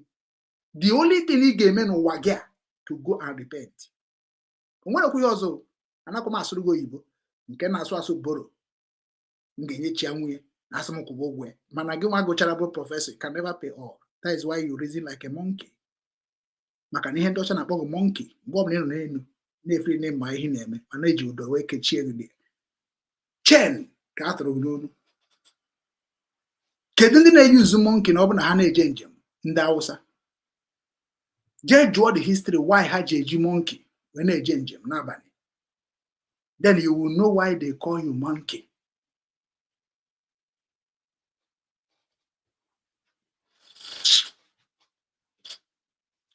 Daalụ nwanne m nwoke modum daalụ na ọ na-ewute m so much. Nkịta ị nara n'obi ekwesịrị m ịnata mitie ụmụnne m ha ka nkọ mụkọrọ ndị ebe a ka ebe m gụrụ akwụkwọ n'obodo akpa primary school emitie nne m nwaanyị ọbanze headmiss anyị nwaanyị ọbanze ka nna wee nye na nna m achọ m ịna-akpọ afa ndị m na ha mere ihe ịmago ihe ha na-alụ nwetago because na ezinụlọ ahụ nwere ife ha mere m na-atọ m ụtọ. Sometimes m akpọ ya mkpọ ya mgbe m kwesịrị ịkpọ ya mana kịta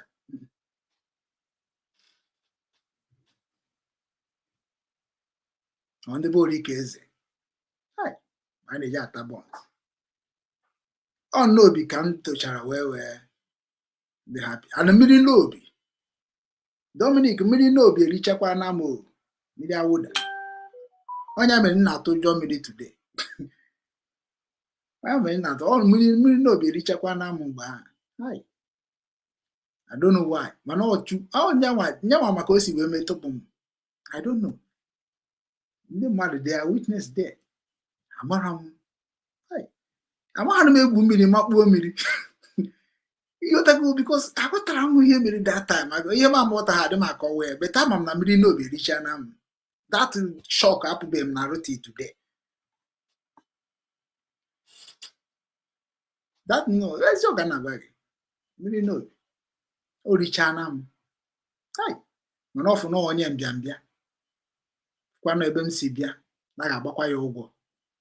That is what I feel like now. And I come docha. Adumezi ori. Hi. Hapụtụpụkwa m. Since even Ohensuka, I may chubiri Ohensuka before mbia n'obi. Which mahadum na mana egwudu nke Nsụka mgbe ahụ. Maka na ga abaptasi gị ba watago erukwa n'ebe a. Beto nwe ndị na-aba, don shoka mbara. Mana nke n'obi a ka nnọkọtara every time na-ekiri but mmaba ozugbo mmabara nwa na-aracha na m. The shock apụbeghị m n'arụ were otide. Apụbeghị m n'arụ. That is why I respect water. Ebe ọ bụla m na-agafe. Mmiri m na-agafe like mburu basket na-eje ọrụ. O nwere bridge na afụgasị mmiri. M ga-agwagide ha okwu na the bridge before ngafe. Mụ na ha ga na-akpa na-agwafe obi m na-agwafe maka na ngwafe okwu ha ejebego ebe m chọrọ ka o jee. Iwu ka ọ bụ. I communicate with the nature and the nature respect me and that is why you can hear me. Understand? And I don't like people who overshadow people. I want to with them so much. Ihe mma today, nchome were ekpaba ego. Maka ị na-agbago today, ndị ahụ kpọrọ leader cannot tell you like this. Many of them can tell you, you come. But ị gaghị agba aka. Ya mere na-ajụ ha sị ya, ego niile ahụ anyị tụrụ na IPOB, kedu achievement unu ji ewe mepụta? Ị makwa ego na IPOB na-atụta anyị na-eye. My brother nọ na Canada. Ihe ọ na-eme na Amanduba. Ihe a bụ ndị na-eri ndị na-enyere ụmụ chai. Ndị a bụ ndị na-akwanyere m ugwu na Walewo. Ndị a bụ ndị mma ihe menwuru na Walewo. Ndị a bụ ndị mma power m na Walewo. Na Canada, nnukwu mmadụ ka ọ bụ. Ihe ọ na-eme otigo street light na Amanduba na market niile. And all through what we discuss. And all through charity o nwetakwana there. Because nyanwa n'onwe ndị a bụ ndị bịa na Walewo ọ dị difficult inweta onye papa ya jide ego before. But also na ụmụaka na-achị ịwa ahịa. All by special grace of Chukwu Okabia maka eji wee restore ya. Nyamama. Anọ nyamama o ji ekwuzi okwu Christian ike na ahụ ma afụ ya na publish. I understand him. Ya bụ ndị ọ bụla ịma ije na Lagos, ọ bụla ịma ọ na-eme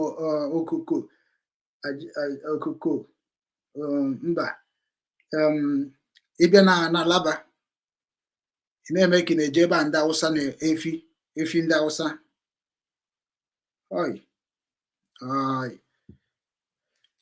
Ebe a ndị Awụsa na-anọkarị. Ebe a ka anyị si ananụ anyị si ebe ha pụọ okoko ya sisi okoko wee bazie moto agbara Amawụsa or something like Amawụsa betere ndị Awụsa bịa na ebe a ihe ndị be anyị na-eme ebe a na-esi Igbo wee anọ na abụ na-agafe ebe a ka dịga anyị na wee fụ m one day wee fụ how men ndị ahụ nya ha na-eme ihe na hell nwoke because na ọ bụrụ taa ka m bido na-eme saraka ọ bụrụ taa anyị nwa na settle street guys ha na-enye anyị information na-enweta today n'ala Igbo ọkwa ndị mụ na ha mekọrọ ihe ị nweghị ike ịfụ ha na social media never. O nwere nke from yesterday na TikTok na Instagram otie small Jakota dị ya ụfọdụ si na ha fụ m na ha makwa na ọmụmụ ahụ ọ ka ị na-afụ onye gị na-ekwu okwu maka na ihe dị m n'isi kịta na ahụ bụ kedu ka ndị ahụ m hapụrụ ga-esi mara ihe a nche na IPOB ga-pass the message ha ruo n'ụzọ were emebe business mana aka nsị ha ga-abasị ha n'ọnụ one by one because ọ bụ na nka na-eme ihe Igbo na Ukraine ka na-emesi ihe Igbo ike dịka nsị love Igbo from beginning. By this time m nke emego IPOB aka na-akpụsigo mana mụnwa jos chere na otu esi wee kwuo n'ọnụ ka o si ada. That ihe were m iwe. Ihe anyị na-emebu n'ugbo abata obodo, all the Igbo abịakọta ọnụ, anyị enwe one mind, all the state. That is how we do. A na-akpọ ha na eze ndị Igbo. Kedu meseji ị ga-pass na IPOB ịma pass na ọha na eze ndị Igbo na-abụrụ nke ga-across ofe mmiri? Ikwere, Igbanke, Ishekiri, Anam, Isoko, Edo, Mgbagonu, Ijo. Apart from ndị be anyị nọ there, kedu meseji ị ga-pass as an IPOB member ma pass na ọha na eze ndị Igbo? So if you did not join hand to rebuild your father lineage, who do you expect to rebuild it if you think it's spoiled? I hate people who claim to know, but you know nothing. And ndị a bụ worst enemy nwere. Or who claim to have, but you have nothing. Eji m knowledge m wee nye ndị na-enweghị knowledge. Ha were egba football. Ka na-eche na social media ka a ga-eji gbu karịa m. Whereby na message ababa agasigo n'ụwa niile. Nke a na-enye gị na ọnụ ka m na-aga na-akpa nkata ụtụtụ. Because now, all of you claiming leadership of Biafra, you are going to suffer more. If Igbo people wake up and challenge all of you, you cannot give accountable of one thing you have done. And that is a big crime to the land of where you came from. Calm down.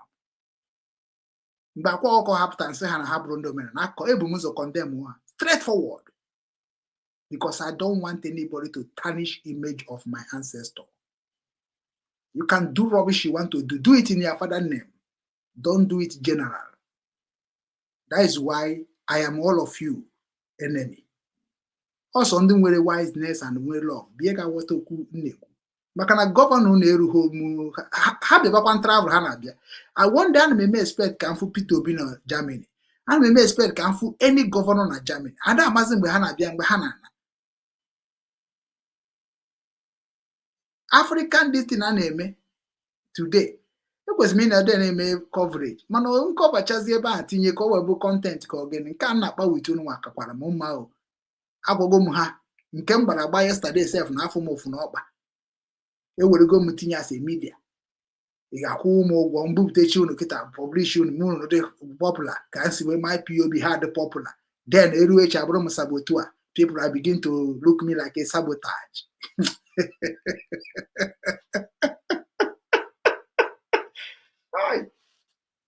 Ụmụnne m sị m Okechukwu ugwu na-enyekwa anyị nsogbu. Si ọ bụrụ nsogbu ka na-enye n'ndụ ka na-azọ unu.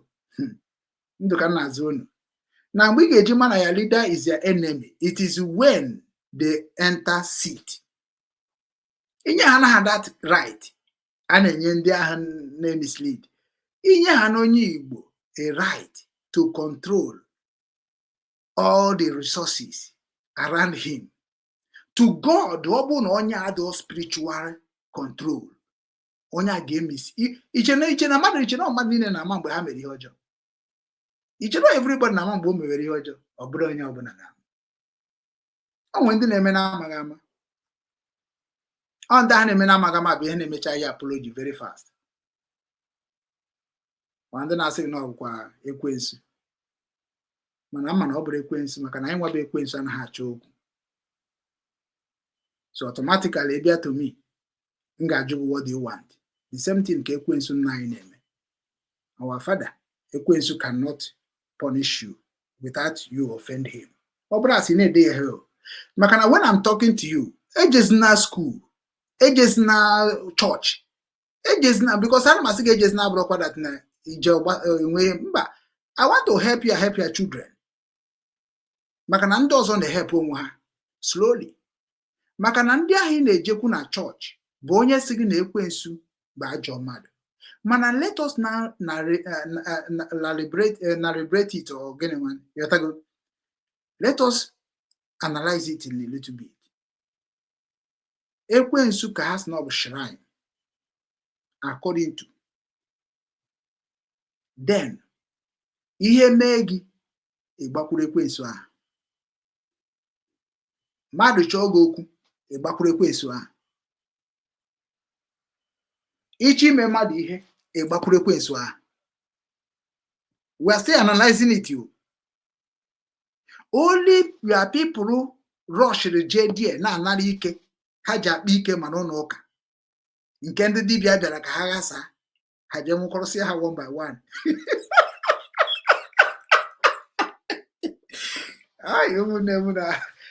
Sometimes na-enye unu preaching of the heaven. I pity because unu channel a lot of 95% of ndị Igbo need to be born alive. Agwara m gị na telephone. Because why I say that you people, many of them need to born alive, because it's a wasted product. A product that can never rebuild or manufacture again. Our father can never reincarnate all of you. 95. Never. That is why we had a boom as dead which is Nandi Dikul Nachatabana Obunga Nachata like Nda. You can be die anytime and come back anytime. Because each and a snake, no man in nature of an man. No, but just an man.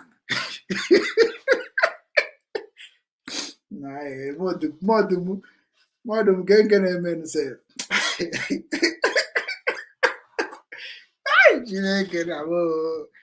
Onya mere m bịara obodo oyibo nọchọ n'obodo oyibo wee sị ndị ọcha ma ihe. Ndị ọcha ma ihe. Ndị ọcha ma ihe. Ya ka na-agwa Ejiofor Ezak na ọ bụ na ọ kpachapụ anya ya na maazị dibịa na-akọ iri nonsense. Ị na-abịa gwa ndị ọcha mere gị nke a mee gị nke ọzọ. But the joy dịgịrị iru na-abụ ndị ọcha mere ya. Because all your father ancestors' happiness, joy, have been destroyed. Ejiofor Ezak na-etibe mkpu na social media na-agba akwara onu. Jee n'ụzọ ụwa na ka ife ihe na-eme n'ụzọ ụwa. Anọmebe m fụ ya na social media Ejiofor Ezak. Ka ifu na ha bịara for a mission. And I will tell them that Nnamdi Kanu told me, particularly na amara m maka ndị ọzọ na-agbasaga. He told me that there is a time Nigeria government will bought all of you. And many of you people will not know that you already bought, because the spirit of the ancestors who revoke through Ezi, nke ndị Muslim na-asa asọ, when it will enter you, you will be misbehaving like an animal. Igadama. Imana nke move na neme. People che na mamaro mgbe mu ahụ yiri ala. Ana mama mgbe yiri ala. Ngwọkwa onwe m n'ike. Mana onwe ndị ga-ayi bali ga ama na na yara.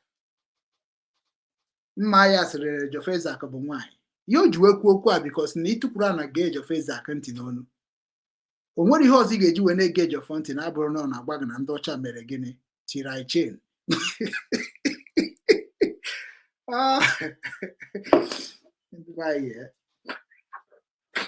Dubai na-enye m nsogbu.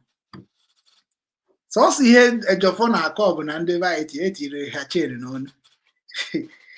Maazị dibịa na-akọzi that na ọ bụ na inye ya 10 million because na omego no si ka enye ka emeri research center. Gịnị na research?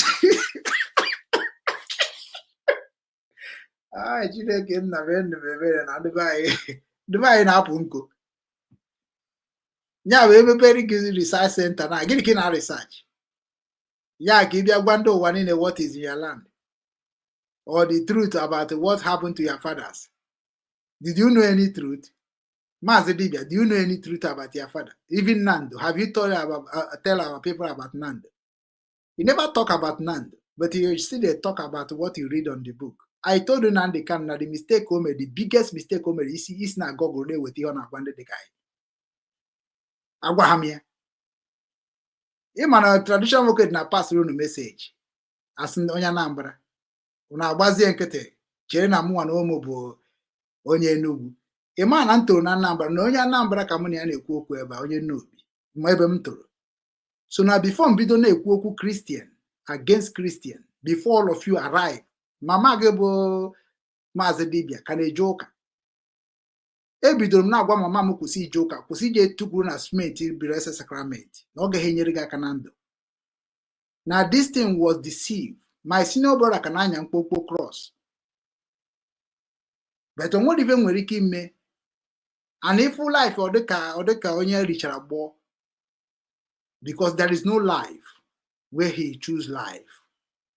So now whenever you are talking about Christianity, you have to start from your family. That is the real message.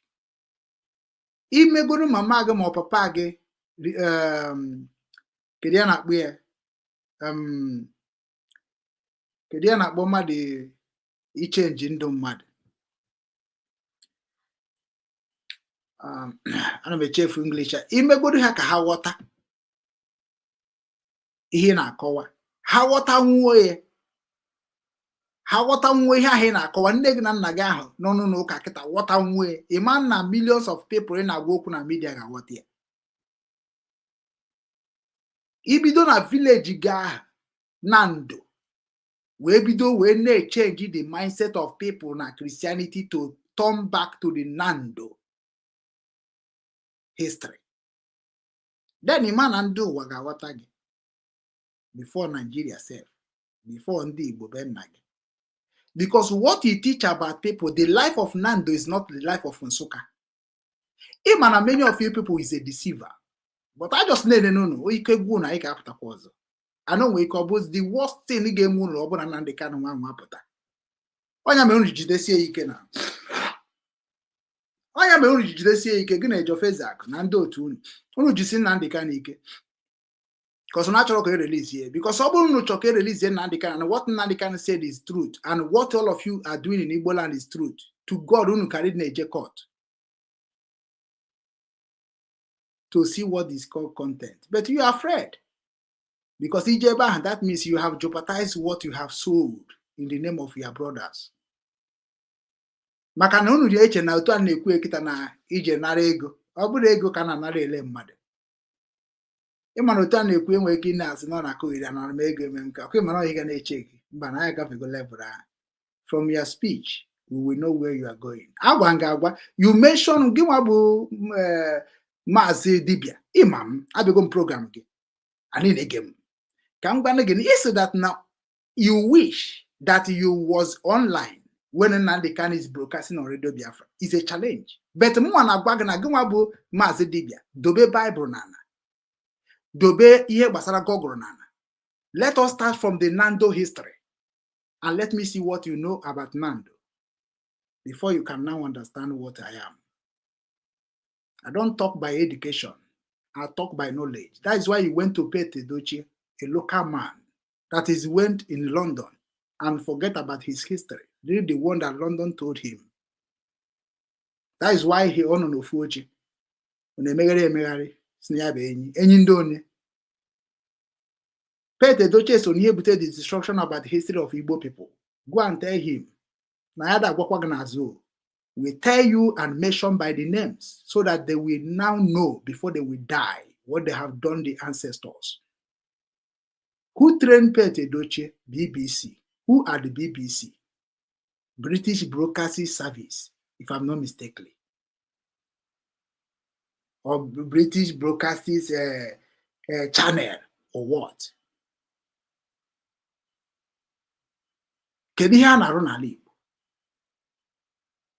Sometimes you name in our followers, Mazi di each of followers, and in Wetegonia, Ijego Rwanda. I na go again, Ijego South Africa. I na go again now. Kaisi Gora Kwoko Konkia, or Natankia Naba, Yana Medium Widow. Ndeze nwa dibia na-eje obodo Igbo. Epuzo ega na-echekwara gị arụsị ega na-enye arụsị gị nri ndị anụmanụ. Ịbaba flight gị gbara ihe n'ọkpa. Ije na airport na-akọri nonsense. Na-eyipụ. Ọ bụ na ebe Udola nkari ma dat Maazị Dibia. Udola nkari ma ihe ahụ na-ezuzu. Udola nkari ma that guy. Ai. Ịma na muga na-eri unu. Muga amasị agbụrụ ọgwụ.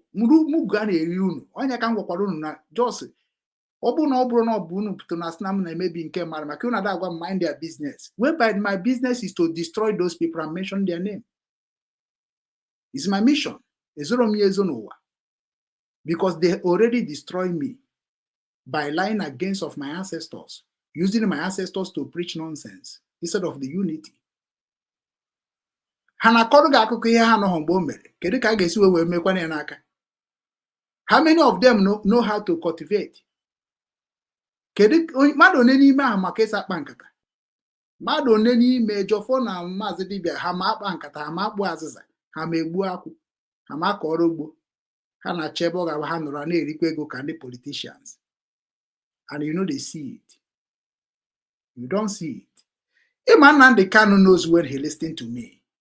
Or Gwa, my coordinator na Ukraine then. Or Gwam. And see, and I don't care whether he listened to me or he not listening. My coordinator had the position more because now we're getting hoku. And say, why can't Nnamdi Kanu to call me and say the same person now on a phone by myself? Say that na he neku the mama. How can I help? Then in Nobazie Monu na Facebook kichicha mkpọrọ wee bata. Nwere ike isi ka m na gokwu. Onya bụ ego. Onya bụ ego. When you are claiming that you are not reachable, make sure that when you are going to be reachable, nobody will reach you. I am destroying the power of the powerless people that is claiming they are leader of Igbo land. Onye bụ leader na Igbo. Respect ka anyị na-enye. Respect ka anyị na-enye. Kwanyere mmadụ ugwu ka ndị na-abịa abịa kwanyere gị ugwu. Sọsọ ihe ha na-akwanyere ugwu, go and check it in the record of your people. Sọsọ onye nwụrụ anwụ. That is why they are telling Ejofezak that now it is a bad thing to mock a dead person. But Ejofezak si n'ala ndị na-ada akwanyere ndị ajọ mmadụ nwụrụ anwụ. And Ejofezak si n'ala ndị nke na-eji ozu nwanne ha wee na-ama ka ozu ha ga-adị, which is Igbo ndị Nsụka, which is na according to Nsụka na amamebe o bidoro. Mgbe Ifeanyi Uba nwụrụ, how many people rejoice? Nke Ejofọ ka ị na-ama. Maka sometimes ndị ama ihe ha na-eme, confusion ka ha butere n'isi unu. Ịma na these people dị n'anya enweghị ndị ka ndị Igbo dị smart. I will never ever ihe a na-agwakwa unu maka ndị ahụ, they are smart and they ha nụ ha amarugo. Somebody like Waja bụ eziokwu bụ ndụ. Ama they know. Why just na ka happy na maybe akpari mmadụ? No insult. But when any sort to carry insult, whereby you see a bad person and you do not expose them. When haru carry aru. Now Igbo, when you see evil and pretend you do not see it, you are evil man. Write in comment section if it is lie. Because when we are claiming that we are Igbos, I have read about Igbos, asked about Igbos. Much of the Igbo will be the one that when you see them, you see light. Or by write and for comment section. But what am I seeing on social media? Those people have mentioned their name. They see Nnamdi Kanu preach. They don't want to go and work with Nnamdi Kanu. They see Simon Ekpa preach. They don't want to go and work with Simon Ekpa, because they are against of what Simon and Nnamdi Kanu and Wazike is doing. The reason Wazike cannot mention anything again, now we're on a kuzi with you, Ojo, because of the kind contract he signed. Kangwazie gine Jọfọ na Maazị Dibia na kedin kana kwe okuro na ndị Igbo na Lozeus na kenki gbari ya ma mmiri enwile ọkara agwụ ọfịa fụrụ agụ and Ezobi na Asaba na ụmụaka asị na ha bụ mighty power na ndị nke ọzọkwa bụ ndị eriju ha afọ na ọ bụ na ndị dị ka anyị bịa n'ọgbọ.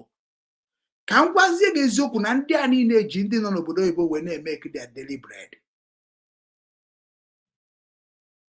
And without gị nwa nọ n'obodo oyibo support ha, crime can never increase in the percentage it is today. The reason Nnamdi Kanu was let us get Biafra force and go and rebuild our home is because that he knows why his father did not tie his road, their road that is go out. Go and ask him in Mporo. The history why Papa had tie the main road. Kabagane tie main road nwekwara ihe ọzọ bụ abịa. And as is na common is any neighbor in a time road. That means all go to government knowledge. Nyamera kwa ọkọ ji ebe tie ya ọba ka o wee go mkpụrụ ndị ọba niile bụ ndị ezigbo mmadụ. Nchi ahụ ọchị. Iche na mgbe ha na-asị na ndị ọba niile bụ ndị oshi, ndị ha na ndị gbara ya bụ ndị oshi. Iche na na-ekwu n'ụdị na na-ekwu na mamara ihe bụ ọba. Na mamara ihe bụ ịgbari ya m. Na ọ bụrụ na ndị ezigbo mmadụ ịgbari ya m pụta wee sị na ihe na-ekwu bụ arụ ka ọ bụ. Iche na mma stand nwunye n'ụwa niile. Same thing to ọba.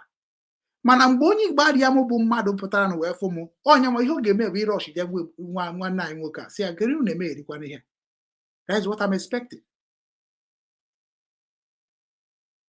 Obi dị obi enu nọ n'Amerika na-asị Nnamdi Kanu ye mana o nweghị ike ịpụta condemn ihe Obi Kubana na ndị otu ha na-eme in the words condemn Nnamdi Kanu onye afara ibe. All those things ka ọ na-abụ nneche anya aghọta m that na the mindset of our people have destroyed, and the fault is a fault of leaders, and that leaders Bundi Chenana they can arrive go as a leader. Manambe found the Nana can be a preacher, not a leader, is when I begin to fight DOS. Many of you people will still thinking, who is this guy? Manam wasn't gave you agunu. Ndocha knows me already because the one who don't magwa my history. Makanama no chani nebu Boko Haram. Reni paramo to na choba ke wepie make call history. Because na kedi na bi gwando wiji Biafra eme. Kedi na bi gwando wiji Biafra eme. Maka na ndị ọcha bụ ụmụnne gị gafere mmiri wee jebe ebe ha jere wee chenjizie ị na-afụ ha ka ndị ọcha na-ajụ gị kedu ife a ga-emere gị. Modumu na Japan gwa m eziokwu na Japan, if you go to government of Japan gwa si ani chọrọ ka eme ihe do na n'obi, ha ga-asị na ha ga-eje ka ha ga-asị na ha ga-eje, ha ga-ekwete ka ha ga-ajụ Modumu ịnọ Japan. Because I'm a good experience of what I got in South Korea.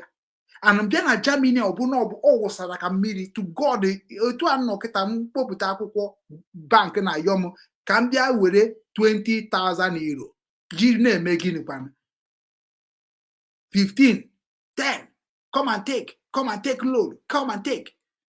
Ana ayọ m ayọ eji m eme gịnị. Obinwannem seticha na ụdị na ọ bụ na ọkwụrụ maka na afụgo m ebe m na-achọ ịbata akọgo ya nsi na ọ bụ na ọkwụrụ nwanne m biri ihe dịka 20,000 euro na-ewere ewe flash ya ndị nyere that education integration na-eme ha chere na m bịara ime amamihe ha chere m bịara ime n'obi nwanne m flash ya 20,000 euro. Ndị niile na-ajụ ajụjụ mgbe asị ya what 1 million naira can do in your village. Una bịa na-agba asịrị kedu ihe 1 million ga-eme gị na ajụ m plan ịkọchazie eburuzie m the proposal park ya then m chọzie m ewere ejekwuru government of this land which na Abraham Foundation ga-ebuje m there. Then m buru ejezesi ya na ụmụnne m nọ n'arịrị na agụụ na-agụ ha nye m loan m ga-eji wee setụrụ ndị a ka m kwụba ya n'aka ọrụ m ga na-arụ n'obodo. Ịmakwa onye gị na-eme ihe. Then amazie m na ewere m ndụ m wee nye unu. Mgbe si tupu ma na-enye ka ndị shọnụ na ka bụ Nigeria, kuna bụ Biafra, kuna bụ Igbo, which Modumu na onwe did a business with us. Mmeji maka na m chọrọ imetere mmadụ ọgọ wee gbuo onwe m. So obodo oyibo na-enye chances to help our people. Mana our people bụ enyechakwara ha aka. Ha natazie n'ala Igbo, ha werezi unu na-agwa abacha eruo echi unu ejekwaje tinyere ha akwụkwọ ha gaba n'obodo oyibo na ha nwana anọchitere unu as gọvanọ. The worst part bụ ndị na-abụghị gọvanọ ha bụrụ sinetọ.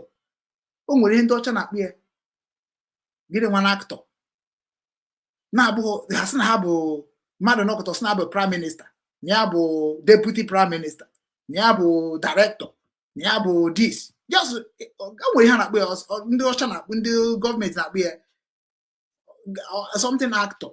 Achọrọ m ka m na-asụrụ unu oyibo ka unu na-aghọta unu aghọtara n'okwu ọnụ m na-aghọta ebe ahụ m kwuru ya. Ndị a bụzi ndị juru ụwa niile kịta. IPOB bụ ndị si that na ha chọrọ ime ka ndị be anyị ghọta ihe ọjọọ ndị Nigeria gọọmenti na-eme. Onye bụ mission ha. So ka ha kụrizie ka anyị mezie gịnị je develop obe anyị. That is what they always say. Which is n'ịbịa n'obodo oyibo chance a ga-eji bụ n'ego through IPOB organization anyị na-emepecha n'ụwa niile erika. Na ọ bụ na ha kpakọ onwe ha ọnụ wee mee ya dịka anyị si eme ya na mbụ ụwa na-akọpụrụ anyị aka. O nwere ihe gị nara ndị obodo wite ego IPOB ka ị develop n'ala Igbo ka ị rapụ ime. So that is why m ji agwa ndị Ejiofor na Maazị Dibia na ha nwa bụ enemy of Igbo land because na ihe ha na-eclaim na ha na-eme real estate, selling houses. Mefọ na Maazị Dibia agwa mụ na agwa na ha pụta ha eburugodo evangelism about Christ or eburu evangelism about Igbo, eburu evangelism about IPOB. That is the three ways the Igbo people do criminality now. That is where they scam people now. So based on Amua started in 2013. So I know when all of them start coming. And if you have Facebook, somebody you may know. Or friend to friend to friend to friend. Whereby watch ya. Watch ya na amarugo mgbe Maazị Dibia pụtara oklembe asonye ma much. Nene yes okay. Na English ye ga-adịkwa ma no dịka emekwa ka Nnamdi Kanu. No ya bụ ndị amachakwara English mara Igbo. So na mgbe ọ bụla isuru English kọwaa ya n'Igbo na by yourself ị ga-aghọta ihe na-agwa ndị mmadụ na English. Because some English are not so correct. But because you go akwụkwọ, you just kwere ha ncha niile n'isi. Yotago. You kwere ha ncha niile n'isi. Onya me sometimes say ha sụcha oyibo nje say na translate here one by one. After can translate chara English ha na-asụ. Mfu na ha ncha niile ha ekwesịghị na-claim na ha bụ ndị English. Imana sometimes na agwaga about your leader or about your father, about your brother. Imani na-echi na mụ na ụmụ bụ jealousy. I don't understand because now go and understand why we mention by name. Go and understand. And we don't mention by name by nine akogo no. No nine agwaga eziokwu ị ga-echegharị. Change ya gwa. Nwere ọzọ. Because Maazị Dibia na Ejiofor and ndị a niile kpọchara afa kwesịrị ịbịa go nọrọ na one union. We mee gịnị? We able a voice of those they are deceiving. Imana ndị a kpọrọ gị afa bụ social as na media is a powerful. Okay? Imagine Ejiofor Maazị Dibia. O nwere mgbe Maazị Dibia witi agbara nze onye Okeke witi waja bụ eziokwu. Mgbe mepere omenala bụ eziokwu bụ ndụ. I was thinking that this is the best way to bring our people home because Obinwannem have done it. Ha tisaya choka ha mepe nke ha. I don't maybe fight anybody in the name of what I have discussed with you private on this and that before you create nonsense. Then I was thinking, ebe ndị amụ na ndị akpachagoro ha ghọta ihe na chi jeme. Then no kwa otu a bụ format a ga-use karapụ igbu ndị ba in the name of IPOB. That's what I was thinking about omenala bụ ụzọ nkapụ. When I see good something in you have to understand that people who know more than you are going to be watching. Like I'm saying what I'm saying now. Then I watch him get that toromo carry. More do we toromo for now. You know that go? Because Nanya can jamo kacharacha. So automatically, otu channel watch him now. Many of you people who are getting why, are getting okay, una kago, some Nigeria equere na mobile na buy na Nigeria kusin ka nata na obodo adrozum. All of you are watching. So onwere mgbe m ga-eji pụta just na-ekwu okwu ebe ndị ichie na-ekiri m na-akọ rubbish, na-akọ ihe adịghị na line where we can join ourselves and start eating in one tray, in one plate. I have the same thing na ha ekwurisi Maazị Dibia na ndị content creator. Ekwugide m Soludo wee capture na ihe a bụkwa another format wee kpọọ hook na-enene ha ka a kpọchara hook mbịa gwakwa unu na ọ chọkwara iyuzu ha ka o si yuzuo DOS.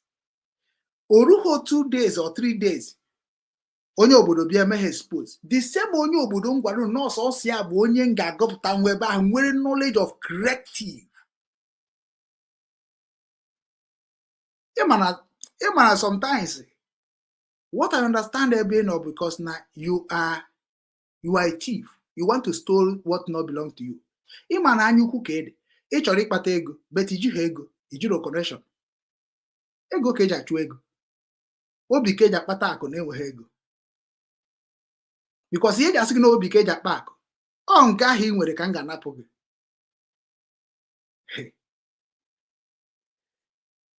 Ha achọghị ịkụziri gị eziokwu ya ka ha ji eyuzu brain gị. Kedu ihe mere na Ejiofor Ezeakụ, Maazị Dibia, Uncle IB amasị ka ha nọrọ unity like ndị Nollywood nọrọ unity wee jee meet Nnamdi Kanu in 2015 and 2017? Na ọ bụ na ha na-eklem na ha laikere nwanne ha nwoke ma anyị don na-eji akụrụ egwu na anyị don kwesịrị ịkpọzi Nnamdi Kanu afọ kpọbazi Ojukwu because of the warning from the indigenous, if I'm not mistaken. Because o nwere egwu ọ chọrọ release one certain time asị ya mba ya kana release ya na onye ndosiri. Yotago kwa mwa kụrụ egwu ya na Hero Day. Mana gịnị mere na ndị ahụ ị na-ekwu okwu men n'ala Igbo? This is they are men. Ị na-ekwu okwu men nọ n'ala Igbo ịkụ ha aka 1 million ime akọpụta, ịkụ ha aka 2 million ime akọpụta. Sọsọ ihe ha ga na-egosi gị bụ ihe ha ji ego gị wee lụọ na be nna ha. Be nna gị na ha o. Ịjụ ha kịta na biko na-enwe problem 1 million ha ma nyenwu gị. Mana gị nwa n'obodo oyibo rụrụ ha ụlọ elu maka na ego gị n'obodo oyibo ka ha ji ruo ụlọ elu ọ dollars. Maka na ha amaghị akpa simenti Dangote without dollar to come and they change it. Na asị ha were naira wee gobe Dangote simenti ịma na ha chere ine ga-ada ogbenye maka na o nwere ihe naira bụ n'ihe gbasara Nigeria product. Because every Nigeria product is a foreign. And there is no way you import foreign without buying it with dollar. And there is no way you can clear it without dollar. So if Nigeria is a dollar country, but today, ị ga-afọ edike Ejiofor, fọ edike Maazị Dibia. Ha bịa na-deceive gị because na ha nwere the opportunity to grab followers. And ije na followers ha, ndị na-follow ha do 3 types. 1, frustrated people. 2, people that not even know anything about what they are saying, but they just like them as only. 3, the people who want to use them to bring down to these people. So ijezie na nke Ejiofor na-aga nke ya, Maazị Dibia na-aga nke ya, waja na-aga nke ya, okwuru na ndị Igbo adịmanụ n'onu ya ma m oye nwa nọ na yo obunie niile maka na ha na-ayaka. Then okwuru na ndị Igbo na-aga nke ya, Lozeus na-aga nke ya. Then Nnatu na-akụgiri nke ya n'ime ọhịa ebe ọ sị na ọ na-eme ka nna anyị Igbo. Then Maazị Okenwa jizi nwunye ya wee na-eme karikachọ dịka ya mbaba na social media na-egosi unu wealth ha because ha enwe ha kọrọ. These people don't have a job. Then we that is fighting for them to have job are now their enemy. Because we fight government to provide job for them so that they can have job. Ndị dịka J pipe na oburu akwa traditional worker. They don't have job. The same thing ukuru maka content. Hey jego, ha condemn bago nwa. Because he will have future. He will have future. Iju of Isaac now, what are we going to do to create job of what he said? Oburu ijebe na mbuka mkpo. Ebe aka knowledge ya wo. Because of na knowledge ya gara aga marapon. Very, very important. Coordination.